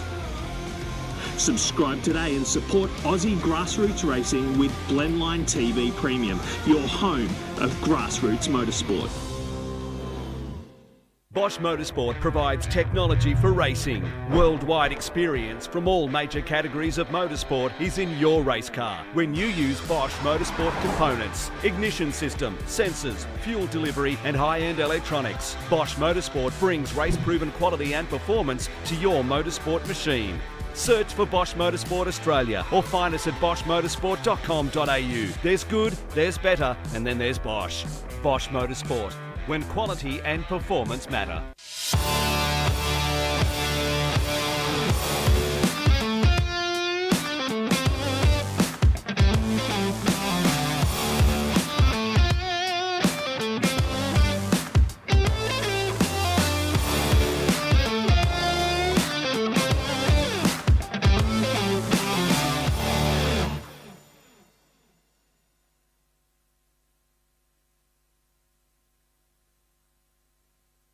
Looking for your daily motorsports fix? Say hello to Blendline TV Premium, the new way to watch and support grassroots motorsport. For just $8 a month, you'll get access to more thrilling races, comprehensive live broadcasts, and real racing stories. Subscribe today and support Aussie grassroots racing with Blendline TV Premium, your home of grassroots motorsport. Bosch Motorsport provides technology for racing. Worldwide experience from all major categories of motorsport is in your race car when you use Bosch Motorsport components, ignition system, sensors, fuel delivery and high-end electronics. Bosch Motorsport brings race-proven quality and performance to your motorsport machine. Search for Bosch Motorsport Australia or find us at boschmotorsport.com.au. There's good, there's better, and then there's Bosch. Bosch Motorsport, when quality and performance matter.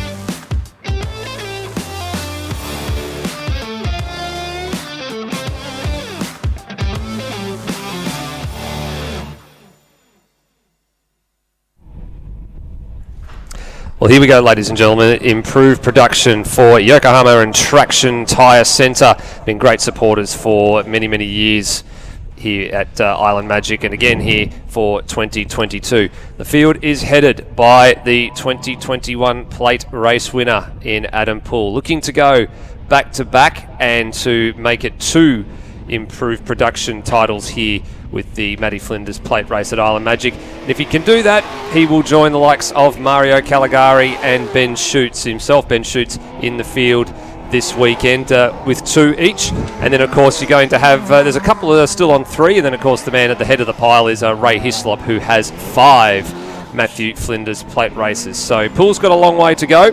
But the first task for him is to get another one, and then he will be on 2, and he'll become a joint 2-time holder of the Matty Flinders Plate Race. David Cox, what are you pointing at here up in Central Commentary? It's been a great year of improved production, but there's still plenty to play out over the next 12 laps. This will be one of the best races we've seen in a long time, I think. Up the front, there's a couple of boys that are just a little bit further ahead, but between 3, 4, 5, 6, 7 and 8, there's not a lot in it, and I think it's going to be a really good race to watch. It's great to see Gary McKay's, looks like he might have finally found his gremlins and fixed that one, and Neil Crow as well, and they'll be starting out off the back, which will be great to see those guys tear through the field as per normal. And so too James Atkinson off the back as well. James Atkinson, who missed this morning with a fuel problem, that's all been sorted now, and that'll be good. Graham McPherson had an electrical fault in the last one, an alternator died, so it's been a little bit of an issue around the whole paddock. Justin Wade, I was talking to him earlier, and they changed the setup in the car and went completely the wrong way and made the car just about impossible to drive, and they've gone back the other way now, so hopefully he'll be having a really good run. The temperamental beasts to improve production cars. They can either be really, really good, or if you, as you said, if you get it completely wrong, you're in trouble. Oh, here we go. This is not great to see for James Atkinson. There was dramas for him throughout Friday practice, and I dare say that's something with the oil or something's let go there, and that does not look healthy. So he'll be straight in, I'd imagine, at turn 4 if he can get that far. I'm hoping that's not a fuel leak. He's pulling off the circuit as well, so he won't make it all the way to turn 4, and we may have a short delay here to pick up the number 153 National Leisure Finance Commodore out of the Exeter turn number 2. So that's sad, because he hasn't had the seat time that he would ideally like, and they've been chasing their tail all weekend. As you said, there was some fuel pickup problems. There was actually turned out to be some injectors. He missed the start in that second race. He actually drove really well in race 1 yesterday, made his way through the field, and now it looks like something terminal has let go. And confirming from race control, we will have a slightly delayed start here to proceedings. So not the way to start the Matty Flinders Plate Race. No, not ideal. It's better safe than sorry. It's good he's got it out of harm's way, and we've got the fire marshals were there really, really quickly to make sure that nothing untoward happened, and that's fantastic effort by the fire crew.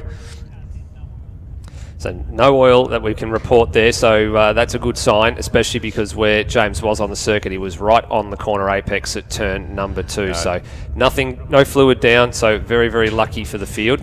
But this gives us, I guess, a little bit of an opportunity, Dave, while they pick up the number 153 here. Let's talk about this year in improved production. We've been really fortunate with backing from Prestige Hino, who is Melbourne's most awarded Hino dealer for 2022. They've been the windscreen sponsor this year, and got to confirm from Danny Timewell overnight that they will be continuing in 2023. Yes, they certainly are, and that's it's really great to have our title sponsor staying with us again for next year and hopefully for many years to come. We've also got DLL Photography and Design. We've got ProCut Tree Services, Ian McLennan, and his team. They've been really good supporters. Ian will be back for next season. He's had a year off. He's had a new baby this year. Well, he hasn't, but his wife has. So they've had a little bit of time off this year, but they're going to come back bigger and better next year. So it's really great.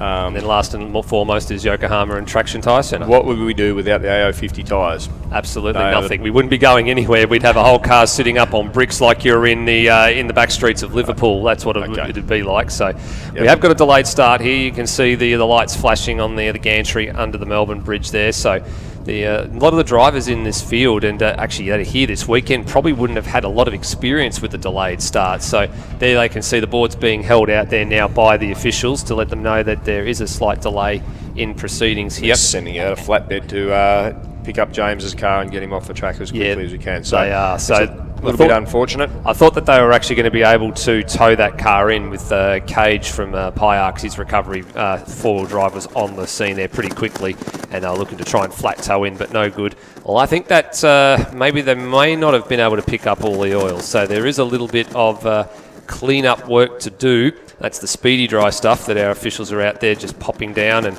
they'll get that popped up and they'll sweep it off to the left-hand side there, and I can see the broom just sort of, it's almost half buried in the grass there. It's sunk in with all the rain that we've been having.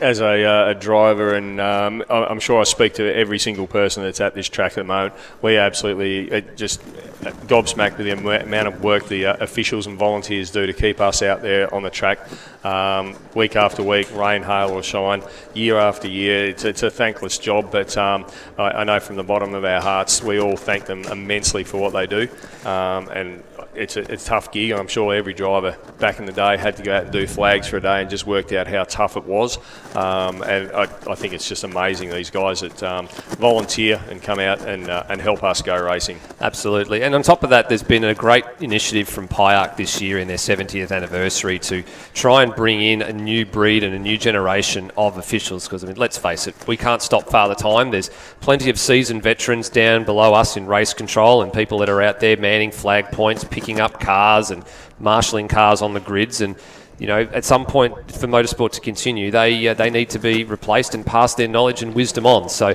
there's been 2 sessions this year. There's one in February, which Darren Smith hosted. There was one in October, which actually in October, November, that I hosted as well at the training centre up in Springvale. And we had some really good turnouts and some really eagle-eyed and very, very keen people there. And it's been great to see those faces that attended those sessions come here to Phillip Island through the sprint meets, through the Vic State Race Series meets, and some of them are even here this weekend. And it's really, really pleasing just to see all these new faces pop up. They're keen to understand, they're keen to explore flag marshalling, cleaning up track, picking up cars. Some of them just don't know what they want to do until they experience it for the first time, and then they're set and they say, you know what, I love being on the grid and I love putting cars in their grid spots, or I love, being out there towing a car off the track. So, we really thank the initiative of Pyark for bringing that forward, and for not just bringing motorsport officials into, Pyark events, but a lot of these officials actually go to multiple events throughout the year. It doesn't matter whether it's held here by Pyark, whether it's something that's held at Sandown or Winton or wherever. We're bringing motorsport officials into the sport. On your way out today, it'd be a really great idea if you give all the flaggies and all the guys that help out, give them a big cheer, give them a big wave. And I know that most of the drivers, they wave as they go past on their cool-down lap, but at the end of the day, or even as you see as you're walking past, just thank everyone for the amount of volunteer work they do. It's really appreciated. It absolutely is appreciated. It looks like they're getting James's car up on the truck at the moment, so hopefully in the next couple of minutes it will be towed away and we'll be able to get underway. As four-wheel activity of a different kind. It's about the only four-wheel activity going on at the moment. No, I think they're going for an observation, I think, here, just to make sure that there's no extra, fluids that are on the track. Well, we're getting word through that I don't believe that this is an IP-eligible car because, well, for one, I don't think the engine is a petrol engine for a start. I think it's electric. And the other thing is, it's got a flashing light on the top, and you can't have that. No, we can't have that. There's no roll cage. There's nothing in there that's IP eligible. I think the Blendline guys are having a bit of a lend of us here with this one. So, no, that's definitely not eligible for IP.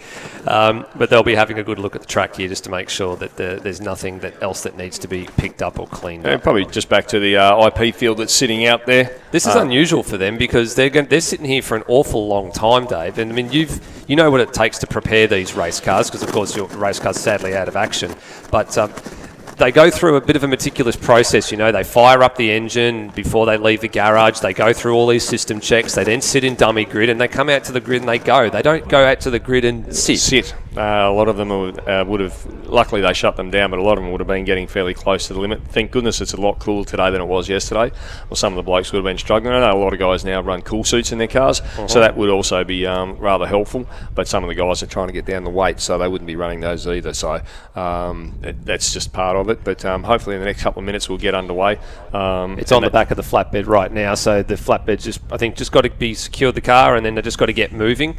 and then we will be right to get underway. Truck's underway now, so it shouldn't be too much long before we get this one underway. Now, as a side note, as well as the awards being presented for the Matthew Flinders Plate for positions obviously 1, 2 and 3, so one goes to the winner of the race and then second and third place, Yokohama and Traction Tyre Centre have actually very kindly donated a set of the Advan tyre covers for, I guess, they've left it up to us, which is a bit of an unusual thing to decide, I guess a deserving winner of someone that's either done something really nice and or run through the field or had a bad run or, run from the start to the finish. We're not sure what we call it. We were thinking hard dip. Charger or a lucky dip. Well, it's a lucky dip, so it's up to us. So at the end of this race, we're going to have to come up with a winner. Or unless someone comes up with a fistful of 50s, well, then they might get it as well. Oh, yeah, we don't condone bribery of any nature up here. Yes, we do. Well, it'll be a club donation, I think. Let's put it that way. It'll be a club donation. Yep. But no, it's a good initiative and something new for 2022. So a good on Andrew McCarthy and Shane Wall and all the guys down there at Traction Tyre Centre, who've represented Yokohama Motorsport for quite some time. What about the crowd? Have a look at the amount of people that are along the fence. This is fantastic. And up on top of the grid. All the way down to turn 1, all the way along Main Straight here as well, and up on top of the pit garages here. Give us a wave at the control tower, everybody. We can see you. We can see it. There we go. Thank you for supporting start IP. signal by the sound of it. We do. That's the 3-minute signal. So that means that we're finishing up operations down at turn 2 area. Cars over at Lukey, cars over at Siberia. Be nice and cool over there. And then we've even got people in the cheap seats sitting out of the front of the track, and they're watching through the fence, and that's all good. We love it. There we go, right on cue. We've got people watching through the fence. Yep, that's down towards turn number 2. That's actually just on the approach to turn 2 there on the inside. I can see a couple of caravans, I think, actually have pulled up at the side of the road, as you said, in the cheap seats up near the old Belinda's Terrace between turns 11 and 12. They're all lining up to get a glimpse of the action. Now, I think we're going to get another formation lap here. I wouldn't be surprised to see another formation lap underway because the cars have been sitting for so long. It's a little bit unfair for them just to be expected to fire and go. We've just noticed there's another car that hasn't made it to the grid, and that's Nick Scarcella. No, that's a bit because disappointing. the driver is standing right in front of us. He's actually sitting right in front of us. He's actually come up to have a bit of a look at the start of this race. So that will leave us with, let's see, so who's on this list is actually not starting the race? We've got James Atkinson now. We've got David Bone, who we know has unfortunately gone home. I think the rear gear area in that car's locked up. Andrew Butcher's gone, so he actually dropped a valve. Paul Vollerman's gone. Bruce Henley, he's also missing. And then now we've got Nick Scarcella. So that makes 6 drivers out of the 31 who started at the beginning of the weekend that are out. So 25 runners. Which, look, for the Matty Flinders Plate race is still a very, very healthy field outside of, the nationals that have been held here and combined with the Matthew Flinders Plate. Was it 2009 and 2016 were the last 2? Actually, when is it due to come back around again to Victoria? 2025 at this stage. Next year the nationals will be in New South Wales, and the following year will be in Darwin, and then it's back to Victoria. So we're looking to break all records again. The last time in 2016 we had over 130 cars entered, which is actually a record in Australia for a single category event, and with the help of Pyack, with a bit of luck, we're going to break 150 at the next. Are we going to get everybody into this facility, including all the other cars that have to get in? They can stay home. Oh, no, it'll be an absolutely sensational weekend if we can work with our sponsors and the rest of the country. Guys got to come from Queensland and WA. It's a lot of money, a lot of travel. So hopefully we can put on a really good show in 2025 and just show how good this category really is. And hopefully cost of living will have subsided a bit by then as well, making travel a little bit easier for people. But as I said, there's still, it's a dirty word at the moment, and something we probably need to talk about a bit later on when you get closer to the event, not sort of 3 years out. But I know it's a bit challenging for a few people right now, especially people that want to go racing. Fortunately, we've had to start preparations for it right now. We were talking about this. It's a huge event, and it takes a lot of time and a lot of effort from a lot of people to get it to happen. But looks like everyone's been fired their engines up now, and just waiting for the signal to go and start their form-up lap. Yep. So we're waiting on the officials just at the bridge here, just to pop up the appropriate signs. That's it's actually behind the camera shot. So we're waiting to see. We've got 1 minute here, and we were hoping that we were going to get another formation lap, but I'm not 100% sure if we are now. We're just waiting to see what gets held up at the start-finish gantry. Yes, So there will be an additional formation lap. So here we go. So that is confirmed. Now, in real racing circles, they usually dock the formation lap off the duration. So that'll be the interesting point to see if they actually reduce this from 12 laps to 11 laps as a result of the extra formation lap. But I believe that we're pretty much on time today, so I think there shouldn't be too much of a reason why they need to dock a lap at this stage, but that'll be for downstairs to decide on that, and that will be. That's why they were in the more expensive seats. Here we go, green flag shown for the additional formation lap. So that gives us a chance to run through the field as it sits for the start of the Matthew Flinders Plate race. And umbrellas, we can see people are starting to put them up. So there's a few spits of water in the air. So this is now a little bit of a tricky twist in the tail. It looks like Matthew Logan's stalled on the grid and can't get that car going, which is a real shame, which is absolutely horrible. So let's quickly run through the field while we see what happens to Matt Logan. So Adam Poole and Jared Tonks off the start will be on row 1, first and second place. Then Jared House and Ben Schutz, positions 3 and 4. Lockie McBride from New South Wales, Max Demerick from South Australia. Then you've got Danny Timewell and Cade Lehman in position 8. Jamie Augustine and Matt Logan, who we just saw there, in position 10. He's stalled. They're going to have to drag him in, so that's a bit of an unfortunate shame for him. Graham McPherson and Justin Wade, who's come all the way from Queensland. Great to have so many states represented here this weekend. Brad White, the number 48, Neil Crow in the number 90, then Mark DeFarnis and Michael Hart, Steve Zorkis, and then Shane Williams, and then the last few runners, Rick Hogan in the Commodore, Tom Prentice in the Mazda 6, Scott Appledore and Michael Sinclair in the XLs. Then we've got Craig Caspers. Actually, Craig Caspers won't be in this one, I don't believe. There's a rotor that's gone in that engine, so he won't be taking part. And then you've got Wayne Orway and Gary McKay. So actually going to be 24 starters, minus another one now. Matt Logan looks like it might be down to 23. Yes, doesn't look like they've been able to fire that car up, which is a real shame. They're going to do a complete 180-degree U-turn, I think, on the front straight here and try and drag him the wrong way up the pit entrance, which is the smartest thing that they can do. There's not many options they can go. There we go. So Matt Logan, well, how's the lock on the number 43 Commodore? Yep. Lock to lock, one side of the track to the other, and well done. Well, it sounded like it fired there for a minute, but maybe that was just my imagination. Oh, it was either that or it was the four-wheel drive towing it, just giving it some willy. Yeah, it could have been that too. Yeah, as he comes past underneath our commentary position, I'm just listening to see if I can hear the rumble of the V8, and I can't hear it. So definitely not running. She's dead as a doornail, unfortunately. That's a real shame for Matt, because he's another guy. He's not from interstate, but he actually travels an absolute long way to get here. He's all the way from over the Warrnambool. Yeah, Western Victoria. Same as Rob Braun, who I saw in the paddock. He comes from Portland. So Rob and Rita coming down to support Matt. And yeah, the windscreen wipers are definitely on, so it's going to make it a very interesting race. Yeah, now this will just be unsettling a few nerves here. A few people are going to be wondering whether or not it's going to come down any further, or whether it's going to, sort of just be that little annoying misting rain. I think there'll be a few guys who'll be going, how good is this? I don't have the horsepower, and I have an under 2 litre car. Steve Zorkis come through the field, I reckon. He'll be licking his lips. Yeah, if it gets any heavier, he will be right in the thick of that under 2 litre car. Will be a right handful for some of the more fancied over 2 litre cars. A couple of the BMWs will be very... they'll be very happy. Very happy. Ben Schutz. And I also think Cade Lehman will be rather wrapped if it rains, because he doesn't quite have the horsepower, but he's certainly got that car handling quite well. So we can confirm here, it says 11 laps on our screen, but we're looking at timing, and timing still says 12. So we'll keep an eye on that one with interest as the grid starts to form up. No, it's 10. They've readjusted to 11 laps. They have readjusted to 11 laps, yeah, according to the screen there. And just on the timing, it's a little bit out. So let's just make sure that we'll give it a couple of laps to settle itself, and then we'll see what happens.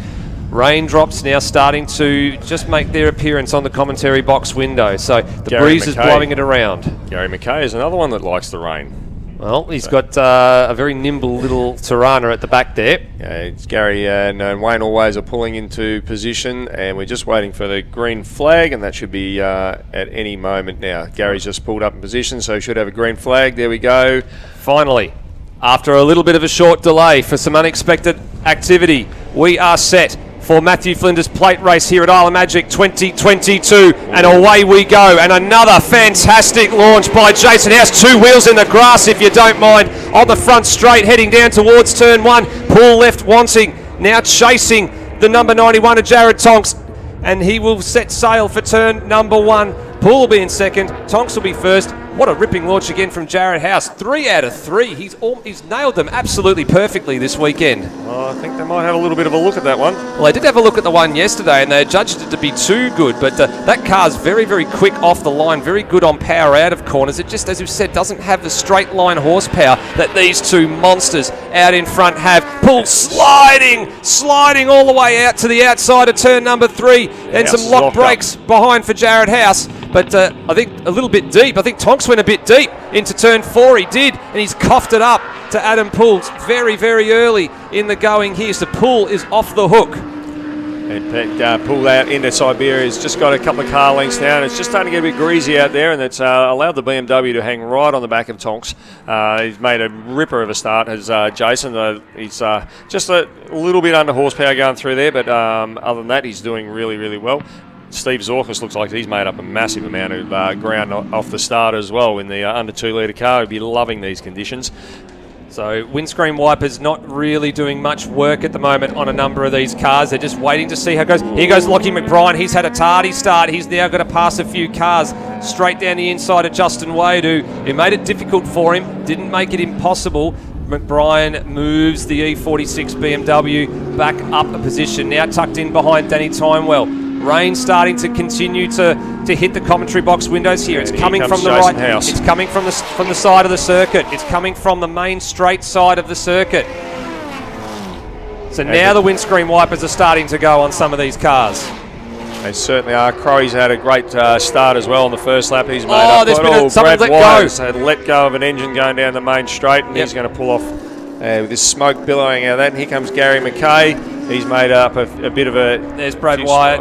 And they've had so many problems over the course of a few years as well. They just wanted some track time. They just wanted something to go right and have a good, clean weekend. And he's done the right thing there, got well out of the way. And I don't think they'll need to yellow flag this race to pull that car in. He should be fairly safely off the circuit. Well, what a shame for Brad Wyatt. He had a good run up until that point and just wanted to have a reliable weekend. We are getting it confirmed. It has been reduced by a lap to 11 laps. So 10 laps remaining for the Matthew Flinders Plate race for 2022. Here's McKay looking at the back of Wayne Allway, and just ahead of them Shane Williams in the RX-7. So Wayne had a bit of an awkward moment at the end of race 2 earlier on this morning. He was in the kiddie litter at the top of Lukey Heights, and they dragged him out. So thankfully no damage on the number 9 all-Ford Mazda RX-7. As Max the Merrick makes his way right onto the back of Ben Schutz as they head down into MG, and there goes a massive dive under brakes by Lockie McBrien on Kay Lehman, also going into the same corner. Justin Wade's closed the door beautifully on Jamie Augustine, so there's no way through there for Jamie. And then Graham McPherson is just behind those guys. And as we had in race 2 this morning, Steve Zorkus and Michael Hart neck and neck as they come out of MG, and Steve Zorkus gets right up beside him, but then has to drop down as the power of the LS-powered VS Commodore just has a bit more toe. It does. Turns. And on top of that, Michael Hart did a very nice job to close the door on Steve Zorkus fairly early, heading down the hill into MG. Here is Max Demerrick from South Australia. He's giving a more fancy competitor in Ben Schutz a real run for his money here. His RX-7 from Ben Schutz has been well prepared, always well maintained between Ben and his father Bill. And good to see him back out in the improved production ranks. Of course, as we said, he's a 2-time winner of this very event. And this is where the Sylvia, I think, just with these changeable conditions, just starts to hit its stride. Yeah, it's coming into its own, isn't it? It's really, Ben's car looks a little bit loose, but Max's car looks like it's on rails in these conditions, and he's just pulling him in really quickly. Yeah, it looks very, very planted and very, very settled, does the number 25 from South Australia. Just driving it nice and smooth. He's not using all the corner exit. He's just keeping it narrow, keeping it well off the curbs. Yeah, Justin Wade ran wide out of turn 4, which allowed Jamie to get right up beside him there. Jamie's gone round the outside, but I dare say the horsepower of that Falcon will just stream away from Jamie going into the hayshed, which is just out of our sight. Absolutely. So down the hill for the third time of asking, shoots, narrow, right down the middle of the road, leaves Demerrick just to have a bit of a think about what he's going to do, and maybe in a couple of laps' time when it all sort of settles down, How are the leaders going? The margin's not going up at any great rate. It's not coming down at any great rate. And, of course, we're not going to see some lap records this time around. Poole with the fastest lap on lap 2, unsurprisingly, 141.25. So some 2 seconds off the ultimate outright lap record pace. But he's just, I guess, managing it from here. Doesn't need to do anything too silly. It's still pretty quick in these conditions. In these conditions, yeah. This is some drivers thrive in these conditions, the changeable element. They search and find the grip.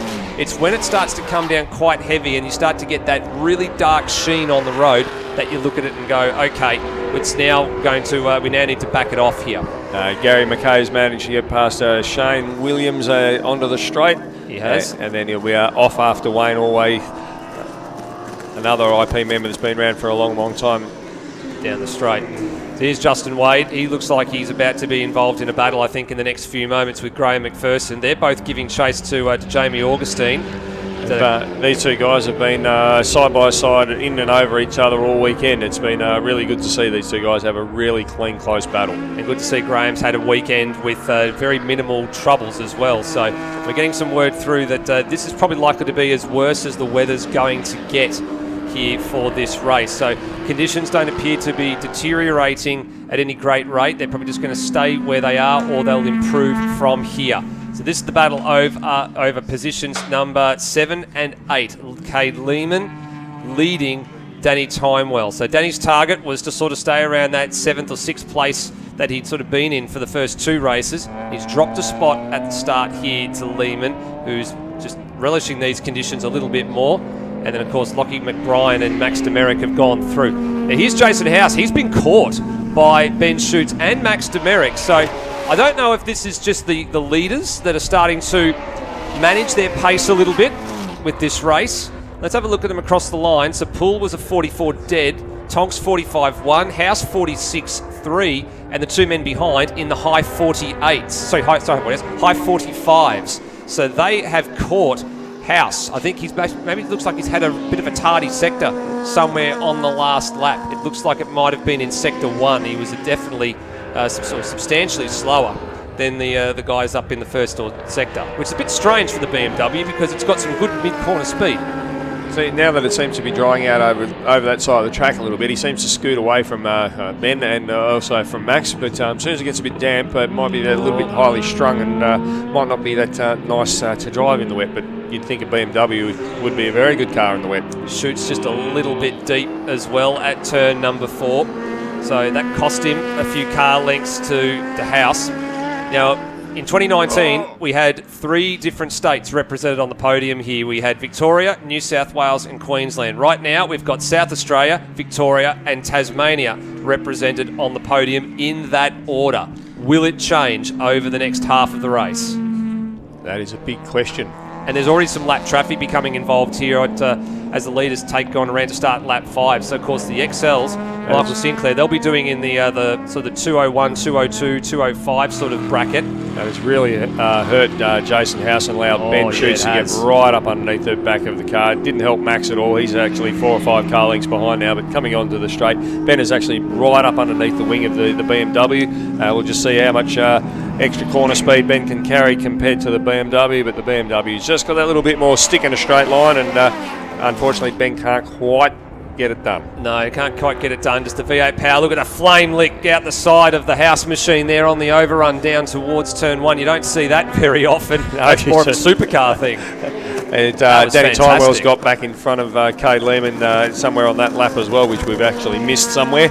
Yep, it looks like he actually had 3 green sectors in there, Danny Timewell as well. So it looks like he maybe made the pass in, I think, in sector number 2. Looks like coming down the hill into MG perhaps. So gets that done. Here's Schutz. He does the old Adam Poole trick. Runs it way wide. House locks it up, heading into turn 4. Schutz pounces. He's going to be on the wrong side here. Licorice straps left out of turn 4 by House as he fights to hold on to P3, invites Demerick to now go around the outside at Siberia. And this is a fantastic scrap over the last spot on the rostrum. It's really gotten spicy in the last lap and a half.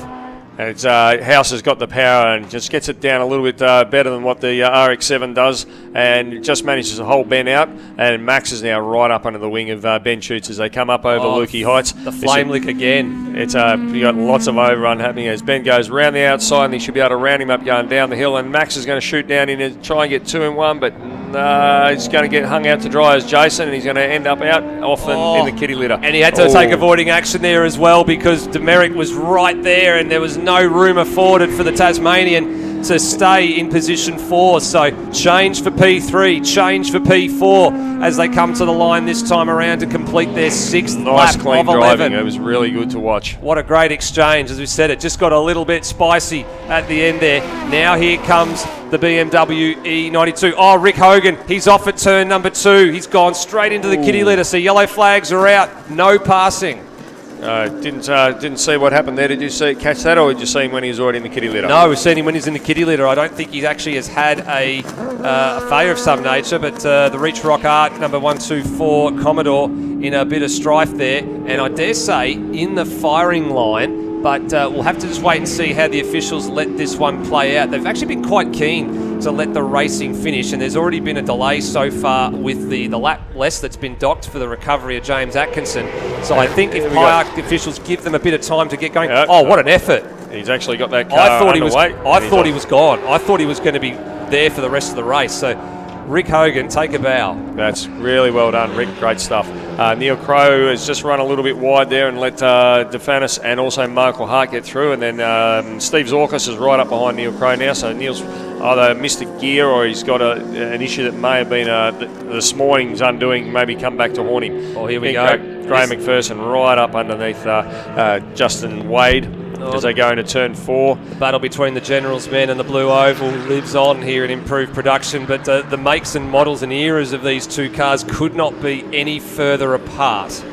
But they're having an absolute ding-dong battle, side by side, corner after corner, lap after lap. It's really, really good to watch. That's really fantastic to watch, and I think Justin actually remarked at the IP barbecue he was really happy and really thankful for the welcoming that all the competitors from other states have been given this weekend, and was very complimentary of how the club has run. So I'm sure that he'll be back next year for maybe a race or two. I think he was talking about coming for Sandown at one point, which wouldn't be a bad track for that car to operate in. It would be a very good track. It would be. You never know, you might see Ray at Sandown as well. Hopefully we will, because of course that was the thing we were salivating over at the beginning of the round. We were hoping that Ray was going to be here, but an unfortunate accident up at Sandown a couple of weeks ago has curtailed what may have been a really good, strong finish and a good run between himself and Adam Poole for the Matthew Flinders Plate race. So Shoots and Demerick and House all clear. Tom Prentice in the Mazda 6 as lap traffic. So this battle for third is not over yet. Demerick has been glued to the rear wing of this RX-7 since they both got past Jason House. He's not letting him out of his sight. Now, I think that Demerick might be in contention here for our Lucky Dip Award. He's had a stellar run. He was up in the top end of the standings yesterday and didn't finish the race. He started at the back of the grid and marched up to 6th place and putting on a fantastic show. And Cade Lehman is now snuck right up back onto the back of Danny Timer. It seems that when the rain starts to come down a little heavier, Cade narrows the gap, and then when it starts to dry out, Danny uses the horsepower and drives away from him. I think it's still a little bit of rain just flicking around over the Siberia side of the circuit and down toward the water, because on the main straight here it's quite dry. Yeah, so Rick Hogan's got his car back to pit lane, so that's good to see. He's out of harm's way. This battle over 7th and 8th place rages on as the leaders now started their 9th lap. So Poole's got a comfortable margin at the moment. They're very similar looking cars. One's got a 6-speed Hollinger and the other... Whoops! Michael Hart into the wall, and that's at Siberia.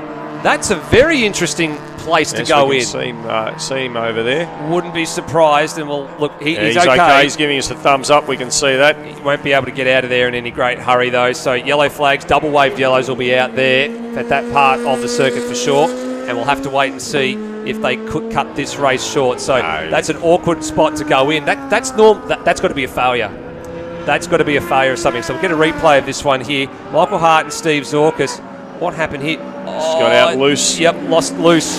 Yep, that's a mistake. It's either a failure or a mistake, and it was the latter. So he just got a little bit too happy on the loud pedal. Car bit. He then had to overcorrect it, and by the time he corrected it, he was in the grass and there was no saving it. Probably out in the marbles there a bit, and it's a bit slippery out there, and that's unfortunate for Michael. It's a beautiful. So last lap is being called here from what we're getting from race control, potentially, with the cars that need to be picked up. And if that's the case, that will mean that this race leader on your screen, the number 1, Adam Poole, State Series champion 2021, Island Magic champion with the Matty Flinders plate in 2021. And he is going to go back-to-back with the double here in 2022. Victorian State champion and Matthew Flinders plate winner for the second time of asking. Adam Poole from South Australia, congratulations. We now turn our attention to the top of the circuit because we've got Jared Tonks will take second place in his Commodore. So South Australia on the podium, Victoria on the podium. It's going to be another Victorian on the podium. Ben Schutz outlasts Max Demerick in a great finish for P3. And Jared House, Tasmanian, comes home in 4th. And then it looks like we've got Lockie McBride from New South Wales in 5th. He'll be 6th actually, because it was Demerick 4th and then House in 5th, McBride 6th, and here comes 7th and 8th. Joined at the hip and has changed places on the last lap. So Cade Lehman gets the better of Danny Timewell on the last lap. Jamie Augustine 9th, and then who's that leave for 10th place? That would mean Wade. It's going to be Justin Wade from Queensland, who outlasts Graham McPherson after that fantastic exchange that we saw a few laps ago. So McPherson will be 11th, then Defanis, and then Steve Zorkas, who was, I guess you could say, the beneficiary of Michael Hart going in. He couldn't find a way past, and it took a mistake from Michael Hart to cough up. First of the other 2-litre cars in 12th position. Fantastic result. Well driven, Stephen. And Mark Defanis comes home in 13th. There is a dejected Michael Hart on the screen there. He'll be a bit disappointed with how his race ended, but they'll get that car turned around. Neil Crow across the line in 14th. So here's that replay again. Just watch this. The car just gets a little bit loose. He tries to correct it, and when he tries to correct it, you've got to put the steering in to do that, and he just lost it. So if the car was going around, he probably would have actually just been better off leaving it there. So Yokohama and Traction Tyre Centres, thank you very much. Adam Poole, Jared Tonks, and Ben Schutz, your top 3. Dave, who are we going to give the hard charging award to? Who do you reckon? That's a really good question. I did think there was a number of people that were eligible.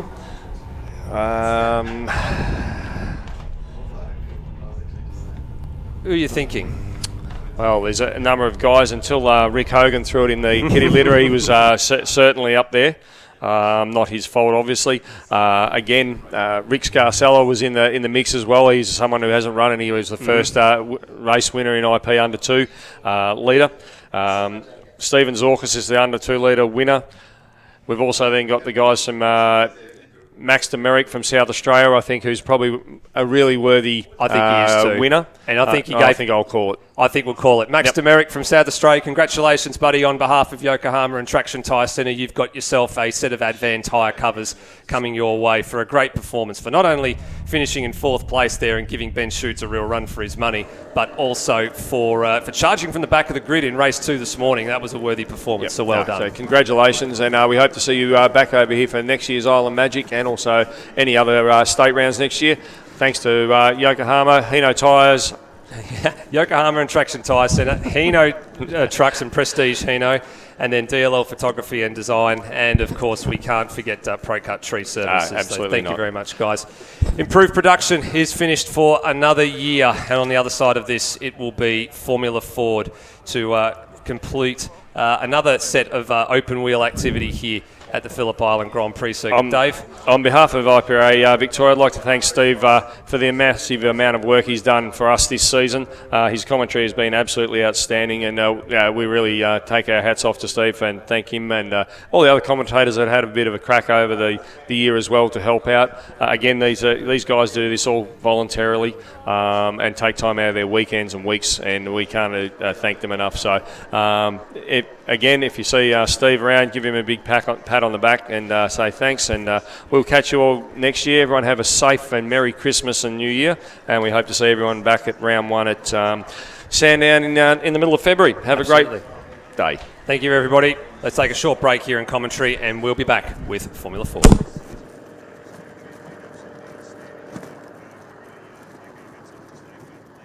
Looking for your daily motorsports fix? Say hello to Blendline TV Premium, the new way to watch and support grassroots motorsport. For just $8 a month, you'll get access to more thrilling races, comprehensive live broadcasts, and real racing stories. Subscribe today and support Aussie grassroots racing with Blendline TV Premium, your home of grassroots motorsport. Bosch Motorsport provides technology for racing. Worldwide experience from all major categories of motorsport is in your race car when you use Bosch Motorsport components, ignition system, sensors, fuel delivery and high-end electronics. Bosch Motorsport brings race-proven quality and performance to your motorsport machine. Search for Bosch Motorsport Australia or find us at boschmotorsport.com.au. There's good, there's better, and then there's Bosch. Bosch Motorsport, when quality and performance matter.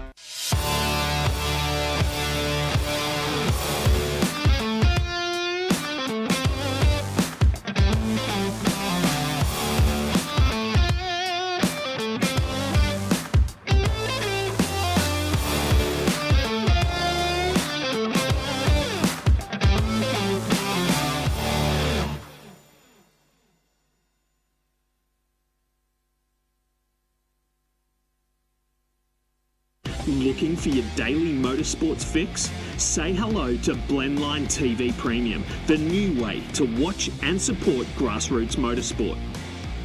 For just $8 a month, you'll get access to more thrilling races, comprehensive live broadcasts, and real racing stories. Subscribe today and support Aussie grassroots racing with Blendline TV Premium, your home of grassroots motorsport. Bosch Motorsport provides technology for racing. Worldwide experience from all major categories of motorsport is in your race car when you use Bosch Motorsport components, ignition system, sensors, fuel delivery and high-end electronics. Bosch Motorsport brings race-proven quality and performance to your motorsport machine. Search for Bosch Motorsport Australia or find us at boschmotorsport.com.au. There's good, there's better, and then there's Bosch.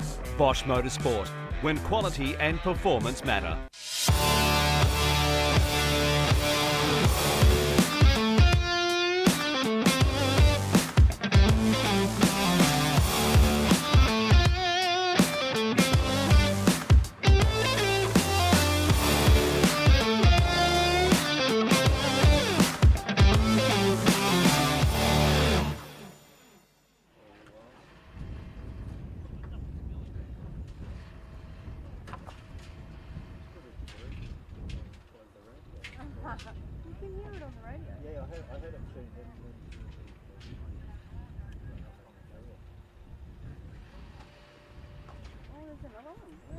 Welcome back to the 2022 edition of Island Magic here at the picturesque Phillip Island Grand Prix circuit. You can see on screen there's still the recovery going on of that VS Commodore from the improved production of Matthew Flinder's plate finale just a few moments ago. And welcome to everybody around the circuit who have made it out today. It's a big thank you to all the spectators who have made their way trackside. There's nothing quite like living and breathing in motorsport live and in HD in 4 dimensions out at the circuit. And of course, if you're tuning in from around Australia, if not around the world as well, it's a big hello to all of the viewers at home tuning into what is the premium single state level meeting in the world, I'm going to call it. My name is Callum Brannigan and joined alongside by Paul Zidian. Coming up shortly, we've got the third and final race for the Cool Drive Auto Parts Formula Ford Trophy. And of course, that is an award that's gone to some big names in the past. We've had people like Adam Macro, Luke Yielden, Marcus Marshall, Mark Winterbottom, and Chaz Mostert, just to name a few names of some current stars who got their start in Formula Ford. So, Paul, coming up, we've got 12 hard and fast laps coming our way, and the first 2 races so far this weekend have been spectacular. We are sincerely looking forward to what's coming our way very shortly. Yeah, most certainly. We've had, as you alluded to, fantastic racing. Matthew Hillier has taken 2 from 2, so he's going to be looking to round out the three-peat. Full credit to Matthew. He's done a superb job and been able to make a bit of a gap, whilst behind him the fight for second has been enthralling and fierce, with anything up to 6 cars involved. Now they've all shown pace with 12 laps the journey for the trophy race. It's all to play for here. The question will be, can everyone get away from the line, and rather than getting embroiled in a battle for second, can there be 1, 2 or maybe 3 of those young guys chase Matt down and try and give him a hard time for the win? Bailey Collins so far this weekend has been leading the charge to try and close the gap to the leader that's been Matthew Hillier for most of this weekend, and Leo Scott as well, hailing from New Zealand, and it's his first time behind the wheel of that Spectrum 015 here this weekend. Has been the main challenger behind Bailey Collins, and Edison Beswick as well, hailing from New South Wales, vying into that battle as well. Zach Lobko and Joe Fawcett as well. So there's numerous names on the grid sheet as they're making their way out onto the track that are well and truly in contention for the lead, if not a podium finish. And we've got up to 8 cars based on the form guide from the first 2 races to look out for. So we'll go through the grid as they come through the southern loop and warming up those Yokohama all-weather tyres. Matthew Hillier starting on pole position, that car prepared by Sonic Motor Racing Services, alongside Bailey Collins in his number 96 Spectrum. Leo Scott starting at a 3rd position, Eddie Beswick in 4th position, Joe Fawcett starting at a 5th position, Zach Lobko in 6th. Now Jake Santalucia starting at a 7th position in the Focus on Furniture Miguel. His weekend's been a little bit up and down, getting involved in a couple of altercations, and we've got Lachlan Strickland starting out of P8, Paul. Yep, Harrison Blanchard and Xavier Kokai round out your top 10. And then we've got Jack Bussey from Queensland having his first ever race meeting with only a test day or 2 under his belt, doing a great job and revelling in the conditions down here. Damon Woods out of P12, Imogen Radburn and Fraser High rounding out the Duratec field. Then we have a couple of grades free before we go back to the Formula Ford 1600, the Kent engine cars, and Richard Davison in the Wins 1995 Van Diemen with 2 wins, starting at a pole position. Beautifully prepared car. Craig Arnold is going to start alongside him with Gavin Dumas and Ray Stubber. And then we have Elise Dracopoulos and John Blanchard to round out the Kent field. A 20-car overall field here for the Cool Drive Auto Parts Formula Ford trophies, we should say, because there is a trophy for each of these classes of Formula Ford race cars. That award being gifted to the winning driver of this very event for the first time in 1992, so that's 30 years ago. So the 30th anniversary of this particular award being dished out to the winner of the finale here at Phillip Island. And of course, we should say a big thank you also to the corporate partner this weekend in Cool Drive Auto Parts. Of course, the Blanchard family at the head of that company, always supporting Formula Ford, and we sincerely thank them for their support of what is an enduring and fantastic junior development category, open wheeler cars. And it gives the best opportunity for go-karters stepping up out of small circuit into big circuit racing. It's the first time for them in many ways where they have to contend with a gearbox, often a clutch. A lot of these drivers are usually 14 or 15 by the time they're getting into a car, so they have to learn how to drive a car to begin with. It's also suspension setups and technical makeups of the cars and how they can extract the most from the car. So they learn so much from this category before they step up and embark on a career in motorsport. So you can see them now, the stars of tomorrow today, lining up on the grid, and the sun is coming out as well. So the weather is looking absolutely resplendent. We've got 12 laps coming your way very shortly, Paul. Yeah, very much so. And as you say, the sun has broken out. We have the 5-second board. There's a little bit of a gridding error that's occurred, but we have red lights out and racing. Another fantastic start for Matt Hillier. Bailey Collins has made a bit of a slow getaway there, but as they file down into turn 1, you can see that fantastic start. Matt Hillier has just been blinding on the lights this year, and Leo Scott has cemented 2nd position. Bailey hot on his heels in 3rd. Edison Beswick securing and 4th, with Zach Lobko in 5th place as they exit Southern Loop. for the first time make that run down through turn 3, or well, it's the kink, it's flat out in the Formula Ford, and heavy braking into Honda. They'll go from 4th gear back to 2nd gear for Honda, the second slowest corner on the circuit. Little short shift in 3rd as they run up into what we call Siberia, and Siberia will be taken in 3rd gear. A challenging corner, quite technical yet fast. The cars are quite loose, but it's an uphill run up the back straight, so it's critical to get the best run you possibly can out of Siberia. Position yourself as you select 4th gear, hold 4th over what we know as Lukey Heights. Cars become incredibly light in the change of elevation. Don't normally pick it up as much on the television, but that's quite a steep drop down. Back to 2nd gear again at the slowest point of the track, and then, as we've said a few times before, flat out from here to turn 1. They're just plucking gears and keeping that throttle buried. We saw this in the first 2 races so far this weekend, where Matthew Hillier stretches the lead. He gets spectacular pace or extracts quite a lot of speed out of the Yokohama AO 48s when they are coming up to temperature. And look at that visual representation of just how far ahead of the field he is already. So he's opened up the gap to around 1.8 seconds between himself and Bailey Collins across the line. But you can see Leo Scott has already made his way up into P2, coming into turn 1 with Collins in P3. Following behind is Beswick and Jake Santa Lucia, who we suspected earlier was going to be one to look out for as he makes his makes steady progress in this race, with Zach Lobko in the number 7. Blue and black McGale just behind there as well. Now Xavier Kokai as well in that black, green and white high zero number 10 Spectrum, vying into the back of this battle here. But this is Bussy having a look up the inside as well as they come charging down towards turn 4. This is the slowest part on the circuit, dancing under brakes. They've got these cars beautifully dialed in. They can adjust the brake balance from the front to the rear in these cars. So it's a bit of a moving equation for them to try and keep on top of that. But look at this. This is incredibly close. You can hardly separate these cars. So this is the battle for position 2 as it rages on. Scott at the head of this field, but he mightn't necessarily want to be there, given that this is the longest race of the entire weekend. As Paul has called it a couple of times this weekend, it's a 230 km/h game of chess. So this position is certainly going to change. But Matthew Hillier, loving these conditions at the moment.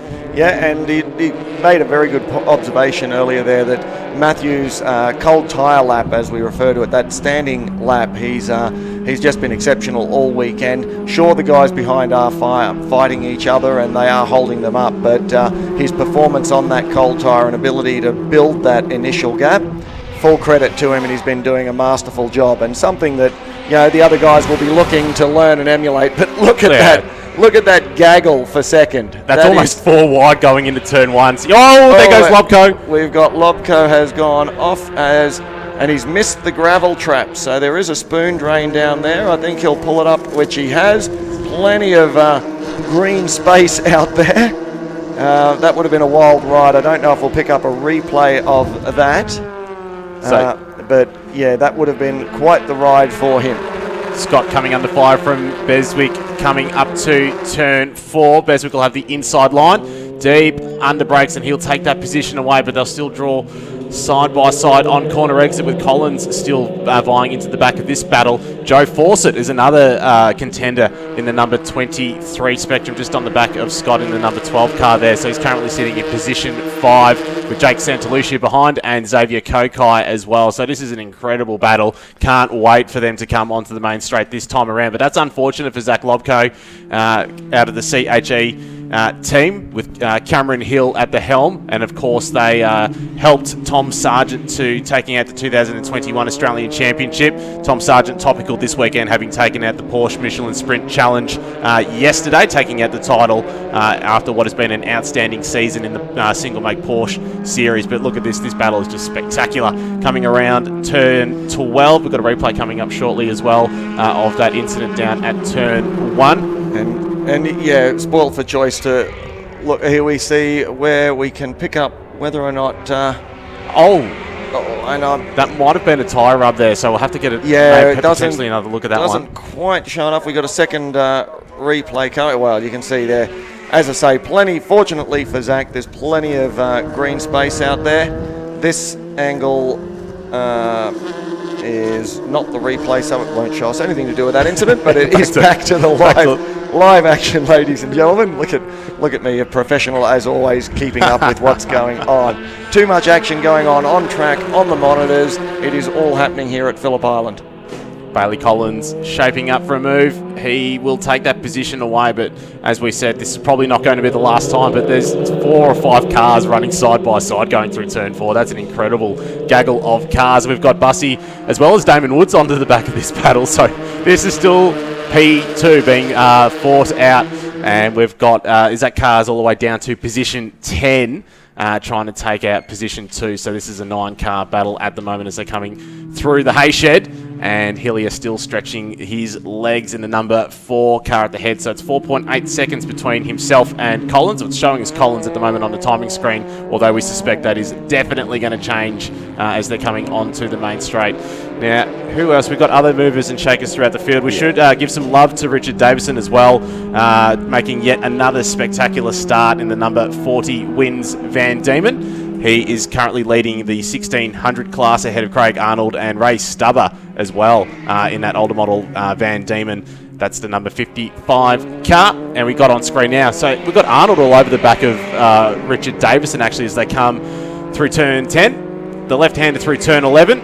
And as Paul said, they are flat through this section of the track. So it's almost 1.6 kilometres of track for them to be absolutely nailing the throttle and holding it as flat as possible. In the 1600 cars, I think they're nudging about 210 k's at the end of the straight. But with the Duratec cars that you can see on screen at the moment, they're good for about 240 kilometres an hour at the end of the straight, almost hard against the rev limiter. Yeah, absolutely, particularly in the tow. You maybe around the 230 odd out of a tow, but certainly you'll be banging the rev limiter and getting up around that 240 in a tow as these guys are. And I don't know if you caught the vision as they came through Southern Loop that last time around. Edison Beswick had a really nice slide going on, beautifully controlled, looked like he was doing a bit of Tokyo drift, but just held on to it very, very nicely. And once again, we've talked about it all weekend long, the quality of the racing, the hard racing, but the fair racing that we're seeing. It's just superb to watch.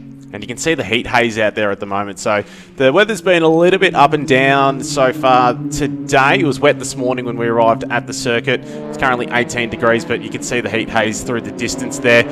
Jake Santalucia with a slight brake lockup as well. So that's crucial at this point of the weekend as well. They get one set of control Yokohama tyres at the beginning of the weekend. So that's the start of qualifying. And it's down to the drivers to make sure that they make these tyres last throughout qualifying and the ensuing 3 races as well. So it's quite easy for them to lock a brake. And if they do lock a brake, that usually damages a tyre. So it doesn't put them into damage limitation mode, but it does. It's not something you would ideally like when you're trying to extract as much performance from a controlled tyre. Now that's Bussy going into turn 1 around the outside of Xavier Kokai. That's a little bit close for cover, given that they're going about 230 k's at that point. It's a brief lift, slight touch of the brake, as Paul said, and then back onto the throttle into the Southern Loop, deep under brakes, and then back into 3rd gear, I think it is. Yeah, 3rd gear for Southern Loop. A double apex, get it out wide. There's, again, another incredibly technical but very fast corner, and again critical to getting that run through the kink into Honda to position you to either defend your position or to be able to take advantage of an overtaking manoeuvre. Either way, that exit from Southern Loop is crucial to that. Many thanks to Cool Drive for supporting Formula Ford this weekend. Cool Drive Auto Parts on top of the timing totem there. Now we're noticing that Collins is starting to break away from the following pack as well there. So Beswick is just behind Collins at the moment, but 6.6 seconds between the leader and 2nd position, and Scott dropping back down to position 4 or 5, I think it is. So that's as this race is unfolding, the drivers are starting to settle into their groove, and you can see the pace or the extended pace of these cars as this race unfolds. Obviously, the previous races have been anywhere between 9 and 7 laps, side by side coming onto the main straight. You can see Jake Santalucia doing a great job battling with Beswick coming under the bridge, trying to get that side draft, which you still do get a little bit of that, but we talk about a little bit of an aerodynamic advantage being alongside the car. Obviously, in things like NASCAR, you've got panels, so they can side draft and kind of touch each other a little bit and lean on each other. Formula Ford open wheelers, that's an absolute that's just disaster for us. Rubbing wheels is never ending in a good way, so they're not going to be doing that. They're going to be able to giving each other a bit more room, and then you watch them. I mean, it's the same watching them come onto the straight when they're 2 and 3 wide. And I think we had a change for lead in the 1600s. Yeah, that's a great battle between Arnold and Davison as they come down the main straight. Will draft past to take the lead back into turn 1. But when you watch these guys come on to the straight 2 and 3 wide again, we've talked about the fact they're in top gear already. They're in 4th gear and they're flat as they turn onto the straight. The cars are moving around. And here we have a great battle going on in the Formula Ford 1600.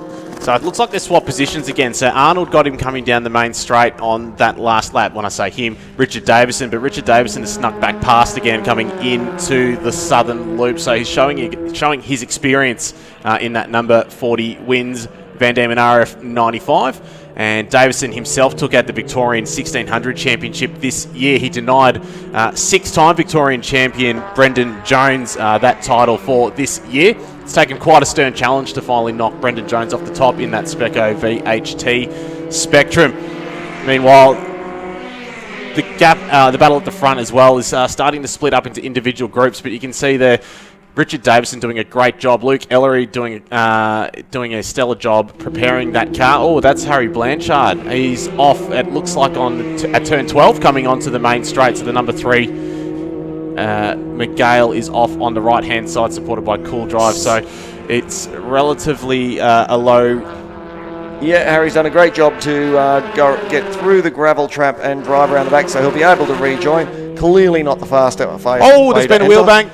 And that's Collins. We've got Bailey Collins has spun down at Honda. I missed that on the monitors, but may have been some contact there. Fortunately, the car looks okay. Everyone else has missed him as he's spun. That's remarkable for Bailey Collins. So up the inside there, it looked like there was a coming together and it sent him around. The car has swapped ends, but it looks like he's gotten away with that one, so that's very fortunate for him that he's able to resume in this race. But what that does mean is Santa Lucia, Bezic and Scott are the contenders for position 2 at the moment. Joe Fawcett's been a bit of a quiet achiever as well there in the number 23 car on screen. He's coming through turn 10. He's steadily been making his way Here we've got the replay forward. Coming up to see what may have happened. Oh, and it looks like Bailey has made a slight error there and just taken the back of Eddie's car as they've been braking. And we've got the turn 12 replay where Harrison, and he's looks like he may have been unsighted by a car that he was trying to go around. As I was talking about coming on, it's actually quite a fast entry through that last turn 12 onto the straight, and the track drops away from you, so you pick up some initial understeer, and it's not the place you want to be trying to catch someone and having to change line suddenly. But look at this battle now, which I believe would be for 4th place. It is at the moment. So Scott at the head of this battle with Joe Fawcett just behind him. Bussy followed by Damon Woods. Xavier Kokai, then Damon Woods, but also Beswick just ahead there. Up the inside of Santa Lucia, coming through Honda. We'll focus on furniture. Miguel, they will have desirable corner exit, and he will take that position back coming into the southern loop, although he's got a handful of oversteer in that car, although that is partly the way you want these cars to be dancing around. It really is the way you extract the speed from these cars, isn't it? Yeah, you can see here, though, that was probably a little bit more than he would have liked, and that has compromised his run out, which has given Eddie the run, but he's been able to cover. And with the extra pace, though, nowhere for Eddie to go with it. He's had to tuck back in. Discretion the better part of valour. And you can see that, again, as the two of them fight each other, it's, again, holding themselves up, and it's bringing that battle for 4th, inviting them back in. And with 3 laps to go, I think we're going to start to see a multi-car battle again for 2nd place, which has been enthralling to watch all weekend long. You can see that they're already starting to gain on the back of the Scott and Fawcett cars. They're really reeling them in at the moment. So coming into turn 1, they've closed that gap down. It's crucial. The slipstream around Phillip Island Grand Prix circuit is probably the most exaggerated example of just how beneficial it is in comparison to somewhere like Winton, where you still do get a benefit. It's just slightly reduced given the tight technical nature of the Winton circuit in the rural or near the rural town of Benalla in Victoria. And it looks like Bezik's still at the head of this charge. Matthew Hillier, we should touch on the point, is 10.5 seconds clear of this battle, so it would take something rather drastic for him to lose the lead at this stage of the race, given the fact that there's only a handful of laps remaining in this 12-lap race, 2.5 laps to be exact.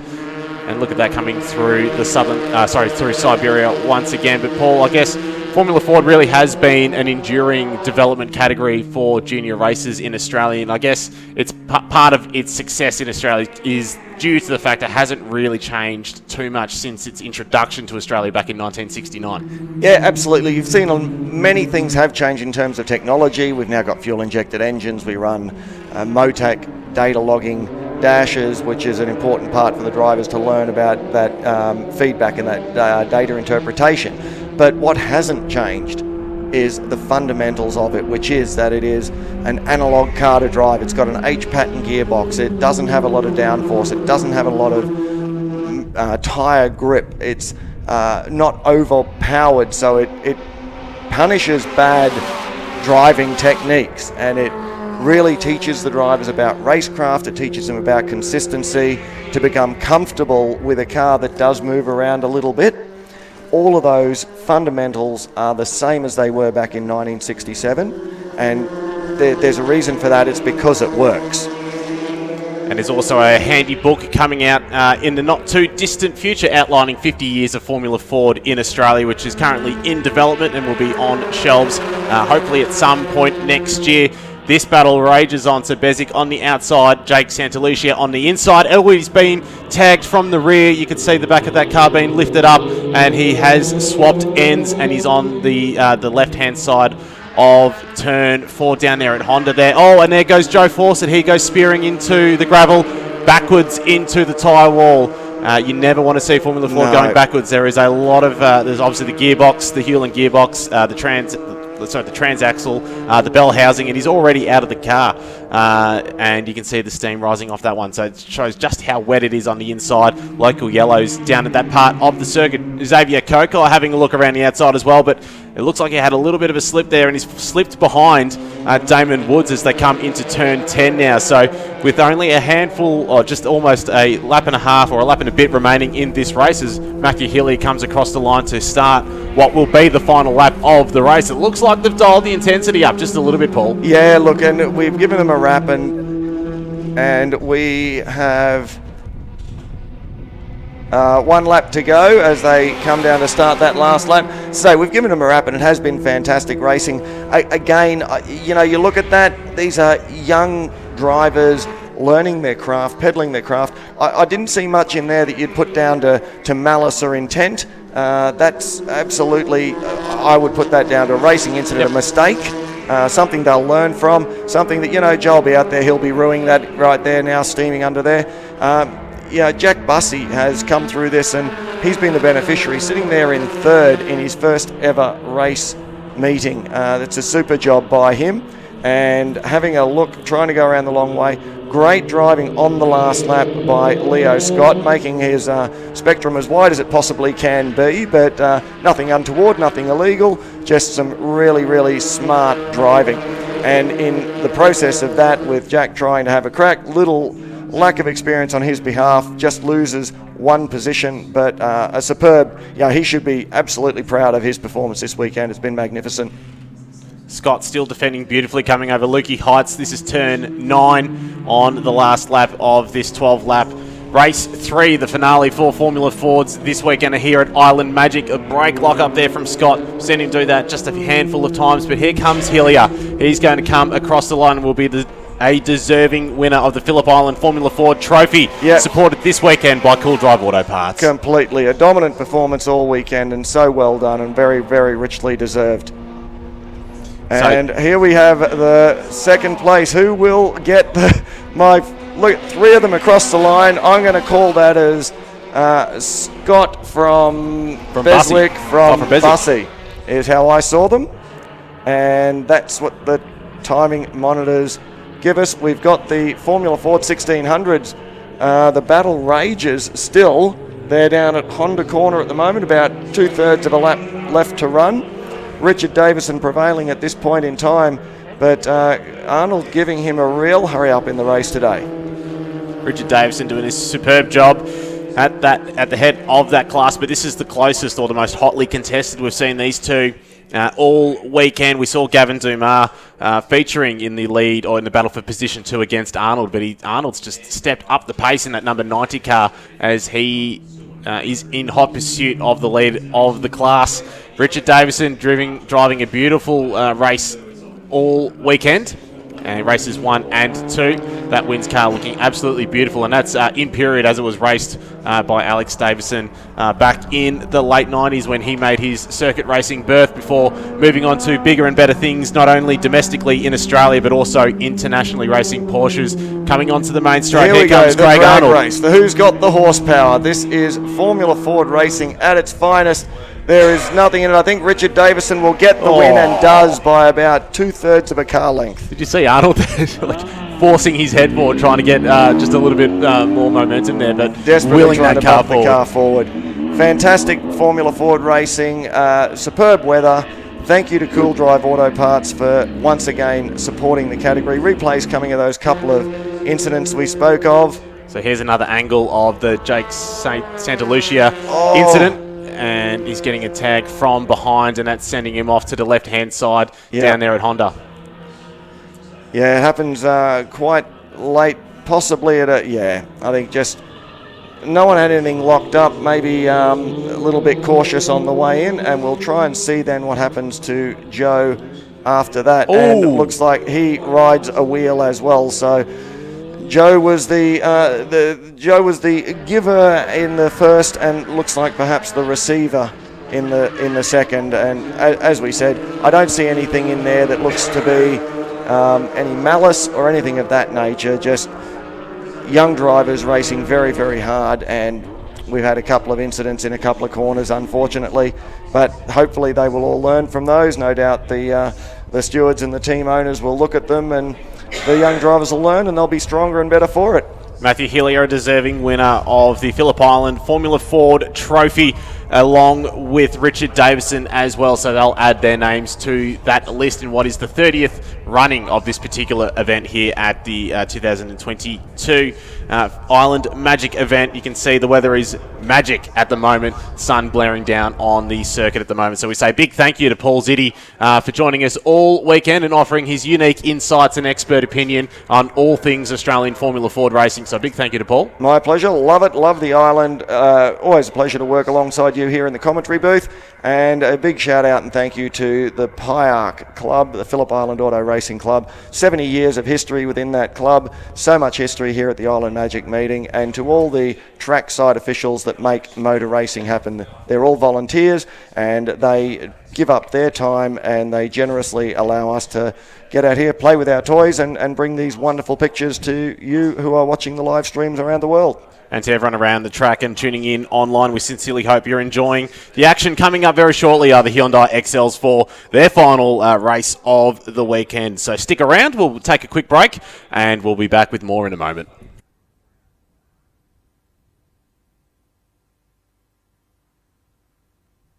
Looking for your daily motorsports fix? Say hello to Blendline TV Premium, the new way to watch and support grassroots motorsport. For just $8 a month, you'll get access to more thrilling races, comprehensive live broadcasts, and real racing stories. Subscribe today and support Aussie grassroots racing with Blendline TV Premium, your home of grassroots motorsport. Bosch Motorsport provides technology for racing. Worldwide experience from all major categories of motorsport is in your race car when you use Bosch Motorsport components, ignition system, sensors, fuel delivery and high-end electronics. Bosch Motorsport brings race-proven quality and performance to your motorsport machine. Search for Bosch Motorsport Australia or find us at boschmotorsport.com.au. There's good, there's better, and then there's Bosch. Bosch Motorsport, when quality and performance matter.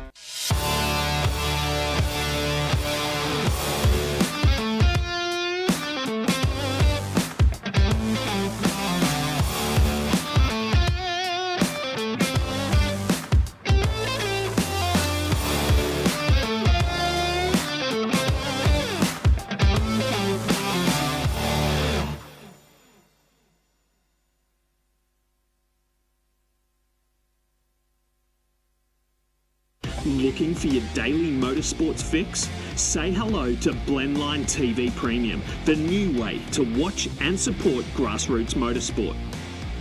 For just $8 a month, you'll get access to more thrilling races, comprehensive live broadcasts, and real racing stories.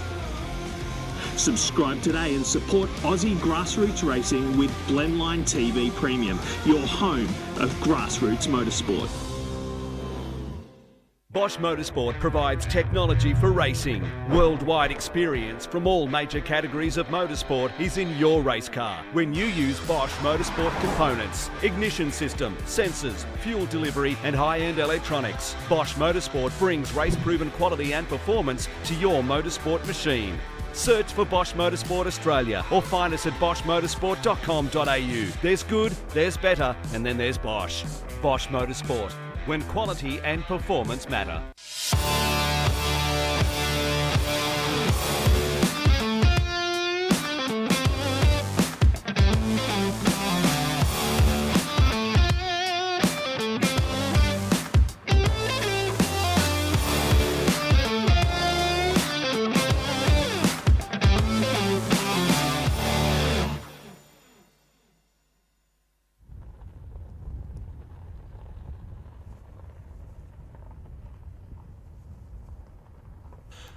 Well, look at that shot there. It's the beautiful blue waters of Bass Strait. It's a sight that when we look here from the commentary position, we can see, I guess, nothing but water for half the circuit. And if you're a Hyundai XL driver, when you're sitting on the grid and looking towards turn one, that's, I guess, what you can see from your position, Darren Smith. If this was a 6-star resort, mate, it would be the garden view, sea view and track view, golf course view room, and it would be the best number one seat in the house. And we are very, very lucky, and we probably shouldn't be saying this over live streaming or PA, because there's also air conditioning and heating in here, so we're very well catered for. Yeah, let's not invite anybody up. As we bid adieu to Callum Brannigan and to Paul Ziddy doing a great job right throughout the season 2022 this year. Those two blokes have done a tremendous job.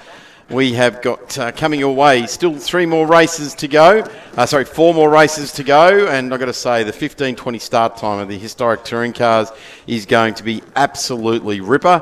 And if we go through to the end of the day, the Australia Formula Open race 3 for the end of the weekend over 12 laps will be absolutely awesome. We are here celebrating the 32nd running of Pyark's Island Magic, and of course their 70th year of existence, and it is absolutely terrific. There are cars making their way down pit lane, absolutely nothing to do with the next race, which will be Hyundai XLs.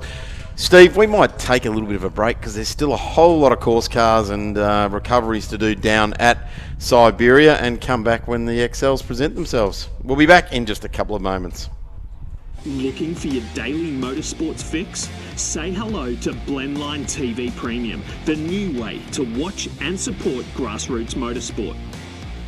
For just $8 a month, you'll get access to more thrilling races, comprehensive live broadcasts, and real racing stories.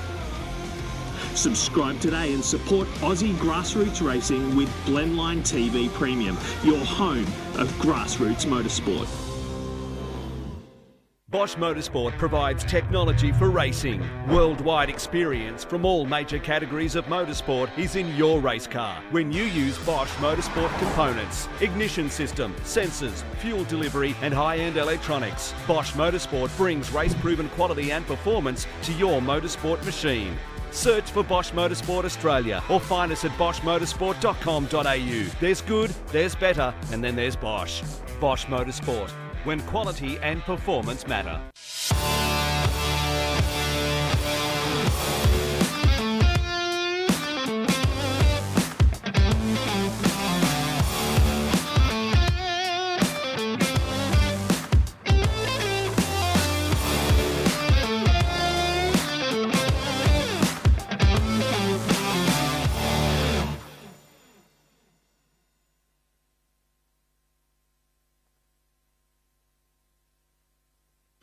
Looking for your daily motorsports fix? Say hello to Blendline TV Premium, the new way to watch and support grassroots motorsport. For just $8 a month, you'll get access to more thrilling races, comprehensive live broadcasts, and real racing stories. Subscribe today and support Aussie grassroots racing with Blendline TV Premium, your home of grassroots motorsport. Bosch Motorsport provides technology for racing. Worldwide experience from all major categories of motorsport is in your race car when you use Bosch Motorsport components, ignition system, sensors, fuel delivery and high-end electronics. Bosch Motorsport brings race-proven quality and performance to your motorsport machine. Search for Bosch Motorsport Australia or find us at boschmotorsport.com.au. There's good, there's better, and then there's Bosch. Bosch Motorsport, when quality and performance matter.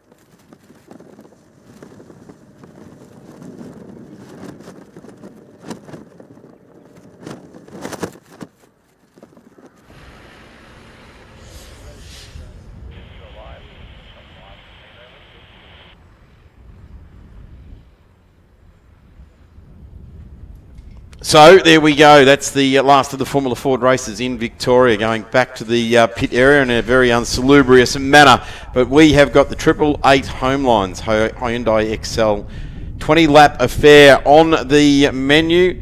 And it is partnered up with Burson's here this weekend. So we thank them for their continued support of the Hyundai Excels here at Island Magic, the 32nd running of Island Magic. A long line of XLs stretching out over almost 20 cars here this weekend, probably about 30 short of what we would normally have, although it's been a very crowded calendar, hasn't it, Steve, with a number of Enduros on in South Australia and also here in Victoria at Winton over the last couple of weeks. But we've got a pretty good classy field lined up for this 20-lapper. We do, and on top of all the Vic State and the Enduros that are around the place as well, there's been the Nationals, Queensland, in the last month or so as well, which I think a number of the Victorians went up there. I think it's Ethan Griggault from Victoria went up there and has taken the national #1, so that's a great result for Victoria. And on top of that, there's the different club level categories and activities that go on with the XLs as well. We've seen grids in the Victorian State Series sort of vary up and down, just around, I guess, priorities for what drivers want to do. Do they want to do, a club day or a club event like we've seen here earlier in the year with the February Sprint?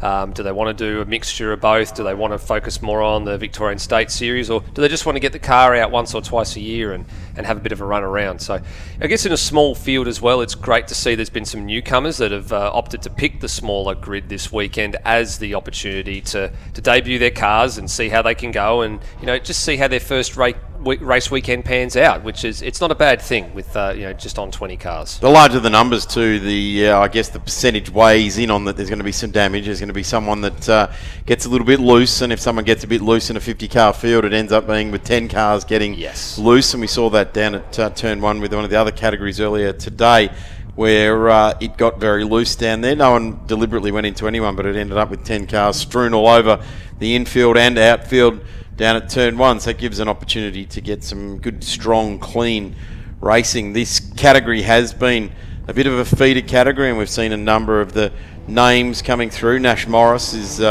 one of them that springs to hand. Jet Johnson as well, young Jet Johnson, who's just taken out the TA2 muscle car series in his Napa Auto Parts Mustang. So people see that, and we've got young Nash in this race as well, young Charlie Nash, and if the Tickford logo across the front of that car doesn't lead you to what the connection might be, then you might want to just have a bit of a deeper look into Australian motorsport. So good to see that young Charlie Nash is in there, and good to see that some of these younger drivers, and it's not just young drivers, there's actually established drivers in here, or drivers that have reached the point in their life where they've gone, you know what, I've got a bit of change here, I can go and do this sort of thing. And I think this 20 lapper is going to be really good for every single one of these competitors, because as you mentioned, there's some enduros that go on there, and you can take your Hyundai XL2 of these enduros and grab a mate, halve the costs, and go and get in the groove, as they say in endurance racing. It's a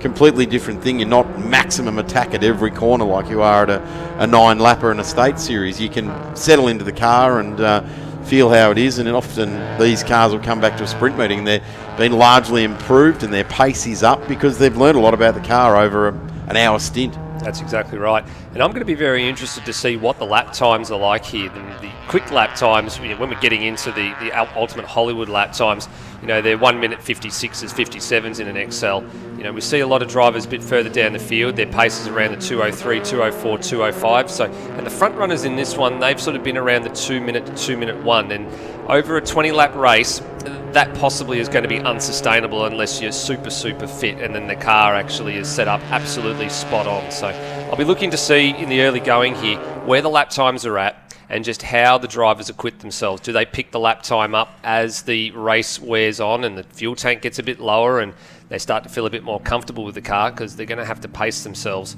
fairly early on. As you said, find the groove, find their rhythm, and then, just plan the race a little bit further ahead, or look a bit further ahead before they start to really make moves within the last bit of inside the checkered flag.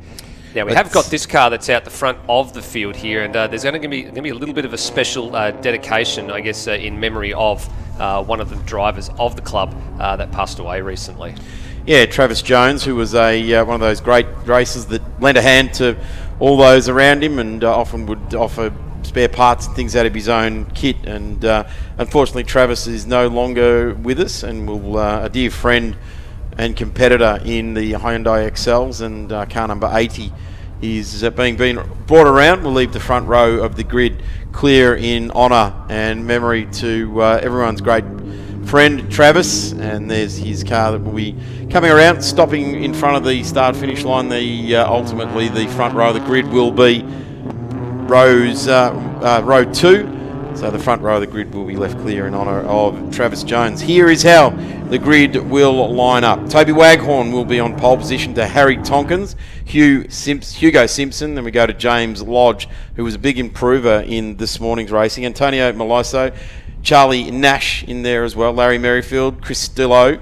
We go back to Craig Featherston, Brock Bodale, then Devon Nichols. Mike Sinclair has come up a couple of spots there into 12th spot in the Burson's entry. Michael Barton back to Donovan Merjak, and Michael Barton Scott Appledore, Lee Kennedy, Ed Narkwitz, John O'Keefe, and Jarrett Annabelle is rounding out our tail end of the field, and car number 80, the Travis Jones car, heads off around the track just to clear the way as we get ourselves set for a race start in memory of Travis. So here comes car number 80. We understand that the driver will take that car off at turn number 4, and then they'll release the field for 20 laps. It's a bit of a sad time, I guess, for a number of drivers and participants in the XL community. It's actually the second time this year that we've had a memorial dedication. There was one at Sandown earlier in the year for Chris Patiri, who was part of the improved production fraternity for quite a number of years, and sadly lost his life. I think it was last year, but they didn't get a chance to celebrate his life, so they did that at Sandown at the beginning of the year. In actual fact, the XL field has actually been released, so they're on the move to turn number 1 right now. Here is the race start. So 20 laps on the board, with thanks to Burson Auto Parts and 888 Home Loans. And well, let's just see how this one plays out, Darren, because it's not the I guess the ripping starts and the fast starts and the chaotic starts, I think we can probably call it. This is a very sort of feel your way into the race start. Yeah, look, it's going to be minus the urgency, I guess, in the first opening 2 laps. I guess the urgency will come in 18 or 19 laps time, when people are starting to jostle for those all-important front 3 or 4 spots in this race. So, look, I'm not going to preempt anything here, but I think we're going to see some drivers just letting things shake out a little bit. There's it hasn't been any silliness so far. They're just giving each other a bit of racing room there. We get a good look at Charlie Nash's car in the 155, the Tickford performance outfit, and the field continues on with a definite lack of urgency about it as to what the traditional XL race would be. Not saying that people aren't giving up positions and that sort of thing, but it's more of a 10/10ths effort rather than a 15/10ths effort that we often see in XLs, where people just get over exuberant. Yeah, I think you can see here that a lot of drivers just trying to keep the car straight. They're not applying the accelerator with any real vigour here. Just nice and sensible movements on the throttle. Winding on the steering lock, winding it off as you come through the turns. Not asking too much of the car at the early going here. And it looks like everybody's gotten away well. No real tardy starts. Nobody's sort of hanging around off the back because they've lost momentum off the start. Momentum in XL racing has been a killer for quite some time. As we said earlier in the day, the cars are, they weigh over a tonne, and they only have a sort of about 70 to 80 horsepower. So it's a lot of body to get moving. And the natural thing with the XLs, with the standing start, we talk about rear-wheel drive cars with front engine power.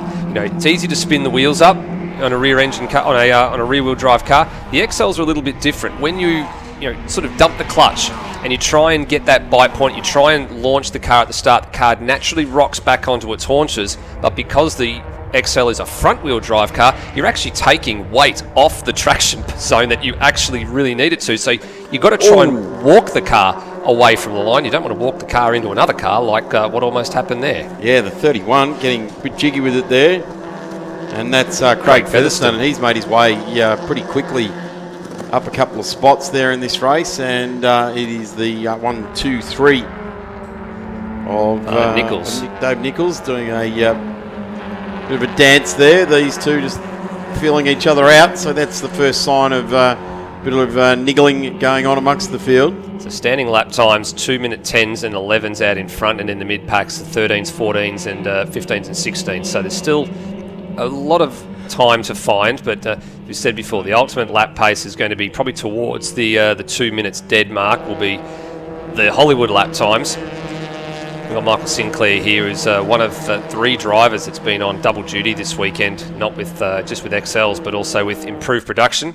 And a couple of car lengths behind him, you've got Scott Appledore in the Hughes Brothers Removals livery. The livery, I think, that a lot of people would look at, and I think they'd look twice because of the different colour combination and the hues that pay homage to the touring car eras, the Tiranas of the 70s. It's actually a really good tribute livery, that one there. It's got a really edgy feel to it. It's very personal to the people that work on the car, but it's also definitely in the vein of the HDT Tirana type of livery.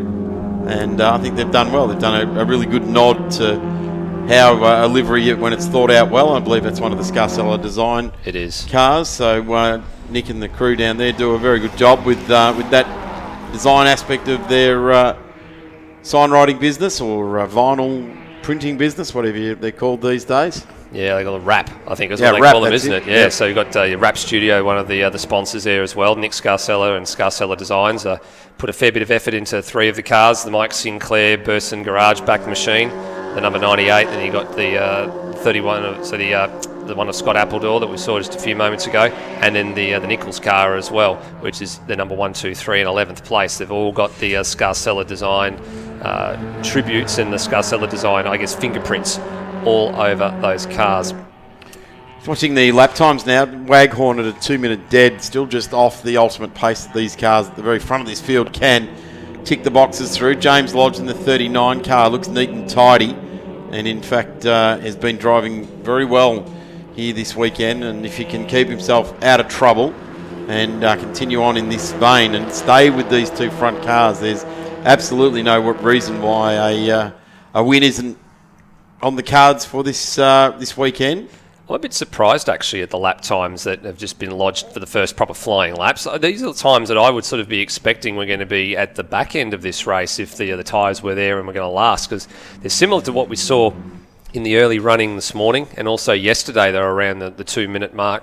I thought that maybe they were going to go out too hard. There was maybe a couple of schools of thought. Maybe Toby Waghorn thought he might try and bridge a gap, get a bit of a margin on the cars behind, and maybe be able to run all by himself in clean air and not worry about being caught. Whoops! And we got Barton, who's made a bit of a meal of it over the top of Lukey Heights, keeps it out of the kitty litter.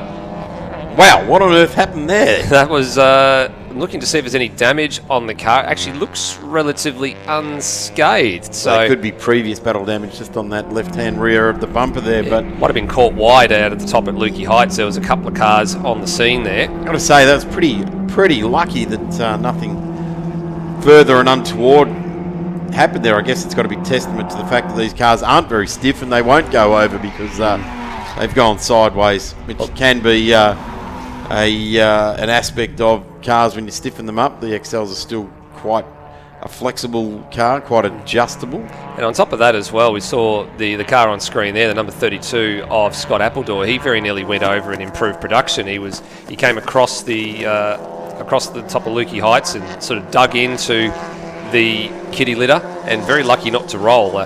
Very close. Very close. In actual fact, you look on the right rear quarter window just behind the driver's door, and you'll see there's a big white panel there. One of the rocks from in the kitty litter actually flew up and shattered the glass, so they've actually had to tape that over. It's not, it didn't break the glass, like it wasn't actually shards and things like that, but it's just, what happens when you get a bit of a strike on something and it sort of shatters into a million pieces and just stays put, because of course you've got the laminate on both sides of the glass, so it's intact, but just for safety's sake, they have actually taped it up. All on his own. All on his own. Just went a little bit too hard over the top of Lukey Heights, overcorrected, and rear end it gets got out away. of shape pretty quick, doesn't it? Once it goes, you are gone. It went very, very quickly, but no, good save, and still pointing in the right direction. Love this camera angle. This is a really interesting shot, just looking at Lukey Heights coming down, then they sort of disappear back uphill a little bit into turn 11, and then this is typically the shot that we see when they pick the cars up out of turn number 11 and heading through the last corner to 12. So this is the long shot, giving us a bit of a view of the last third of the circuit. Circuit, of course, is split up into 3 sectors. So Sector 1 starts at the start-finish line, goes all the way down to the braking zone for turn number 4. And then from there, Sector 2 runs all the way up from turn 4 over the top of Lukey Heights and pretty much finishes in the braking zone at MG Corner. And then Sector 3 is turns 10, 11 and 12. So that's the benefit of this weekend we've had is the live timing that gives us all 3 sectors, because that's not something we are familiar with in the Victorian State Race Series. We usually just get the times at the line. And it's just interesting to see now that for such an evenly balanced class, or attempted evenly balanced class with control parts, control tyres and the like, who's actually got the fastest sectors at the moment? So Sector 1 belongs to Hugo Simpson. Actually, no, that's gone to Harry Tompkins now, because we've just gone through the Sector 1 split. And Tompkins has also got Sector 2 at the moment, and James Lodge in Sector 3. But there's not a lot in it. There's only a 10th here or there. This is pretty good. This is 4 cars squeezed into the place of 2 at the moment. So side by side, 2 rows of the race here, and it looks to be cars just, I'm going to say, dare I say it, just working with each other, knowing that they've got to get to a critical point in the race. They've got to be in touch with the leaders. They've got to try and have a gap on the rest of the field and try and be in touch to be able to challenge for the run to the line. And then we get to lap 18 and all the gloves are off. That's it. I'm pretty sure that's how it's going to transpire. That's and what they say. on 19 we have a safety car finish. No. Oh, no. We don't put the muzzle on it that early. All right, nearly 3 wide. Actually, it is 3 wide over the top. Lodge is out of control. Gets a little bit loose in the front and the rear, heading down the top. And, not quite a hip and shoulder, but not a huge amount of space afforded. Waghorn dips the left-hand side Federal tyres into the grass behind the ripple strip on the exit of turn 10, so he's lost a little bit of momentum. Lodge, who was looking like he was going to pick up at least one of the spots there, doesn't end up gaining anything at all. They're trying to gap Charlie Nash and Antonio Meluso behind, and then they've really cleared out, left Larry Merrifield about half the distance of the length of the main straight behind. So top 4 in your shot there. Then there's another 2, and Larry Merrifield, a bit of a lonely 7th place at the moment, ahead of Christopher Stilo, Donovan Manjovac, and Craig Featherston. Gee, Harry Tompkins is doing a nice job in the front of this race because they're starting to get lively. A little bit of a coming together there, a little bit of a flick on the 117. I'm keeping an eye on the lap times here as well. So we've had 5 laps of the 20 laps completed so far, with the flying laps remarkably consistent out in front, even in the 2 minutes, 2-minute ones. So I'm going to eat my words here if it's a bit of a surprise if this pace continues. If they're able to continue this for another 10 laps, I'll take my hat off to them, because not only are they battling pretty hard and pretty fair, but the lap times are sort of, within a second of each other in a controlled category. I think they're, I think they maybe still need to leave a little bit of something in the tank just for when they get to the back end of this race, as Nash and Meluso have now caught up a little bit through the first sector and a half. So they're getting close up to the back of Hugo Simpson's number 117.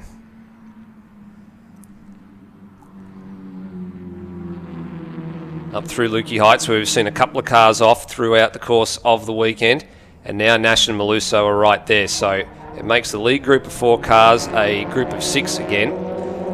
A couple of times this has happened throughout the weekend. We had one happening yesterday afternoon where the lead group of cars had, pretty much got a gap, and then with a little bit of a moment for some contact at turn 1, it checked the whole entire pack up and then allowed everybody else to catch up. Simpson had 2 wheels in the dirt there between 11 and 12. He did, and he got it over the back of the ripple strip and just about dragged him on. He had to reef it back over, and there was nearly door handle to door handle contact there. This is pretty good. This is getting interesting. Group has started to really close back up on each other again here. They've gone through. Lodge and Tompkins, I think, are backed out of this little moment going into turn 1, and I think quite sensibly here, because that was just starting to get a little bit awkward with 3 wide going across the line with well over half the race still to go. And just common sense has got to prevail, I think, here for a little bit. Tell you what, the answer going 2 by 2. Absolutely through turns 1, 2, and exit of 2 there. Side by side, 3 rows of 2 cars. Very close to some bump drafting going on down here. I actually found out from Neville Blight yesterday when we were having a bit of a chat about Hyundai XL Racing that bump drafting is actually not in the regulations with regards to Hyundai XLs. It's actually forbidden. It is correct, yep. It's a NASCAR thing, and NASCARs are designed to run close with each other like that, so it doesn't upset them so much. But yeah, certainly it was something that we first saw here at Phillip Island in the old days of the High-Tech Oils Suzuki Swift or Suzuki Sport Swift racing, and it was our old mate from XL's Benny Grice that was using it to his advantage. And of course Benny Grice has been very successful in XL racing. Yeah, I remember seeing it back at the 2018 Hyundai XL Nationals that were held here at Phillip Island. It was down the main straight just about every single lap, 3, 4, 5 cars deep, pretty much all attached at the hip. You basically could not fit an AFL football between the cars. It was that close. You probably even couldn't fit a piece of paper. in a number of instances as well. But somehow they all got to turn one and they all managed to get through. And it was a play on at that point. But and we live to go another day and say not allowed to do that anymore. That's exactly right. Here we got on screen the number 32 yet again, Scott Appledore, heading up over the top of Lukey Heights. Number 28 here of Brett Bodale is just tucked in for the ride here, and then you've got the 29 machine, which is Ed Narkowitz, and he was the other party that went for a wild ride coming down Lukey Heights a little bit earlier this morning. At the same time, Scott Appledore also had his moment and ended up with the two machines in the gravel trap. But they both managed to get themselves out, so that was the important element in that equation. They did manage to get out of the gravel trap and keep that race running under green flag. Just a local yellow until they managed to get going again, and thankfully they didn't take anybody else with them. Yes, it is always the thankfully one there when other people get or don't get carted off with them. This is some pretty terrific racing here. Scott Appledore, this is for 11, 12, 13 in the race. And Scott last time around was a 204.7, and actually Narkowitz at the back of this group actually set himself a personal best with a 204 flat. So the pace is hot, the pace is good, very similar pace to what they've been lapping throughout the course of the weekend already. So I think this is starting to, I guess, give us a little bit of an insight as to just how some drivers are planning to approach this, but it'll be the second half of the race, I think, that determines whether or not the cars are going to be able to sustain the lap times that they have been producing. How long will these tyres last, and can they sustain 20 straight laps of punishment? The longest races we see in Victorian State Race Series and here at Island Magic are sort of 10 to 11 laps. That's about as long as we usually see for sprint racing. Of course, the Winton Enduros and other Enduros around the country, they go for 300 kilometres or up to 3 hours, depending on what nature. And I don't even know if you're allowed to change tyres in some of those Enduros. I know you're going to have to refuel at some point.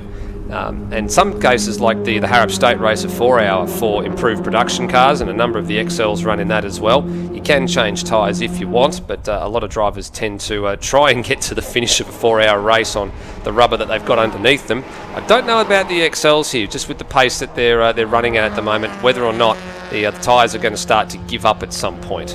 Yeah, you'd have to suggest that they're normally going to do 10 less laps in a weekend of racing, and this is going to start to apply the blowtorch to the control tyre. But I think they should be right. An hour's race, the cars are underpowered. They're not exactly very heavy, so you pick the best of what you've got and you put them on the front where all the drive obviously goes through, drive and steering.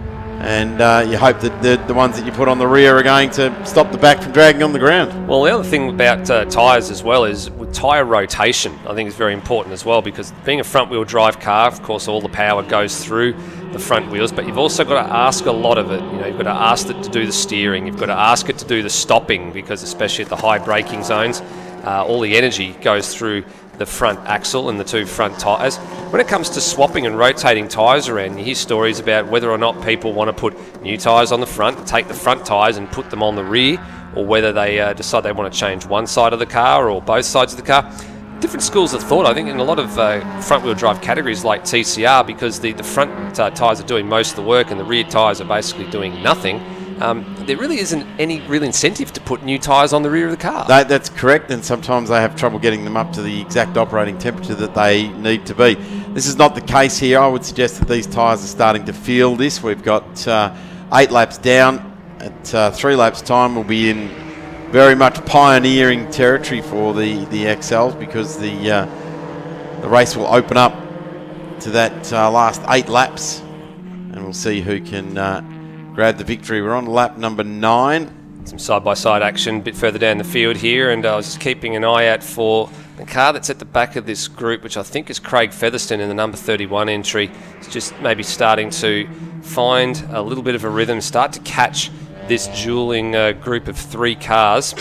There he is, the Featherston number 31 machine there, and then behind him Michael Sinclair in the number 98. So they're trying to play some catch-up here. All 18, 19 cars still running, so that's important, because the whole field has continued to run throughout the weekend. Everyone's run quite flawlessly, no problems, no mechanical gremlins. Small field, as we said at the beginning of the weekend and the beginning of this race. And everybody's still facing the right direction and still putting on a good show here. Bit of a pioneering effort from the Piart crew this weekend to bring out the Hyundai XLs for a 20-lap sort of mini enduro.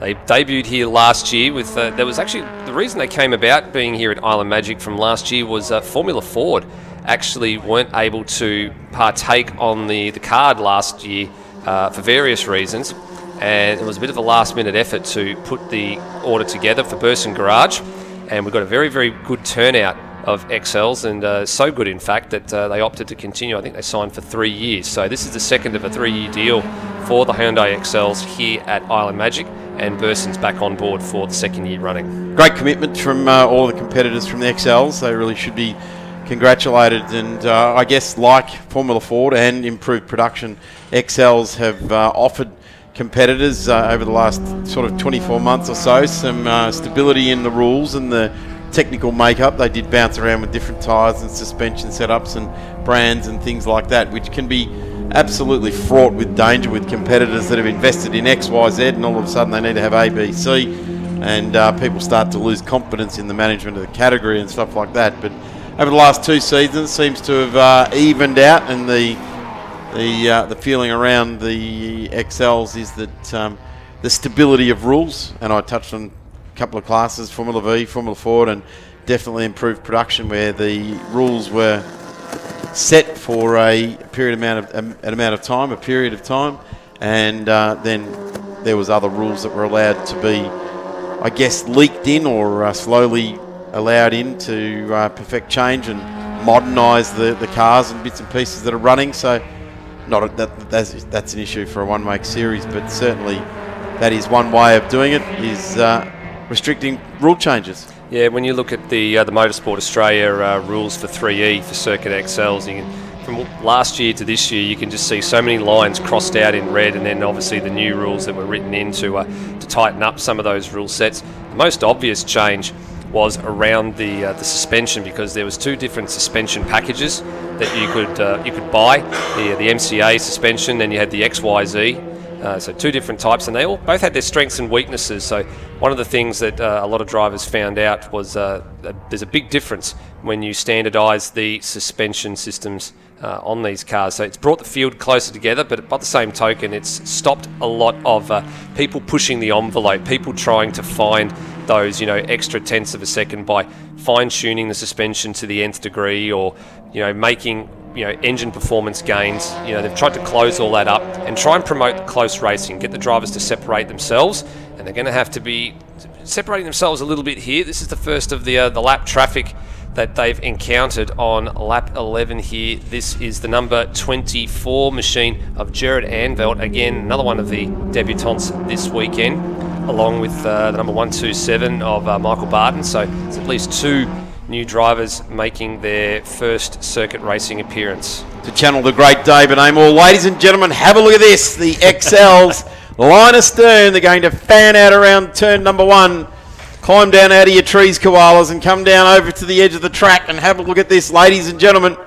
It is just about to bust loose. Half race distance. Steve DeVries and I have been wondering when it was going to start to get back to good old XL racing, and they've got 11 laps to go, and they've gone, well, we're looking in a good spot here. Ladies and gentlemen, we are about to get it on. We are indeed. So it's starting to get a little bit interesting now. The pace has just started to increase. The urgency has just gone up a notch. 3 wide at the back here, heading through Stoner Corner. So that was Waghorn, Maluso and Lodge were the last 3 cars in the group there. And Waghorn looking down the inside at Charlie Nash in the 155.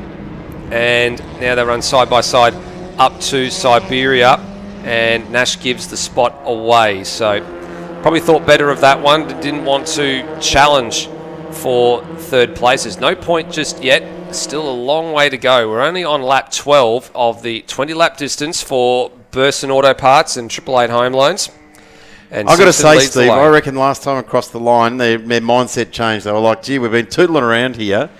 We've let it drop down. We got into the 159s on that last lap. We were only running 2 minutes. Now they're pushing back into this 159s. I think things might have livened up a bit here. I think and so. I think I might have called David Amor in just at the right time and got the ladies and gentlemen and the koalas out of the trees and got it all I happening. think the ghost of Dave Amor lives here. I know he's still with us, but I think there's always a little presence around Phillip Island with Dave Amor. Something just happens. So it It's should like, be. Just like a snap of the fingers and away we go. Whoops! Whoa, And we've got a there we bit of go. contact. I think that's just a bit of space awareness, and it's Brett Bodale in the 28. So the first casualty for the weekend for Hyundai Excels. That's substantial damage. That's not going anywhere. Out of 12th place too, Brett Bodale went down through there. Wait till we go racing at Calder next year, then you'll see the spirit of David Amor. Well, there's an asterisk next to Calder for There the is, moment. definitely. So we'll wait and see with bated Without breath. doubt. It's got people excited though. That's the important Everyone's thing. talking, aren't they? Everyone's talking about it. Can you imagine these guys at Calder Park? It's a long straight with a very nasty stop at the bottom of it. Here we go. And we're just watching here. This is going around to Siberia. Ladies and gentlemen, get your eyes on the screens. So that was Narkowitz who went with the over and under there, and that's a hip and shoulder, I think. Wasn't it? Whatever. There was an assist there. Yep, and I think he went for the over and under pass and wasn't quite aware, I think, how much space he had there. So yellows are out, so be careful here, gentlemen, because yellow flags are on display. I did see them just flashing there at turn number 6 there. You just saw it as we went past, so race control are going to be looking very, very closely here at these 4 drivers just to see if any of them happen to be in the wrong spot with the yellow flag out. And the yellow flags were actually out at turn 4 as well, so they had plenty of notice to know that something wasn't quite right. Here we go again. They're getting together here. The 84 and the 39. This is 3rd and 4th on the road. Waghorn and Lodge. Nash settling in behind, so too Malou. So the lead 2 are just trying to check out here. Lodge realises what they're up to. Sides down the inside at turn 10, and safety car called. Boards and flags, safety car called. So, well, that puts a little bit of a dampener on this thing. The pace was just starting to get elevated. It was just starting to get it was just starting to get upped. There is Brett Bodale. Oh, Nash off the road there. Did he have a little bit of a hip and shoulder moment? Charlie Nash disappeared off. We've got another one off there. The one, I'm not sure what number that is. It's the 135 of John O'Keefe. So where's he gone off at? He was off at... running a bit of genuine Hyundai Excel paintwork there too. Yeah, he was at turn 2. Spearmint. So we've got a replay coming in from turn 2 here. So under the safety car, yellow flag, and that's O'Keefe. Oh, there we go, just all on his own. And I think just not paying quite a bit of attention, maybe slowed down through the corner. And Nice catch though. Good catch. Very nice catch. That could have ended up nasty all along that conveyor belt along there. Did a bit of lawn mowing It's while the he was long at shot. And we are coming under the control of the Cool Drive safety car. I'm going to be curious to see what happened to Charlie Nash in that. I was just about to say it. There's a little bit of a mark on the driver's door of James Lodge's number 39. So I'm wondering whether the safety car got called. So here we go. So there is Lodge. He was actually held out wide by Waghorn. Safety car came out. Whoops. That'll be... Way! There's the reason for the mark on the driver's door. Yeah, I reckon Charlie Nash hadn't seen the safety car flags and boards. The flag point is on the inside of the corner there coming up, and there was cars definitely to his left-hand side. So lucky. And he probably didn't notice the cars slowing in front of him. So fraught with danger when that happens is, the other one is you're fraught with danger and everyone races all the way to the line there. So the leader of the race had backed out. I'll tell you what, Charlie Nash is going to know he's alive after that one. She was up, and almost away on 2 wheels. So they were all checking up. The safety car's been called. He didn't realise what was going on and has been caught out. That is super, super lucky.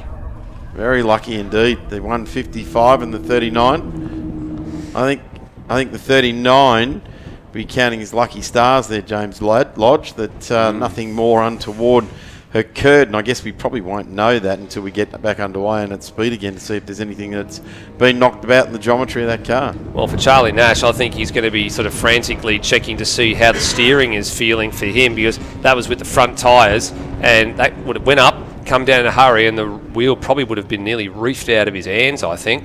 as that went not only up but then hit the deck on the other side as well. So he's going to have to be super careful at the restart and just make sure he knows what he's got underneath him before he attempts to push. And he's been in this group of lead cars for the whole entire race just about. They fell off the back for a little bit and then they've sort of managed to catch back up.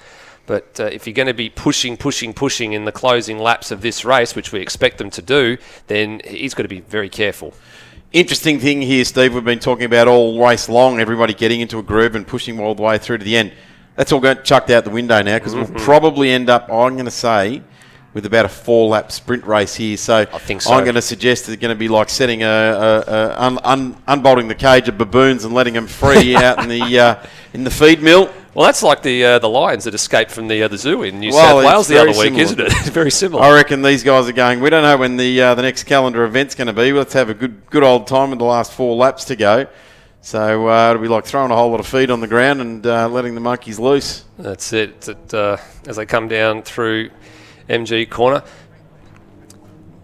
So we've got another look here at the incident between Ed Narkowitz in the 29 and in the 28 of Brett Bodale. So there was a fair pass on the inside here. So Narkowitz down the inside, and then Bodale had a good run through turn 4, looking for the switch, looking to command a little bit of space. And then, oh geez, you can see there that a big squeeze. The number 32 of Scott Appledore had a bird's eye view of what went on there. I'm pretty sure there was a rule that was instigated about this time last year where racing room is mandatory. Well, isn't it? There's a rule in supercars for a long time. They used to talk about, you have to be up to a certain point on the car and all that sort of thing. And that's all out the window now. It's just simply a case of if you have any form of overlap, you are entitled to space. I think that's the rule they operate under nowadays, and that's passed down to the grassroots motorsport level. And unfortunately, a lot of those supercar regulations, and there are a lot like catching and passing the safety car to come around onto the lead lap and all that sort of thing, which is just in the supercars rule book. It doesn't apply to the rest of us that watch that coverage and we go racing. And you want to go to the stewards and say, I redressed that yellow flag. You have the rule book thrown at you. They go, show us in the rule book where there's anything about redressing. Exactly. I mean, supercars allowed because that's a professional version of the sport and it allows the show to go on. And it's a sad assumption that a lot of the drivers make, I think, isn't it? They watch what they watch on TV and then think that that's the rule that applies to them. But in the grassroots motorsport, there are, as you said, a few rules that aren't quite the same, such as, start procedures, safety car procedures and those sort of things. There's no lucky dog of unlapping yourself under a safety car if you are in a position to get a lap back. It's it's a top tier level thing in this country. So here we go. We've got the field coming now down to turn number 2 under control of the Cool Drive safety car. So 14 laps completed of the 20-lap journey as we run through the field here while we have a few moments. So Harry Tompkins, then Hugo Simpson, Toby Waghorn, James Lodge, Charlie Nash and Antonio Meluso. Those are the top 6 drivers that have been in the lead group of 6 cars for the whole entire race. And we're expecting probably the winner is going to come from when we get underway again. Larry Merrifield in the number 7 car, he's 7th place overall, and now he might have a little bit of a resurgence here because he was able to hang on to the lead group of cars in Saturday's running. He just hasn't had the pace this afternoon and again this morning to really keep in touch with them. You've got Christopher Stilo in the New Line Homes car in 8th, then Donovan Marjovac 9th, and then the number 1, 2, 3 of Nichols, he's in 10th place. And actually, where did he start? He actually started in 11th, Devon Nichols, so he's picked up a spot there as well. And then Ed Narkowitz, who was involved in that little hip and shoulder incident. Scott Appledore, Craig Featherstone, Michael Sinclair, and then in 15th place you have Michael Barton, so he's gone backwards a couple of spots from where he started. The number 159 of Lee Kennedy is in 16th place, John O'Keefe, and then Jared Anvell in 18th, and currently what is scored as last place. So we have the recovery for Bodale. Just going on to the truck now. We're going to keep a very close eye on the safety car across Lukey Heights to see if the lights go off, because from my vision, which is suffering, yet the tow truck is moving. So let's hope we can tuck that and that supervising vehicle away and we can get the lights off on this safety car. Looks like we might be the going back this lap. 5-lap dash for cash, and this is going to get Very lively indeed. So in from the lead of this race will be the safety car. It'll give the lead back to Harry Tompkins, so he will effectively become the safety car. The tilt tray truck, I think, is just going around Siberia, and it's going to peel off over the back section of the circuit. There is a couple of access roads there that it can come in from the outside of turn 7 and then back in through the paddock. So they've got that car and the truck off the circuit as quickly as they can. So great work by the Pyack recovery crews. They've been spot on with all the recoveries throughout the weekend. Perfectly lined up here for the restart. The safety car is off the track. Harry Tompkins has got them absolutely, literally line astern with each other. It's his prerogative to go whenever he wants to go as well. I can tell you the judges of fact are going to be all over this. If anyone is touching or onside, and he's gone. He's accelerated nicely away. He's brought everyone out of turn 11. That is a really good start. He's been considerate to not only his own run onto the straight, but everyone else has managed to go with him. So this is good. This is going to set us up for, well, at the moment, the snaking run down to the start-finish line, and these cars do not want to get passing or be line astern with each other. There's going to be some trouble. I think Merrifield missed a trick there. There's some lap traffic in between here as well. The number 24 machine of Anvelt is a lap car, so he's got to be very careful here with Stilo and Merrifield and a bunch of others all lining him up to get past. So the lead group of cars is gone. And with the lap traffic in the way, Merrifield was caught out there. We're getting a little bit rough with it there. Waghorn, Lodge, Nashville or so. Check out the margin they've made already at the restart here. This lead group of 6 cars has absolutely put the hammer down and bolted. It's exactly the way they were, really, before the safety car. Same bunch of cars, a little bit of a gap to Nashville, Mosso and Merrifield, but they're right back in it now. Toby Waghorn gets into the lead and relegates Simpson and Tompkins. Yep, so they're gone back to second and to fourth respectively. Lodge is now up into third. Merrifield leads the next group of cars. Oh, another one off. Is that actually speak of Merrifield? That is him. So he's, I think he's been served on the exit of turn 4. So I'm not sure if he can keep going there. He's come to a standstill. Well, I tell you what, we've had one safety car for a car off, not too much further down the road from there. You would have to suggest that consistency would say there is another safety car. He's got going again. So importantly for Merrifield, he's got going. So we're being told that it's last lap. Yeah, we're getting some word coming through that it's a last lap, and you're right. They've got checkered flag out at start-finish stripe here. So cut 4 laps short, and well, Toby Waghorn's got a margin here, so he's won all the races so far this weekend. He won the Saturday Special. He won the Sunday race this morning, and he is going to make it 3 from 3 here by the looks of things, with thanks to Burson Auto Parts. Checkered flag awaits at the drop and the start-finish line. Toby Waghorn is going to be your winner. So there you go, the Mini Enduro for the XLs, and they charged the line. Toby Waghorn on that last lap made up 2 spots to get the W over Hugo Simpson, James Lodge, Harry Tompkins, Meluso and Nash. Nash merged back up 3 spots on that last lap, as is Craig Featherston. And the 122 of Stillo, which is a great looking car in the new line livery. Be keen to see what happened to Larry Merrifield after that one. I think he's going to be the not quite the last man home. Here we go. So just keep an eye on your left of screen here. There's another car. Yep, he got served. And there was maybe 2 cars involved in that. I can see maybe he spun across the front of the New Line Homes car of Chris Stilo, but I don't think Stilo was the only car involved in that one. So the field all intact to make their way back down to the turn 4 return road. And, we do wish the entire Hyundai XL field and community a very, very Merry Christmas, and a good run race there, 16 of 16 laps, and we go into the final race for the weekend for historic touring cars, which will be hotly contested, following into Formula V, and then Australian Formula Open will be the next field out on track. So, the last field on track. Historic touring cars are making their way around through the marshalling area, and we'll be back with more trackside here at the 32nd running of Island Magic. Back soon.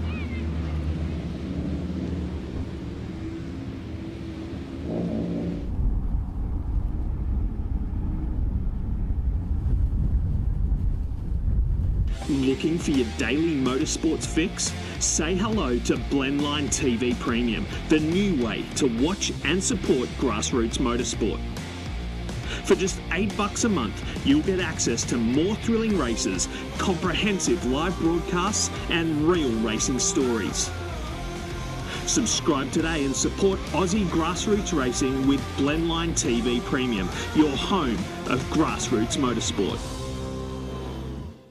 Bosch Motorsport provides technology for racing. Worldwide experience from all major categories of motorsport is in your race car when you use Bosch Motorsport components, ignition system, sensors, fuel delivery and high-end electronics. Bosch Motorsport brings race-proven quality and performance to your motorsport machine.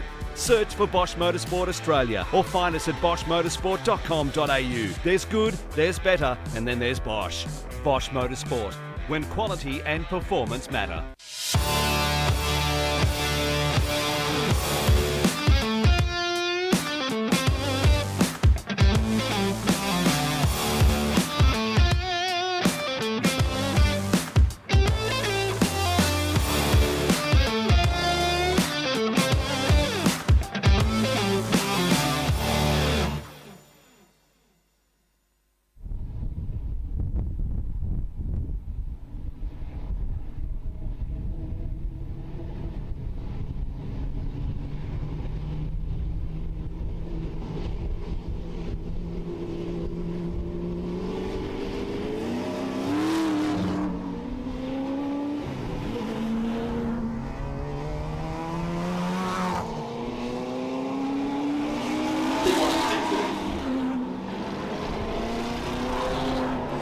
Cars roll out now for what's going to be a bit of a journey for the historic touring cars. A full 50k race for the historic touring cars is the next show rolling out, and they are an absolute automotive festival.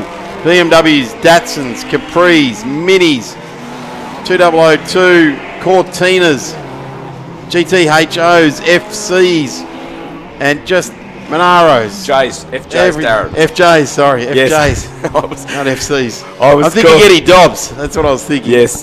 So, plenty of things going out there. Mustangs and a lot of Camaros here this weekend. Darren Knight, welcome back to commentary. And this is going to be an absolute ripper. 50 Ks and Paul Stubber coming from the rear. Yes, good afternoon, everyone. Good afternoon, everyone at home watching on Blendline TV. Paul Stubber, you mentioned Darren, coming through from the rear of the grid, so that'll be a exciting watch. Paul unfortunately had a rear wheel cylinder let go in this morning's race after being out in front, so he has plenty of time though to get through this very big field. 12 laps, the journey for race 2 of historic touring cars. Unfortunately, race 1 yesterday was a non-event with that accident to Conor Onofaro in the Cooper S. So this morning's run was won by Aldo Di Paoli. He actually took out the Alan McKelvey Trophy, which is a trophy that the Historic Touring Car Association of Victoria brought into being a couple of years ago after the passing of club member Alan McKelvey, and the decision was made to award that trophy to the first race of Island Magic each year, which is in honour of Alan winning his first ever race outright at the wheel of that Mustang. So the club is now awarding that trophy each year, which is great to see. Speaking of McKelvey Mustang, that we'll see that back on the track next year. Rob Van Stockram in the little BMW 2002. He is having his last race in that car today, and then getting out there in the ex-McKelvey Ford Mustang next year, joining the Big Bangers, and that's a car with a great history, of course, originally built by Alistair Raven for Drew Margett many years ago, and then, of course, also raced by the great Jimmy Richards. Certainly, it'd be good to see that car back on track. In fact, I'm frothing at the mouth a little bit here, Daz, to see these historic touring cars. They do put on a lot of entertainment. I think in the back of the mind of most of these drivers, they're like, oh, we've got to put on a show. We've got to show the fans what these things are about. And let's face it, there is a lot of fans that come to the track to see historic touring cars. They really do turn it on. This has been a absolute massive turnout for the historic touring cars here this weekend, and Aldo de Polo from Western Australia, and I guess this field is bracketed by the fast Western Australians in Camaros, isn't it? It's bookended. It's going to be exactly that. There goes Joe Collegia in that beautiful looking Mustang, which was built a number of years ago, and now Joe gets to be the custodian of that one. We had a young bloke by the name of John Bow sorting it out for him. Not sorting it out for him, but running it in for him, I guess you could say, a couple of weeks ago at a historic Sandown. And yes. John, of course, took 3 dominant wins at the wheel of Joe's Bright car. future, that kid. Yeah, I reckon he's really on the up. Yep. Definitely. Keep your ear out for that. That's name right. You'll hear in the That's future. right. Darren Hossack in the most unlikely car on the second row of the grid for historic touring cars, an RX3, but a guy that we know can race as hard as anyone. Darcy Russell loves his horsepower. Chris Stern fast in that red Mustang there as well. Andrew Baird, Michael Cross, Peter Mullerman. We go back to Justin McGalvin, and then it's Quinton Bland rounding out our 10. Bill Trengo, Jervis Ward, Joe Collegia, all lined up behind that side of the track. Green the flag at the back. Start to rise. Di Pioli versus Talbot, the front row of the grid. Good start from Darcy Russell, the number 4 fastback Mustang. Everyone gets away except for the Cortina right at the rear of the field. Might be Mick Stupka, unfortunately not going any further. That's a shame. Mick Stupka's normally bought an interesting car to the track. He's bought Citroens, he's bought everything along. Gets himself into a Cortina. In fact, sorry, that was Mike George and the Lotus Cortina. Now he's getting underway right at the tail end of the field, but Di Pioli is our race leader in the red Camaro. Number 96, Darcy Russell, a great start. He put the big Ford Mustang number 4 up into second place in front of Trevor Talbot. Let's have a look where Paul Stubber bobs his head up, and we've got the wipers going on the Miles Charger there, so he's looking right down the outside. Hopefully they're just been flicked on by accident. Where is Stubber? There he is, just picking his way through the Just Cars traffic jam that he's turned number 4. Victim of its own success, this category. There's 40 plus cars on the field, which makes for quite the traffic jam on the opening couple of laps. Certainly does. They're side by side. As Justin Brown joins the race from pit lane in his number 25 BMW. Trevor Talbot now moves up into second place in his Chevy Camaro, displaces Darcy Russell, who has now a mirror full of Darren Hossack in that little purple RX2. Tell you what, Darren Hossack wants to manage the temperature in the engine bay of that little RX2, because after 12 laps he goes right round the outside, hauls them up, and the frustration begins. You'll point it in a straight line on the straight, and then there's nothing short of cubic inches that will take care of business for his fellow competitors. Stubber just being boxed in now by Capri and a Mini, and this is what can happen. He looks to the outside. 3 wide. Powers it on. And there he goes. Cracks it open. Well, there's a classic Speedway move there. I'll just round up two cars and be sideways at the same time. That's typical Stubber. The good thing about that was that he managed to gain control of the car by kicking it out sideways. Opened up a bit of track in front of him. He knew how far he had to get out to the side. It's like a pinball machine flipper, just giving him a bit of a flick out of the way. Up on the cushion, as they would say on the That's dirt right. tracks. Yeah, absolutely. Using the barriers to bounce it off.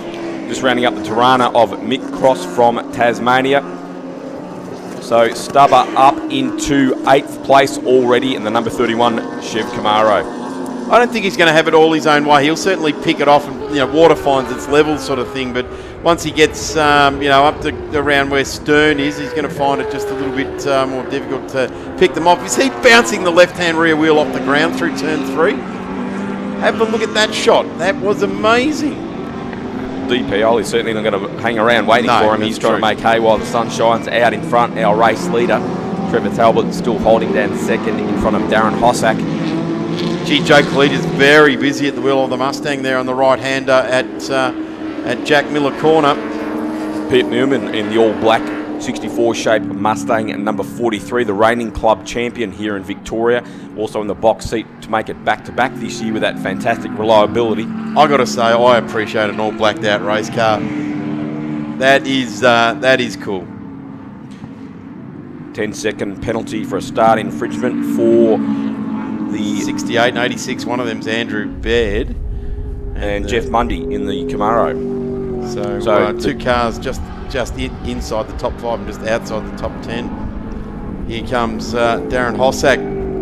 Been around this track many times in a plaster piece of kit, but he's loving just absolutely wheeling this car, driving the absolute wheels off it. And this is the frustrating bit though.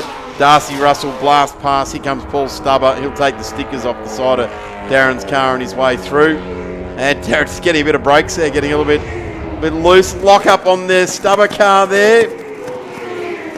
What great car control, hasn't he, Paul Stubber? Certainly went very deep under brakes there, rounding up the Mazda of Hossack as he starts to put the pressure on Darcy Russell in the Boss powered 302 Ford Mustang number 4. And Stubber now goes up into well inside the top 10, now up into 4th place.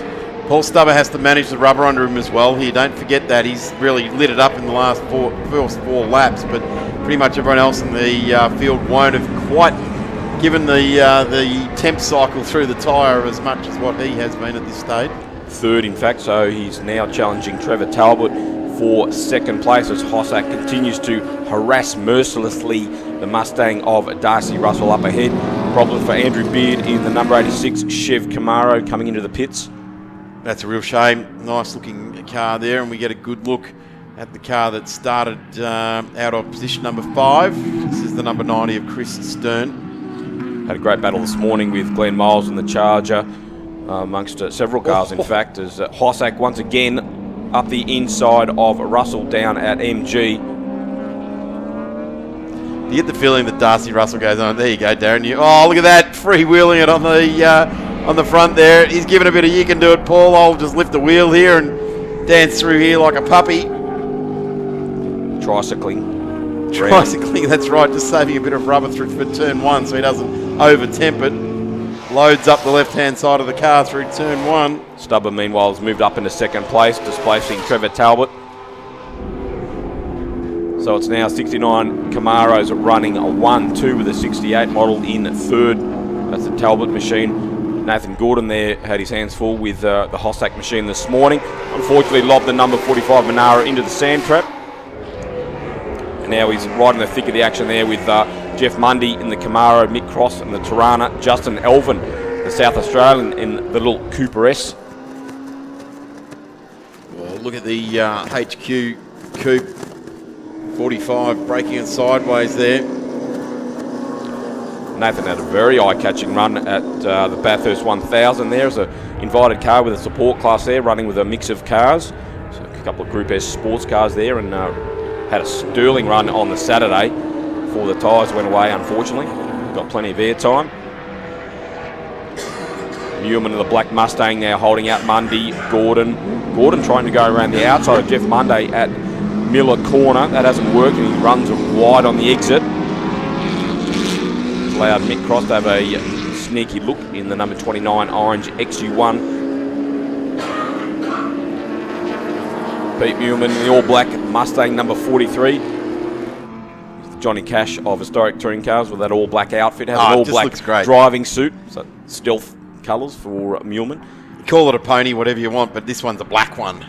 It's like the stallion. Well, Dark Horse is a name that is now on the side of a Mustang, forthcoming S650 Mustang called the Dark Horse. Very powerful road car coming to the country in a couple of years' time. Iconic silhouettes is what historic touring car racing is all about, and all of these cars have got a history about them.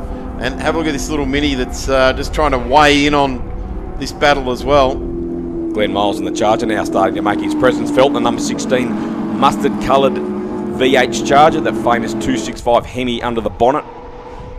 Gee, I tell you what, you reckon Darren Hossack's getting frustrated in the RX2. Imagine the feeling of frustration of passing 3 cars from Lukey Heights round to the straight in a Mini, and then the 3 of them coming blasting past you again. And I guess to a lesser extent the GTR XU1 Tiranas as well. They do, in their day, go very, very well, and still do in different conditions in historic touring cars. But when you've got bulk horsepower straight line handling, as I like to call it, then you're in all sorts of strife, aren't you? Well, of course, we've seen Trevor Talbot have great success here over the years in his yellow XU1. Took out the Victorian Historic Touring Car Trophy back here at Island Magic in 2005. So certainly a very quick motor car. And Mick Cross doing a great job here, the Tasmanian, in his Origin example at the moment. Really putting it up to the larger engine cars in front. Having said that, Miles has now rounded up Cross. So Miles on the charts, the number 16 Valiant, now putting the pressure on Pete Millman and Black Mustang. Fastest man so far, no surprises there, Paul Stubber, a 1:45.8, so just outside of his own lap record. Was hoping to get into the 44s this weekend. Of course, that was scupper this morning with the rear wheel cylinder issue. So track might be a little bit greasy and maybe cooling off a bit this afternoon.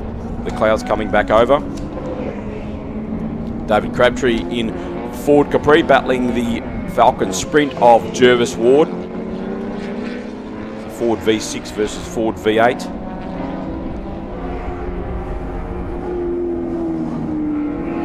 Falcon Sprint became famous with its stunning performance on the 1964 Monte Carlo Rally.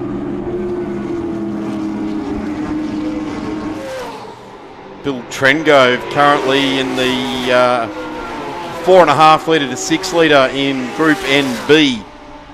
152.34 is what it says in the record books here at the moment. So absolutely eclipsing. Sorry, we're actually NC, aren't we? That's what we're looking for. The outright lap record for Group N is held by Stubber with the NC 69. 145.5, so 145.8 at the moment. So two classes out there today. Group NB, which is for cars built prior to the end of 1964, and Group NC, which must have been a model that raced in Australia from 1965 through to the end of 1972. So I guess they tightened the rules up a little bit there, and the car had to have actually raced in Australia, which is a bit different to NB. NB was any car that was homologated as a touring car anywhere in the world prior to the end of 1964. Jeff Mundy in the number 68 Camaro there, holding out Nathan Gordon in the all-Aussie Monaro, except for the engine, big 350 Chev under the bonnet.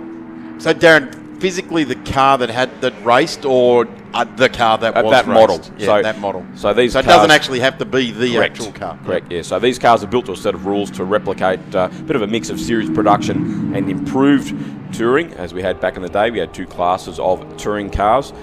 So they don't have to have an actual race history, the car itself, but the model certainly does for NC. It's been very few cars with actual race history we've seen run in the class because, of course, they're extremely valuable.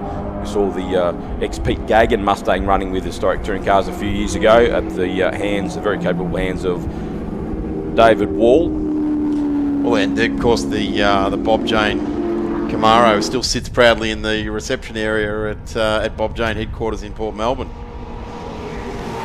Love to see that back out on the track one day. Miles Johnson did a fantastic job of restoring that car back to as how Bob ran it back in the day.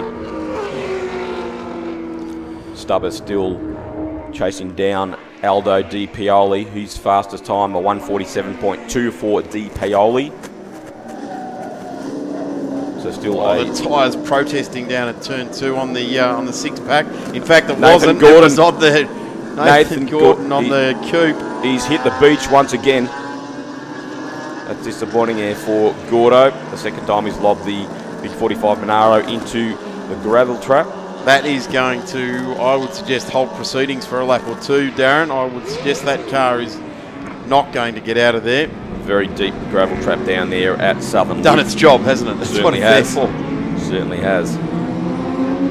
So we'll wait and see how race control reacts to that. With still 5 laps remaining, 4 3/4 laps remaining, I would not be surprised if we saw the Cool Drive safety car deployed. They're obviously assessing their options at the moment. Kirk Davis in the little RX2. He's having a great battle with Justin Elvin in the Mini. It's funny, you travel all that way and you end up racing against the same bloke you do back at home in South Australia. And there's nothing wrong with that, because generally they know each other pretty well and they'll give each other the honest amount of room that they need. We don't often see contact in this sort of historic type racing, because the consequences are just far outweigh the advantage, don't they? They certainly are. We do see a little bit of panel damage now and again because they don't parade around. They're right into it, get stuck into it, so occasionally it does happen. Nothing deliberate, of course. It is interesting too, we've got such a strong field of cars here, and the BHRR putting on the Geelong Revival this weekend as well. They could have been at either place. Here we go. Replay of Nathan. Oh, there's a wheel off it. Nathan Gordon has lost a rear wheel. Well, it wasn't his fault that time. Continues on down the path, well and truly beyond. Extremely rare. So that makes it even more surprising that we haven't seen the safety car deployed yet. Yeah, Nathan Gordon losing a rear wheel in the big number 45 HQ Monaro, and that's plonked him into the sand, into the gravel. Quite rare. Yeah, that's a shame down at turn 2 to have the car off. Now, Darren, this number 41. Jerry Leinster in the black number 41. What is that? Is that a tribute livery? Phil Barrow is off into the gravel trap as well, but drives out, hopefully. Given that grey motor a That's treatment. up at Lukey Heights, is it not, Darren? Yeah, it is, yes. He's having a bit of a tour there through the outskirts of the gravel trap. Good to see Phil back out there. Absolutely good. Always good to see a humpy. Certainly was synonymous with the early days of sports sedan racing. Everyone had a humpy. And a race car as well. And very popular right through, right up until the late 60s, even though it was surpassed by later model Holdens. They were still very popular out in the race circuits and the hooning areas of back in the day. Many a fiberglass body was put over the top of one of them, that is for sure. And I'm still very surprised that we haven't seen a safety car here, although obviously covered off by double wave yellows down there at turn 2. The car is well off the racing line too. It's very deep into that gravel trap, so out of harm's way, hopefully, as we see this battle continuing on between Les Wormsley in the number 99 Cortina and the number 41 Cortina of Jerry Leinster. Just about to see a replay of Phil Barrow having a travel through the gravel trap. Nice little loop there. He's luckier than what we thought he was initially, I think. Very neat spin, actually. Oof. Didn't hit anything, great to see. Geez, that'd tear your heart out if we saw that come to some sort of more... heating up at the front, folks. Isn't it? Paul Stubber, the number 31 yellow Camaro, right on the tail now of Aldo Di Piole in the red Camaro, number 96, with almost 2 and a bit laps to go in this final race for Historic Touring Cars, brought to us by Just Cars magazine. And it's going to get even more lively, Darren. A little bit of rain starting to appear on the commentary booth window here too, so that could get really lively here. Stubber right on Di Piole's tail as they head into Southern Loop once again. Oh, Stubber wants in, and he crowds the corner. No contact, massive understeer. He is trying to pour on the lock there, and he's just pouring on and off lock, solving the problem with the right foot. That's how you do it, Paul Stubber style. Wow, Stubber this is lively. Stubber just had to back out of that one, of course, with the yellow flag being displayed for the stricken Monaro of Nathan Gordon. So pulled back just in time as Di Piole tries to cover off through Miller Corner. He's going to come under massive pressure now, isn't he? There we go, Stubber solving it with a couple of licorice straps down the racetrack there. Bulk horsepower on call there for the number 31. We are being told this is the last lap, so checkered flag being readied. Yep, so 1 lap lobbed off the original scheduled journey. So can Di Piole hold off Paul Stubber and make it 2 wins from 2 today? Stubber side by side trying to go around the outside now of Di Piole. Puts into the inside though, under a braking marker. Piole stay with him because it will hold him up. Stubber up the inside at MG and takes the lead. Can Di Piole fight back? Only a couple of corners to go now. We are heading towards a checkered flag, folks. Stubber versus Di Piole. It'll be a 69 Chevy Camaro 1-2. Wow, from rear of grid. You can hear all about it at the Napa Auto Parts Grassroots Racing Podcast. Paul Stubber comes in to take the win in the 10 lap distance, originally 12, and gets the win there in the Camaro. Great drive from Stubber and DPL. There was nothing in it at the finish.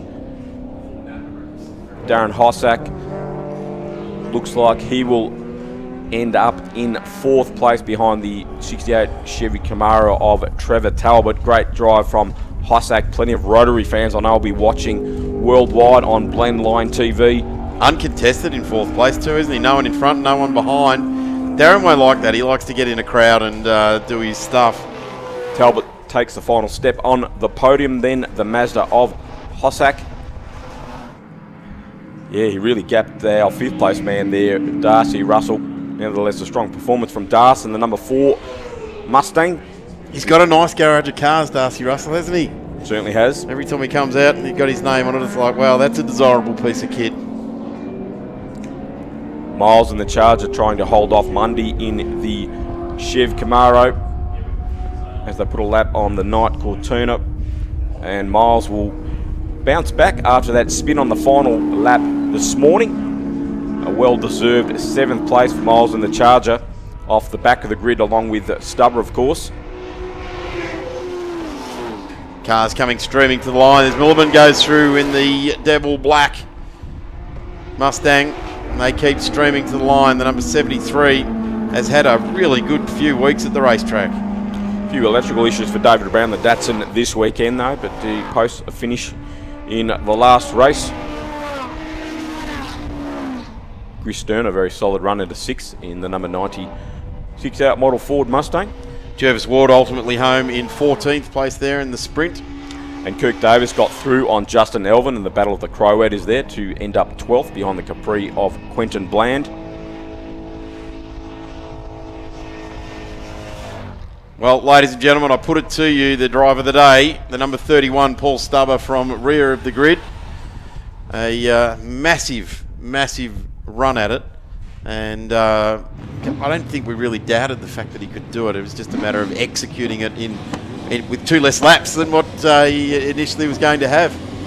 Nothing in it at the finish though, so great drive also from Dee Paoli there. The 2 Camaros running 1 and 2. Hopefully we don't see too much of that in the Supercars next year. Not that I'm biased or anything. But of course it'll be Camaro versus Mustang next year. Something that we've enjoyed in historic touring cars for many years.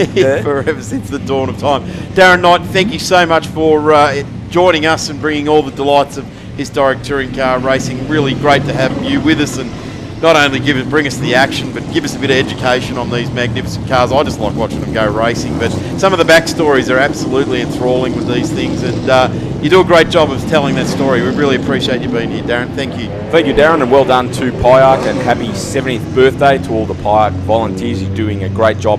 Island Magic, always a highlight of the calendar for historic touring cars, and we'll certainly be back here next year, and of course back here in March for the Phillip Island Classic. Certainly looking forward to both those events as well. We'll be back with more. It is Formula V's on track next.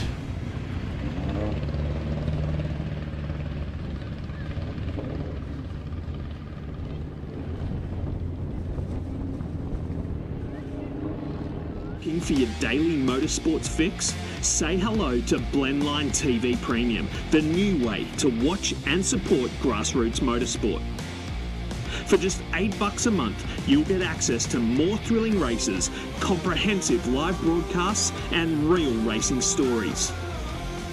Subscribe today and support Aussie grassroots racing with Blendline TV Premium, your home of grassroots motorsport. Bosch Motorsport provides technology for racing. Worldwide experience from all major categories of motorsport is in your race car when you use Bosch Motorsport components, ignition system, sensors, fuel delivery and high-end electronics. Bosch Motorsport brings race-proven quality and performance to your motorsport machine.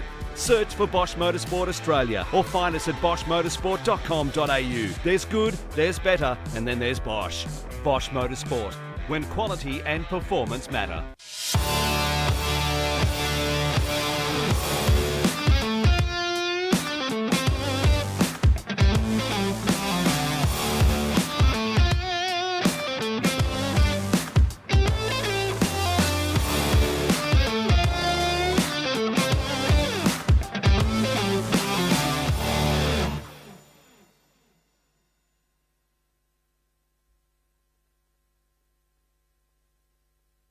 Looking for your daily motorsports fix? Say hello to Blendline TV Premium, the new way to watch and support grassroots motorsport.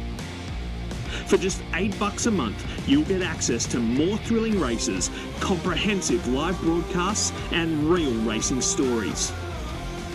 Subscribe today and support Aussie grassroots racing with Blendline TV Premium, your home of grassroots motorsport.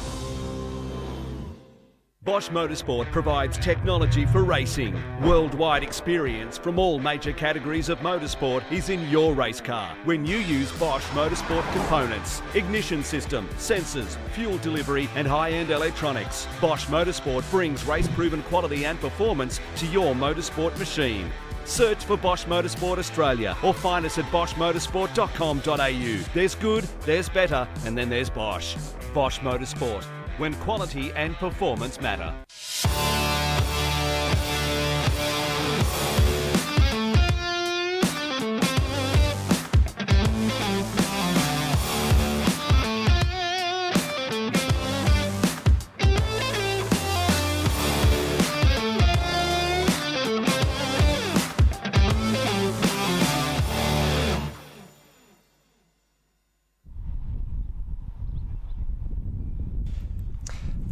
Well, just 2 races remain here at Island Magic 2022, the 32nd running of the signature event for the Phillip Island Auto Racing Club, or PIARC to its friends. And Callum Brannigan, I guess with 32 years on the board with this prestigious event, and on top of that 70 years for the Phillip Island Auto Racing Club, it's been a fantastic meet. I mean, yesterday, how good was Porsche Michelin Sprint Challenge? Yeah, it's fantastic to have them aboard. Thank you for having me back up here, Stephen. It's always a pleasure to sit by your side. You've done an excellent job steering the commentary ship throughout the weekend. It's been a big workload for you, so your voice must be feeling a little bit sore. It's getting there. Yeah, it's getting a bit sore, so nice and croaky for your Monday morning trip back into work tomorrow. But yeah, look, this is a fantastic event. It is a fan favourite, and it's a highlight on the calendar, and as it's colloquially known as, it's schoolies for motorsport in Australia. So if you made a trip into Cows last night, you probably would have seen an example. I was about to say, it's funny that, because I think schoolies is a bunch of, guys and girls that have just finished school that are down here for the weekend and decided to either come to Phillip Island or they go to Lorne or they go to the Gold Coast. I don't know why you would want to go there for schoolies. Well, they should absolutely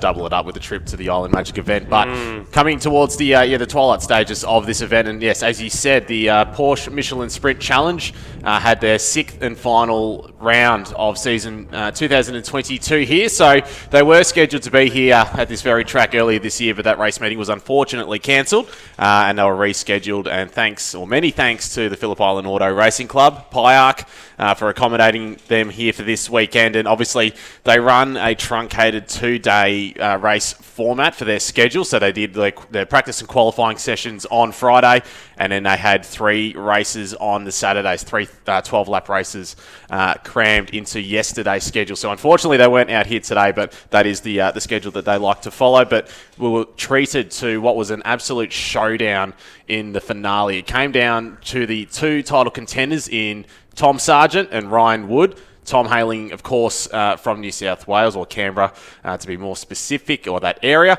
as well as Ryan Wood, who originally hails from New Zealand and is currently based up in the Gold Coast. It was just 25 points between the 2 drivers heading into the final. All Tom Sargent had to do was finish in 5th position. Even if Ryan Wood won the race, he would take the title by a single point, and that's of course what he did. Ryan Wood won the final race after claiming 6 pole positions from 6 possible qualifying sessions throughout the year, so he's the master of qualifying. But Tom Sargent held on, did a sterling job, finished 2nd position, was more than happy to watch Ryan Wood take the chockies in the final race, and he locked in that title. So Tom Sargent, of course, heading to the United States in season 2023. He'll take part in the Carrera Cup North America Championship with McElrea Racing, so we all know how good McElrea Racing is in the Porsche One Make Series. In the domestic championships in Australia. And Ryan Wood, of course, is going to have a season domestically next year as well. But 2 bright young futures. We also had, for the first time in the series history, 2 female drivers finishing inside the top 3 throughout races throughout in season 2022. So that was Madeline Stewart and Courtney Prince as well. Courtney Prince has been on fire for most of the season. She's been well and truly inside the top 5 in the local Legends Porsche, prepared by the Sonic Motor Racing Services team, doing an excellent job this weekend as well, because they've been preparing the Porsches as well as the Formula Ford program as well. And we saw Matthew Hillier take out a clean sweep in the Formula Ford event this weekend as well. So to have the Porsches here and represented on the Blendline TV coverage as well, beamed into homes in Australia and around the world as well, as an outstanding end to the season. And they also had the end of year awards night at Silverwater in San Remo last night, where they handed out many awards and celebrations throughout the night. So they've capped off their season, and they're looking forward to it has been a record-breaking season in terms of entries for them as well. So I think some of the stats I can't quite remember, but it's been a record-breaking number of cars here for a Phillip Island round for the Sprint Challenge.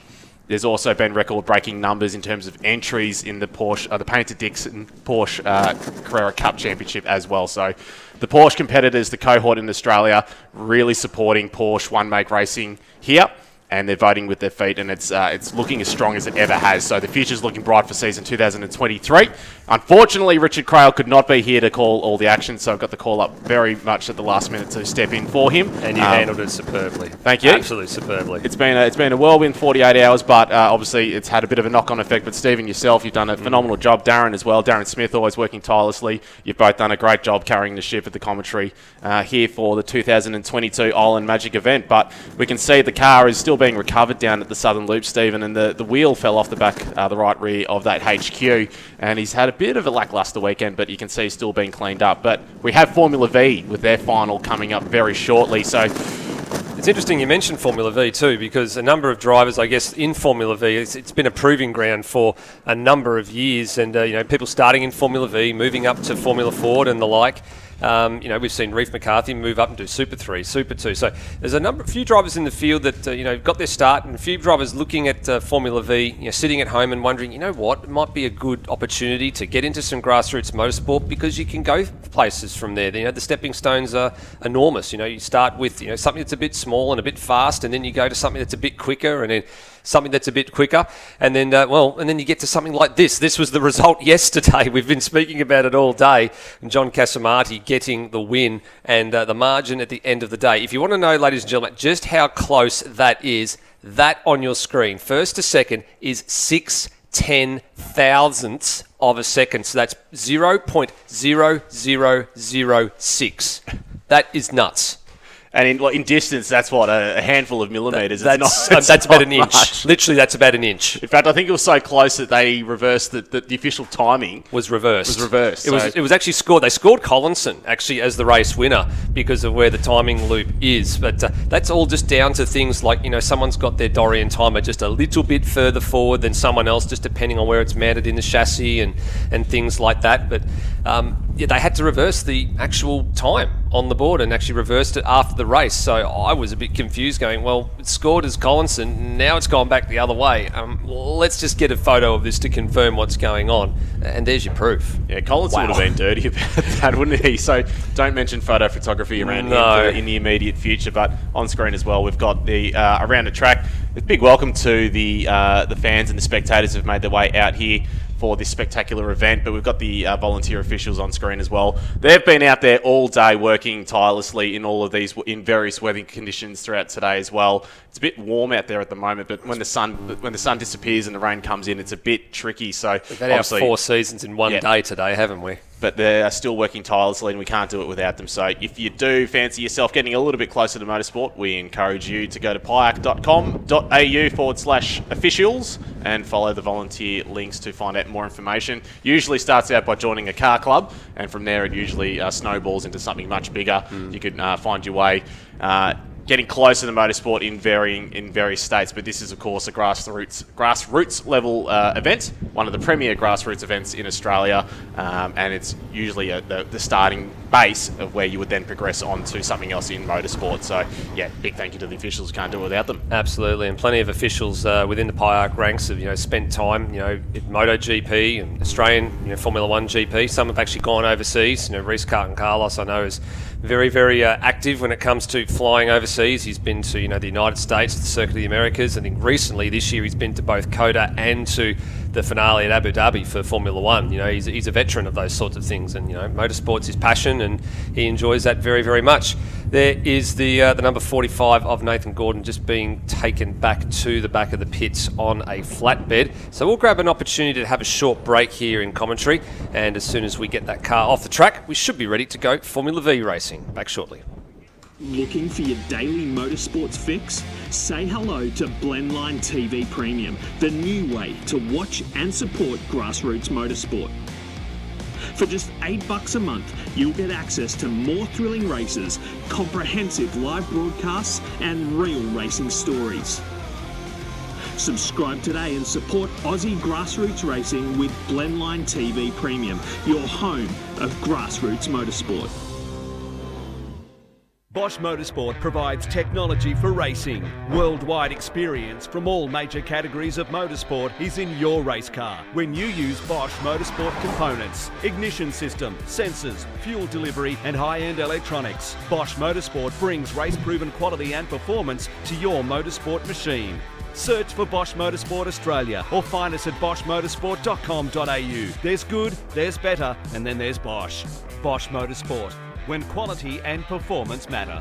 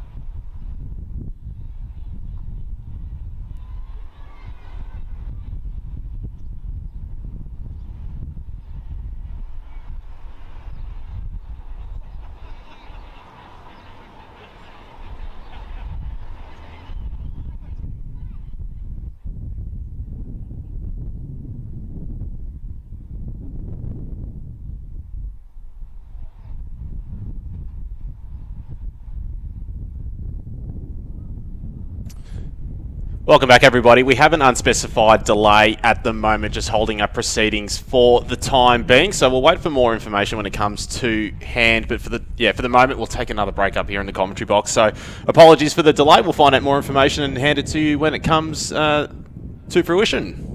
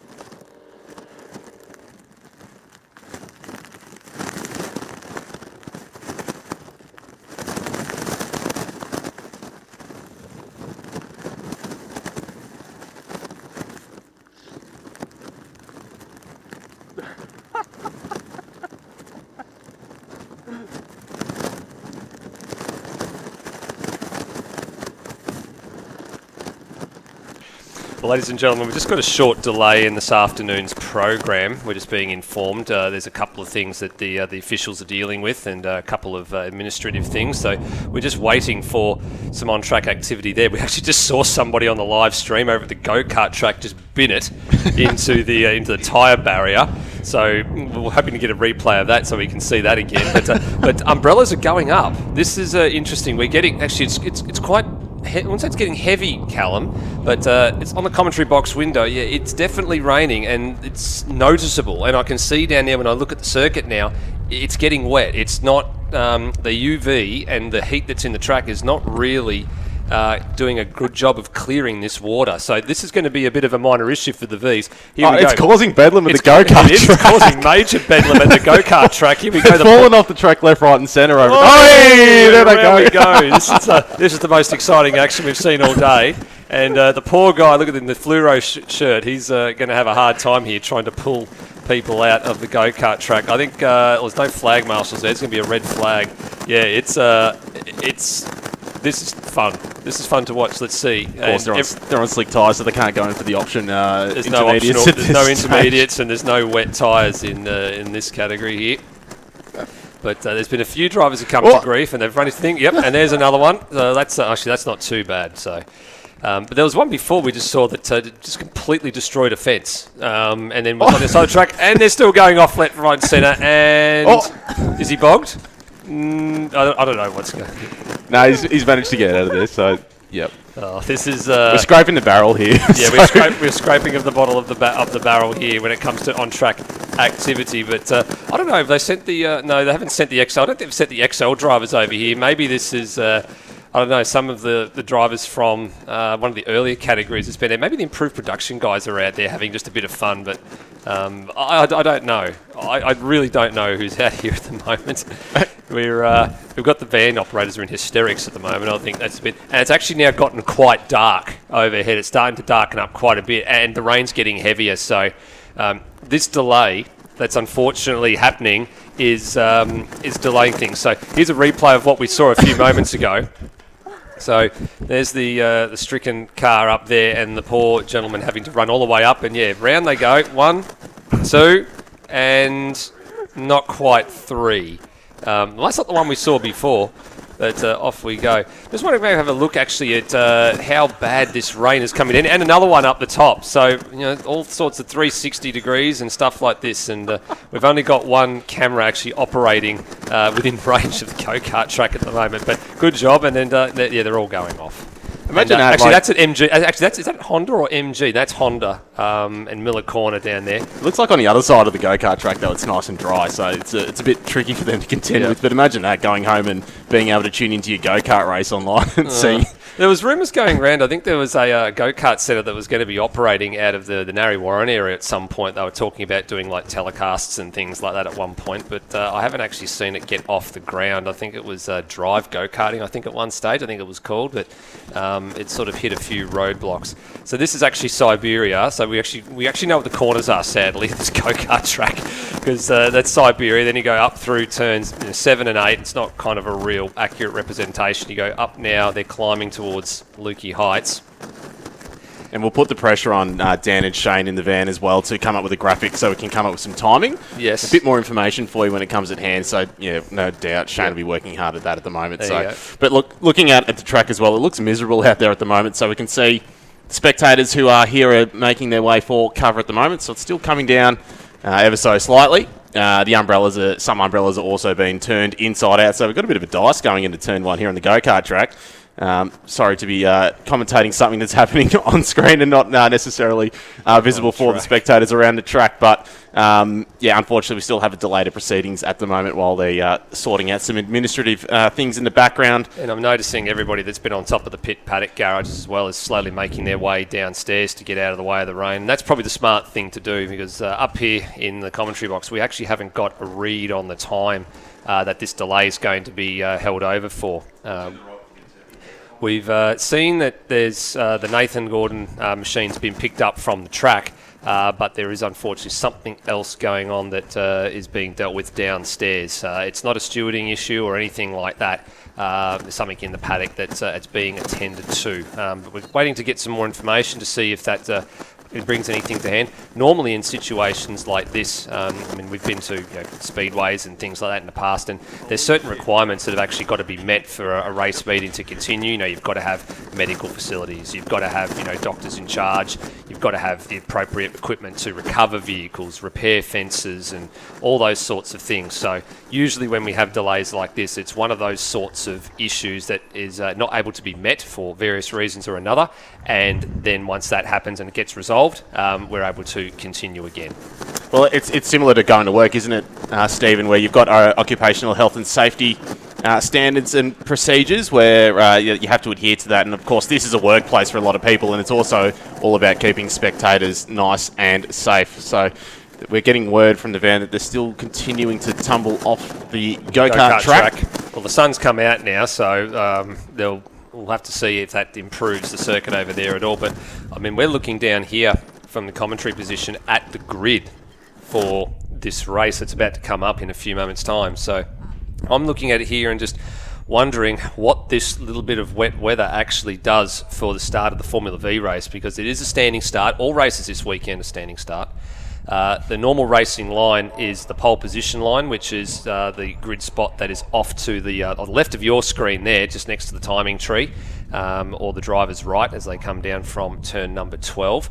And that's where I can see there's still a little bit of rubber out there. So that side of the track is going to be very heavily favoured, more so than normal, I think, for this Formula V field. And I can see now some drivers have opted to get out of the cars. They don't want to be sitting in there for any great length of time. But look at who do I count out there at the moment? There's at least 2 or 3 drivers out there. Plus I can see the Formula Open cars that are sitting in behind the Vs too. So they're actually quite anxious to get going, and the Formula Vs aren't up that end of the paddock, but the Formula Open Australia guys are. They're right up that end, so they haven't got very far to go. And even the Formula Open drivers, some of them are looking at changing over to, I guess, the treaded tyre to see if that actually makes any difference. But they're going to have to judge those conditions almost perfectly. So they're going to be very heavily looking at what the Formula Vs are going to do next, and they're going to have to make that call from there. And it's 25 past 4, and this was meant to be the time we're meant to be getting the last of the races underway. So there is a time certain element, unfortunately, to the day's proceedings. And if we can't get through the full laps for Formula V and obviously for Formula Open, we're going to find ourselves unfortunately cut a little bit short. And just looking at the timing tree off to our left up here in commentary at the moment, I can see that it's been reduced already to 10 laps for Formula V, and it was meant to be 12. So there's already a few adjustments being made to compensate for the time that we're losing with this delay here. It's a good time to give a shout out to our friends down at Race Fuels. So you'll notice if you're walking around the pit paddock, you'll see Race Fuels inside the paddock with their compound. They always arrive at all circuits around Australia, doing a brilliant job supplying clean race fuel suitable for race cars and road cars to a lesser extent in some of their examples. But they arrive here. Well, obviously the compound here at Phillip Island on the infield is very well represented with a pair of Bowsers. So for the state level competitors, they can roll up and fill up their race cars or their jerry cans and go back to the garage. But this weekend has also provided a unique challenge for Race Fuels, led by Mark Tierney and the team, doing a brilliant job as always. But given the Porsche component, or the Porsche Michelin Sprint Challenge component, mixed in with the state level competitor component as well, it's not usual for them to try and contend with those two different programs. So with the national level stuff, it's normally a much more pragmatic approach in that they deliver fuel canisters quietly in the background, and they do it all in order. They've got procedures for all those sorts of things, whereas a state level meeting, it's a little bit more of an ad hoc approach where the competitors can arrive at any time. So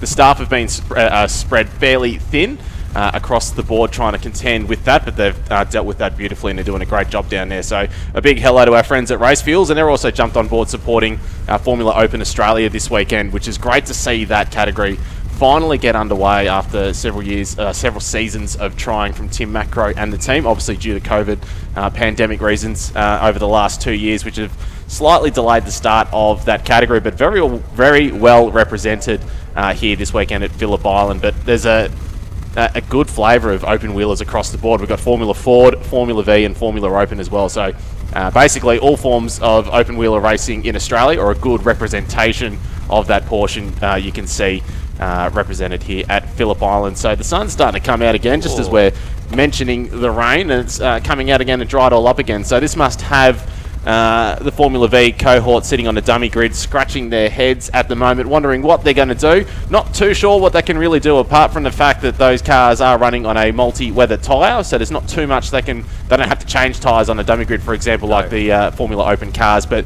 there are some small adjustments that they can make before they head out onto the track. Yeah, pressure adjustments mainly when it comes to deciding what you run with for wet weather or dry weather.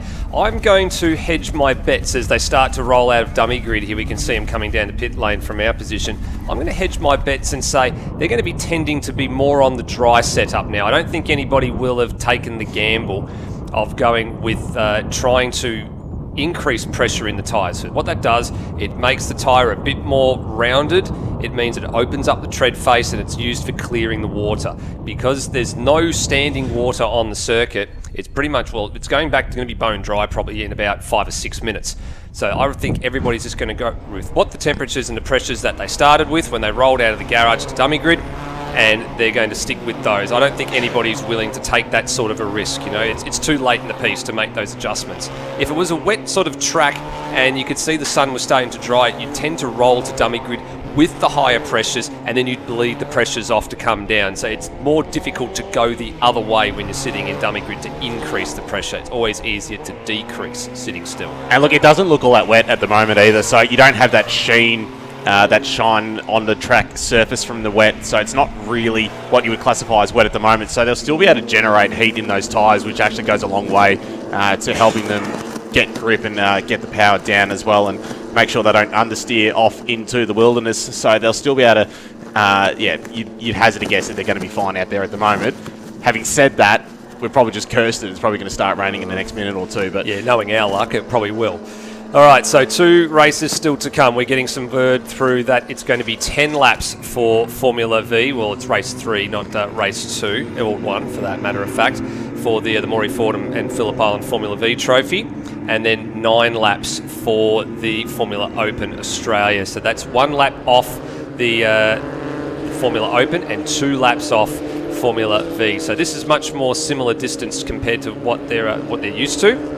Had 10 laps yesterday. They had a shorter race this morning. So this is going to be a very entertaining affair. So Reef McCarthy and Andre Curran off the front row of the grid. First front row start for the number 32 IntelliTrack and Aussie Boat Sales entry for this year, actually. He's a rookie in the series this year, Andre Curran, so he's driven fairly well, got very confident with the car. He's got a front row start for the trophy race this afternoon. Then Nick Jones and John Casamardi, Isaac Woodhouse and Ash Clifford, Rob Vile and Gavin Stubbs, Samuk Rudrapatna and Darren Power is your top 10 in this race. Then Nick Grigg, Charlie Tracy Richardson, Malachi Windsor, and the big casualty from race number 2 this morning, Heath Collinson, starting 14th. There was either a crankshaft issue or a flywheel issue in that car. He didn't complete the race. He came off after a few moments. The car essentially died and gave up at turn 2, and he coasted all the way to turn 4 and ended up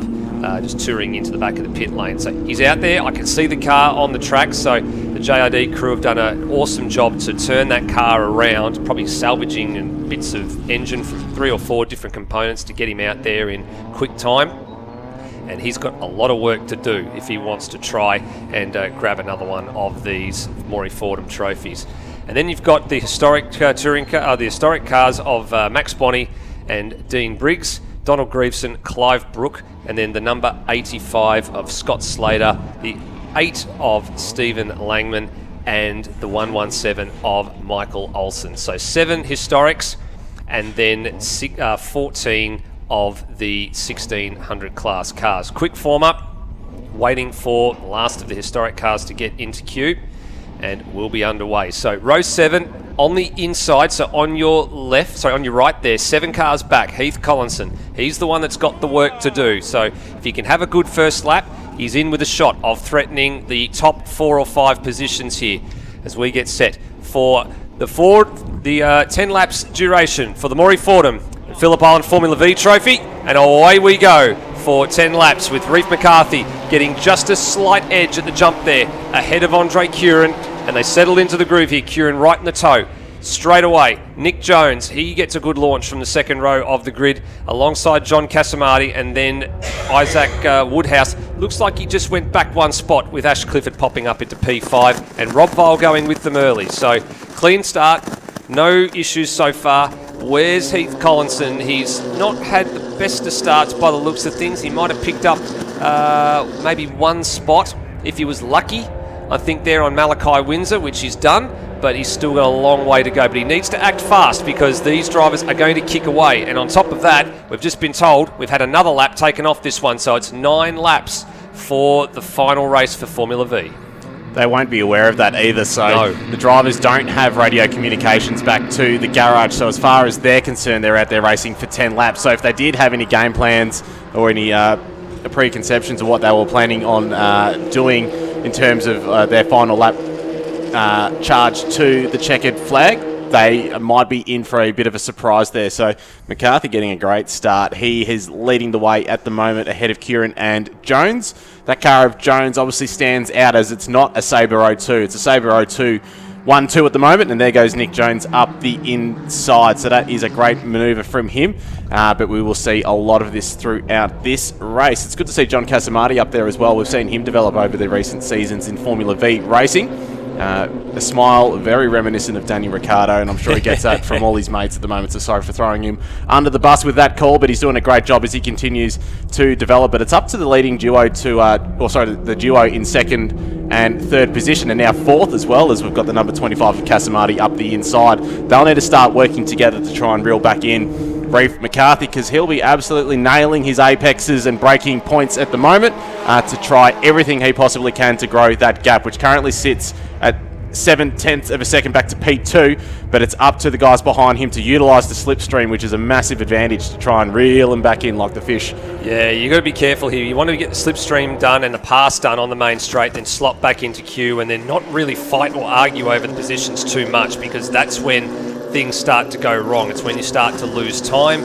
It's when you start to have, accidental side-to-side contact as well, which in open wheel racing usually ends in disaster. But they've got to work together. You can't just be, making a dive bomb pass and then holding up everybody else behind you, because you'll just lose out hand over fist. And they've managed to do that quite well at the end of this first lap and into lap 2, and they've caught right back up to the rear of Reef McCarthy. We've seen Reef do this quite a fair bit as well. We've seen him try and run out on his own and solo and try and just pump in the lap time while everybody else is fighting and arguing the point over the positions behind. And by the time you grow the gap, sometimes it's just too much of a bridge to overcome. Here goes Casamati.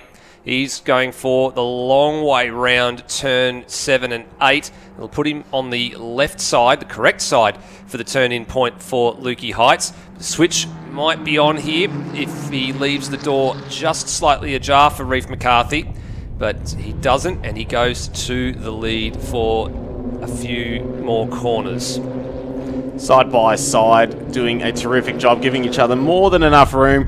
Plenty of respect between competitors in Formula V racing, and as Stephen DeVries touched on before, this is one of the prime opportunities for your go-karters coming out of the small circuit stuff and into the big circuit stuff.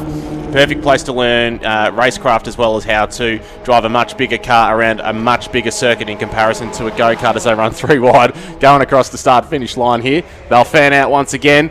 They will still continue to be 2 wide going into turn 1, and that's Ash Clifford on the inside there, racing the number 17 car prepared by JRD. Junior Racing Development, of course, one of the leading teams amongst many in Formula V, and JRD were really crucial. They were critical in the component.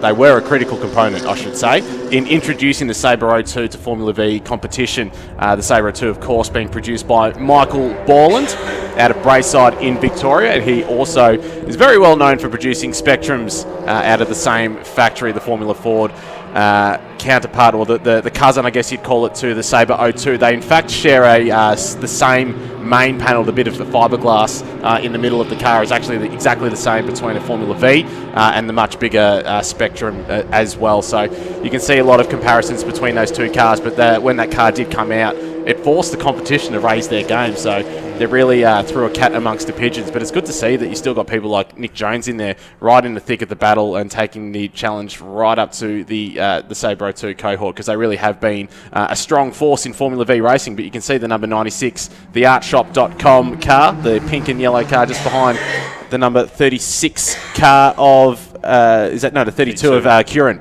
as they battle it out going into turn 10. But we've still got the club secretary, the number 17 of Ash Clifford, holding down third position. He is indeed at the moment. And you mentioned Mike Borland and the team at Borland over in Braeside as well. They're actually about to get another chassis coming back to be repaired. One of the drivers that unfortunately was out in Friday practice was Brandon Taylor, another one of the Sabre 02 machinery that's been looked after by Beecham Racing. Had a pretty nasty shunt and has actually damaged the chassis and the frame, so that's going to have to go back and be stripped down and straightened out. So he was a late withdrawal after Friday's running for this weekend, and would have been a bit of a disappointing thing for him, because he would have been probably fancied to be in the top 10, probably not in the thick of this battle. He probably would have been in the battle group behind, which is actually at the moment being led by Heath Collinson. So he's made some progress. He's up to P7. He's about 4 seconds behind this group of cars. And last time around, looking at the lap times, he was pretty much on a par with what they had done. So there is the Collinson Black Angus number 31 Sabre 02, along with Samuk Rudrapatna in the Sabre 01 and Gavin Stubbs in the Spectre, which is the car that was run by Davin Field here for a number of years. And say hello to Dav. I know he's focusing more on his long-distance marathon running nowadays, but it'd be great to see him back out here every now and again. And he was a very, very healthy competitor, and helped add to the grid numbers, but also is very well liked amongst his peers as well. And the dead heat with Reef McCarthy in 2019 was extremely popular at the club dinner a couple of weeks later.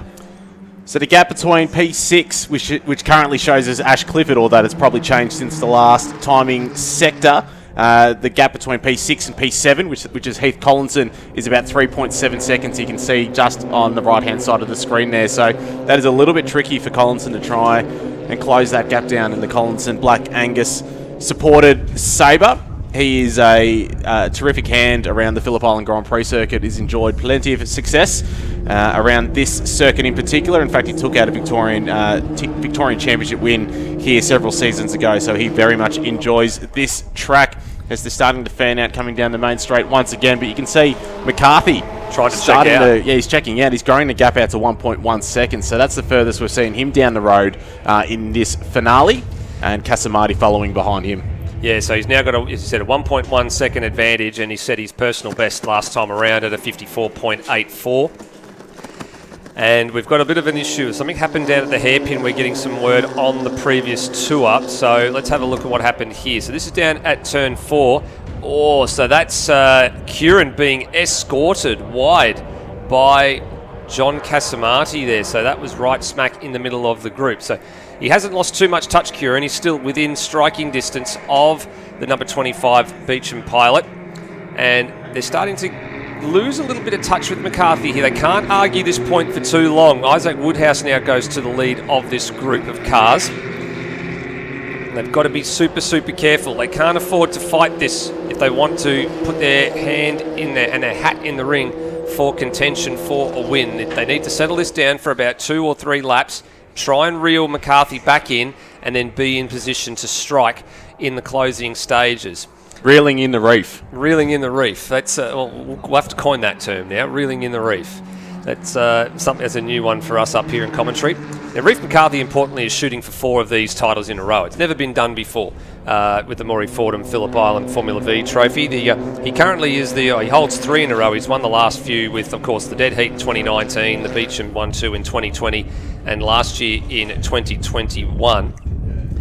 So that's a record as it is at the moment in terms of consecutive titles, and the most amount that I've seen on here, I'm looking right now, I think it's Frank Hare with 4, so he would join one of the greats if he was able to take out another title here, not just 4 in a row, but join one of the greats with 4 titles total. Did he grow the margin last time around? He did. He grew it by 0.4 of a second. So this battle group are costing each other time, and I don't know, are they content just to fight over second and third place? Have they given up already?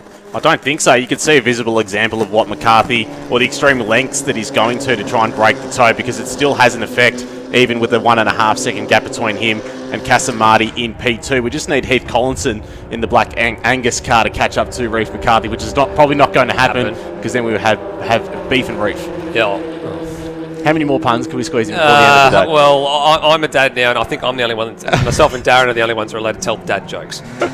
So as I continue on through turn 4, that is Nicholas Jones hanging on to the back of Kieran. So it's great to see the 32 car has recovered after being escorted off the road, as Stephen alluded to earlier.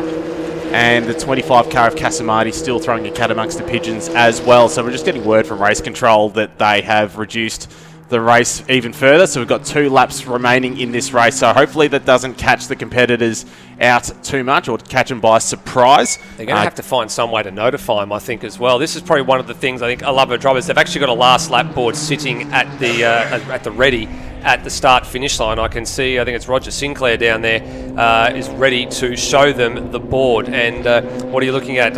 What's happening outside the commentary box window? Someone showed me a radar before, and I think we've got the R word on the way. So I think it's going to get wet very shortly. It's starting to get a little bit specks of rain on the window, so it's not looking too good weather-wise, but they might sneak it in here. Lap traffic's going to be a factor, I think, here late in this race as well. Michael Olsen, and there's a couple of others involved in here. I think Scott and a couple of others too. So McCarthy's going to be the first man to strike it. Last lap board has been shown. Last lap board is being shown. You can just see it there off to the left. So McCarthy's got 1.9 seconds in his pocket at the moment. He might be safe. He's just about to see how he tackles the lap traffic here. Oh, and then the group's getting caught up as well. So there was 2 cars in that one. It was the number 8 there of Stephen Langman, and I think Michael Olsen just ahead in the 117 machine.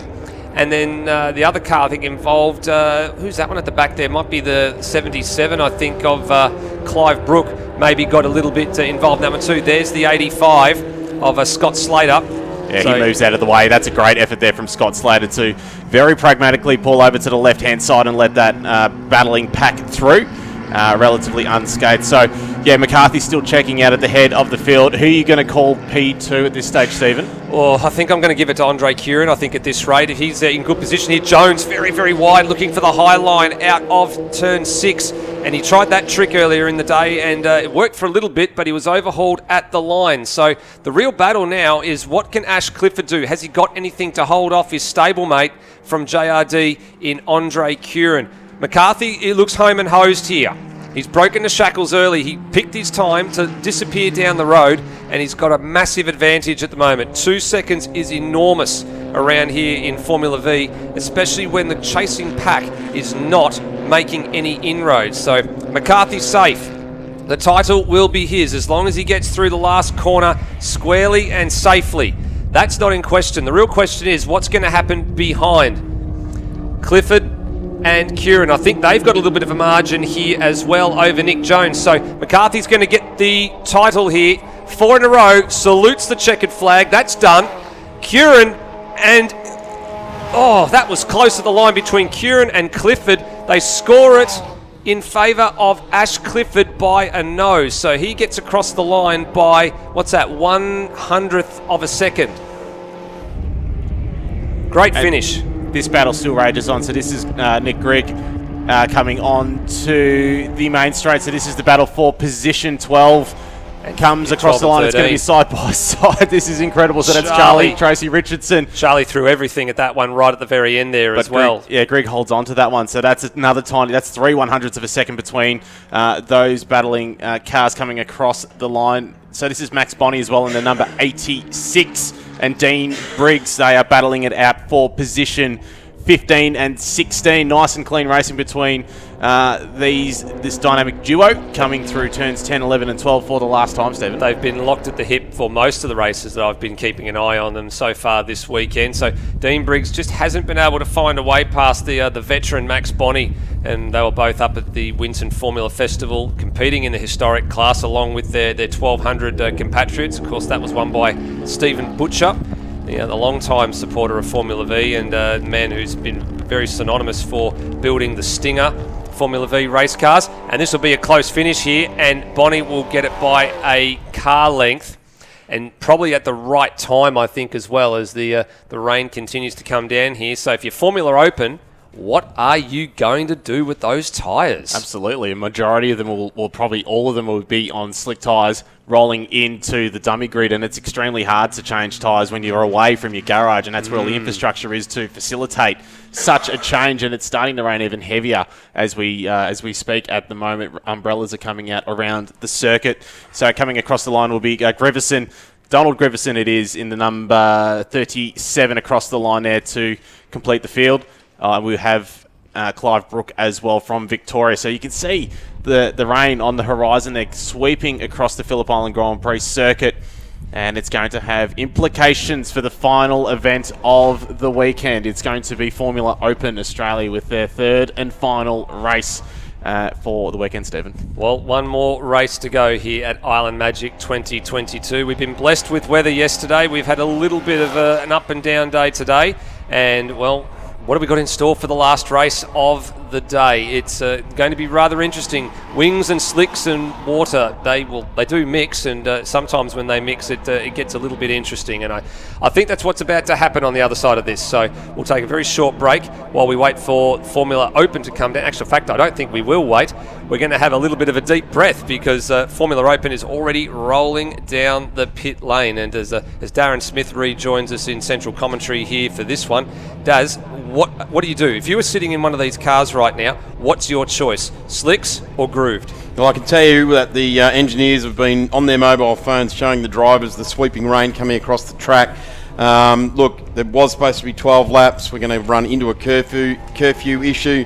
The Race Fuels Australian Formula Open race number 3 for the weekend, I guess right now is just a little bit controversial. But you've touched on it, guys, when you were talking about it. They're not like just pulling in and jacking the car up and changing the wheels on them. Well, yes, they are, but you've got to have the jack, and you've got to have the air gun, and you've got to have those bits and pieces to get the job done. Look, it might be some of these team managers may say, you know what, you're in a leased car here. It's your choice. If you bin it, there's a fair old damage bill coming your way. And I'm not seeing anyone going out on treaded tyres. Everyone's got slicks on.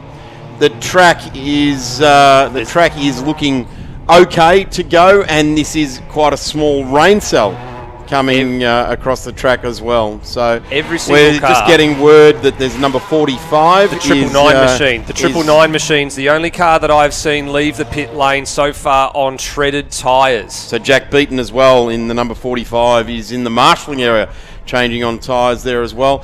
I am not sure. Actually, there he goes now. He just joined the field. So that's a pretty slick change there by the AGI Sport outfit. They are a pretty slick operation. They won a Formula 4 title with Nick Rowe. And Jesse Lacey was the other one who was leaving the grid in through the pit lane. The only one that actually rolled down the grid, the pit lane with the treaded tyres on. So then there was one change back in the pit paddock, as you said before. So plenty of drivers going to roll the gamble here, and they're going to roll with slick tyres. I think it is a gamble, but you know it depends on how long the race is going to go for as to whether there's an answer. Well, there's still 12 laps on the board on our timing screen, but we do expect that that's going to be reduced. That's the picture from Siberia as well. You can see rain striking the camera lens. It's not heavy. It's just constant. And the drivers, they've got no visors are there. They're going to be wiping the visors furiously, but when they get up to speed, the rain should just beat up and roll straight off. They won't have time to actually get a hand up and rub the front of their helmet. They'll just have to get on with the job and deal the hand that they're dealt with. Well, there's some very experienced team managers and car owners out there in this field. The Australian Formula Open is a new concept, and it is a concept that is going to get some good support going forward. This is its first real big shootout, really big effort in it. They've got the AFO 1, Australian Formula Open 1 class, which is the FIA European Formula 3 cars from 2004 to 2012. makes sense. Then the AFO2, which will be Formula 3 cars from 99 to 2001, and then the AFO3 Invitational cars. And that's the first problem. And that looks like Nathan Gotch, is it, in the number 66? Yes, it is. He's gone around there in his Formula 3.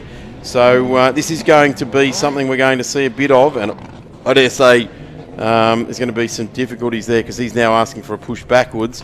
Yep. I'm not sure where that is. Is that coming out of turn MG. turn 9, 10 there? So there isn't officials anywhere near him. He may have probably got the outside, the exit curb, I think, coming out of MG, and probably would have been spud out. So boarded start now, so that's what's being held. This is going to be worse. Very for difficult the guys that start. are sitting there. This is going to be worse for all the cars that are on the grid here. They've gone out, they've tried to put heat into the tyres, and the heat's dissipating. If the start's delayed, all that heat is evaporating. So well, we're not even seeing steam come off the tyres, so they're not even at temperature. So watching the cars on the front row of the grid, car number 8.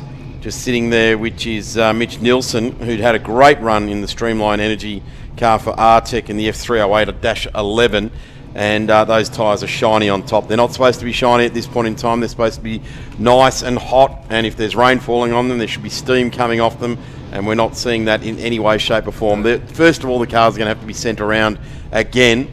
We've got the 71 pulling up down there at pit exit as well, which is Mark Wilson in the AGI Sport McGale F4. And so too, there's number 4 machine as well coming down the lane too. So that's Matthew Rosler. Yeah, that's a Formula Toyota. So we've got a gamut of chassis, as you've just heard us talking about. The Delaras, the F308-11. We've got the TARDIS. We've also got the McGale F4, which is down there. And we're just seeing another formation lap being sent around here, and I would suggest that this is going to boil over into quite the debacle, because race control, next thing they'll do is declare the race wet, and we know there's 2 cars on wet tyres out there at the moment. Yeah, only 2 from what we saw. The number 999 of Jesse Lacey is one, and I think we said the number 45 of Jack Beaton, who was the other one. The only 2 that had the wet tyres on. No, there's 2 in pit lane that now they're actually going to have to start from the back, and the 71 and the 4, they're just leaving the lane here, and you can already see them from our position lighting up the tyres. It is wet.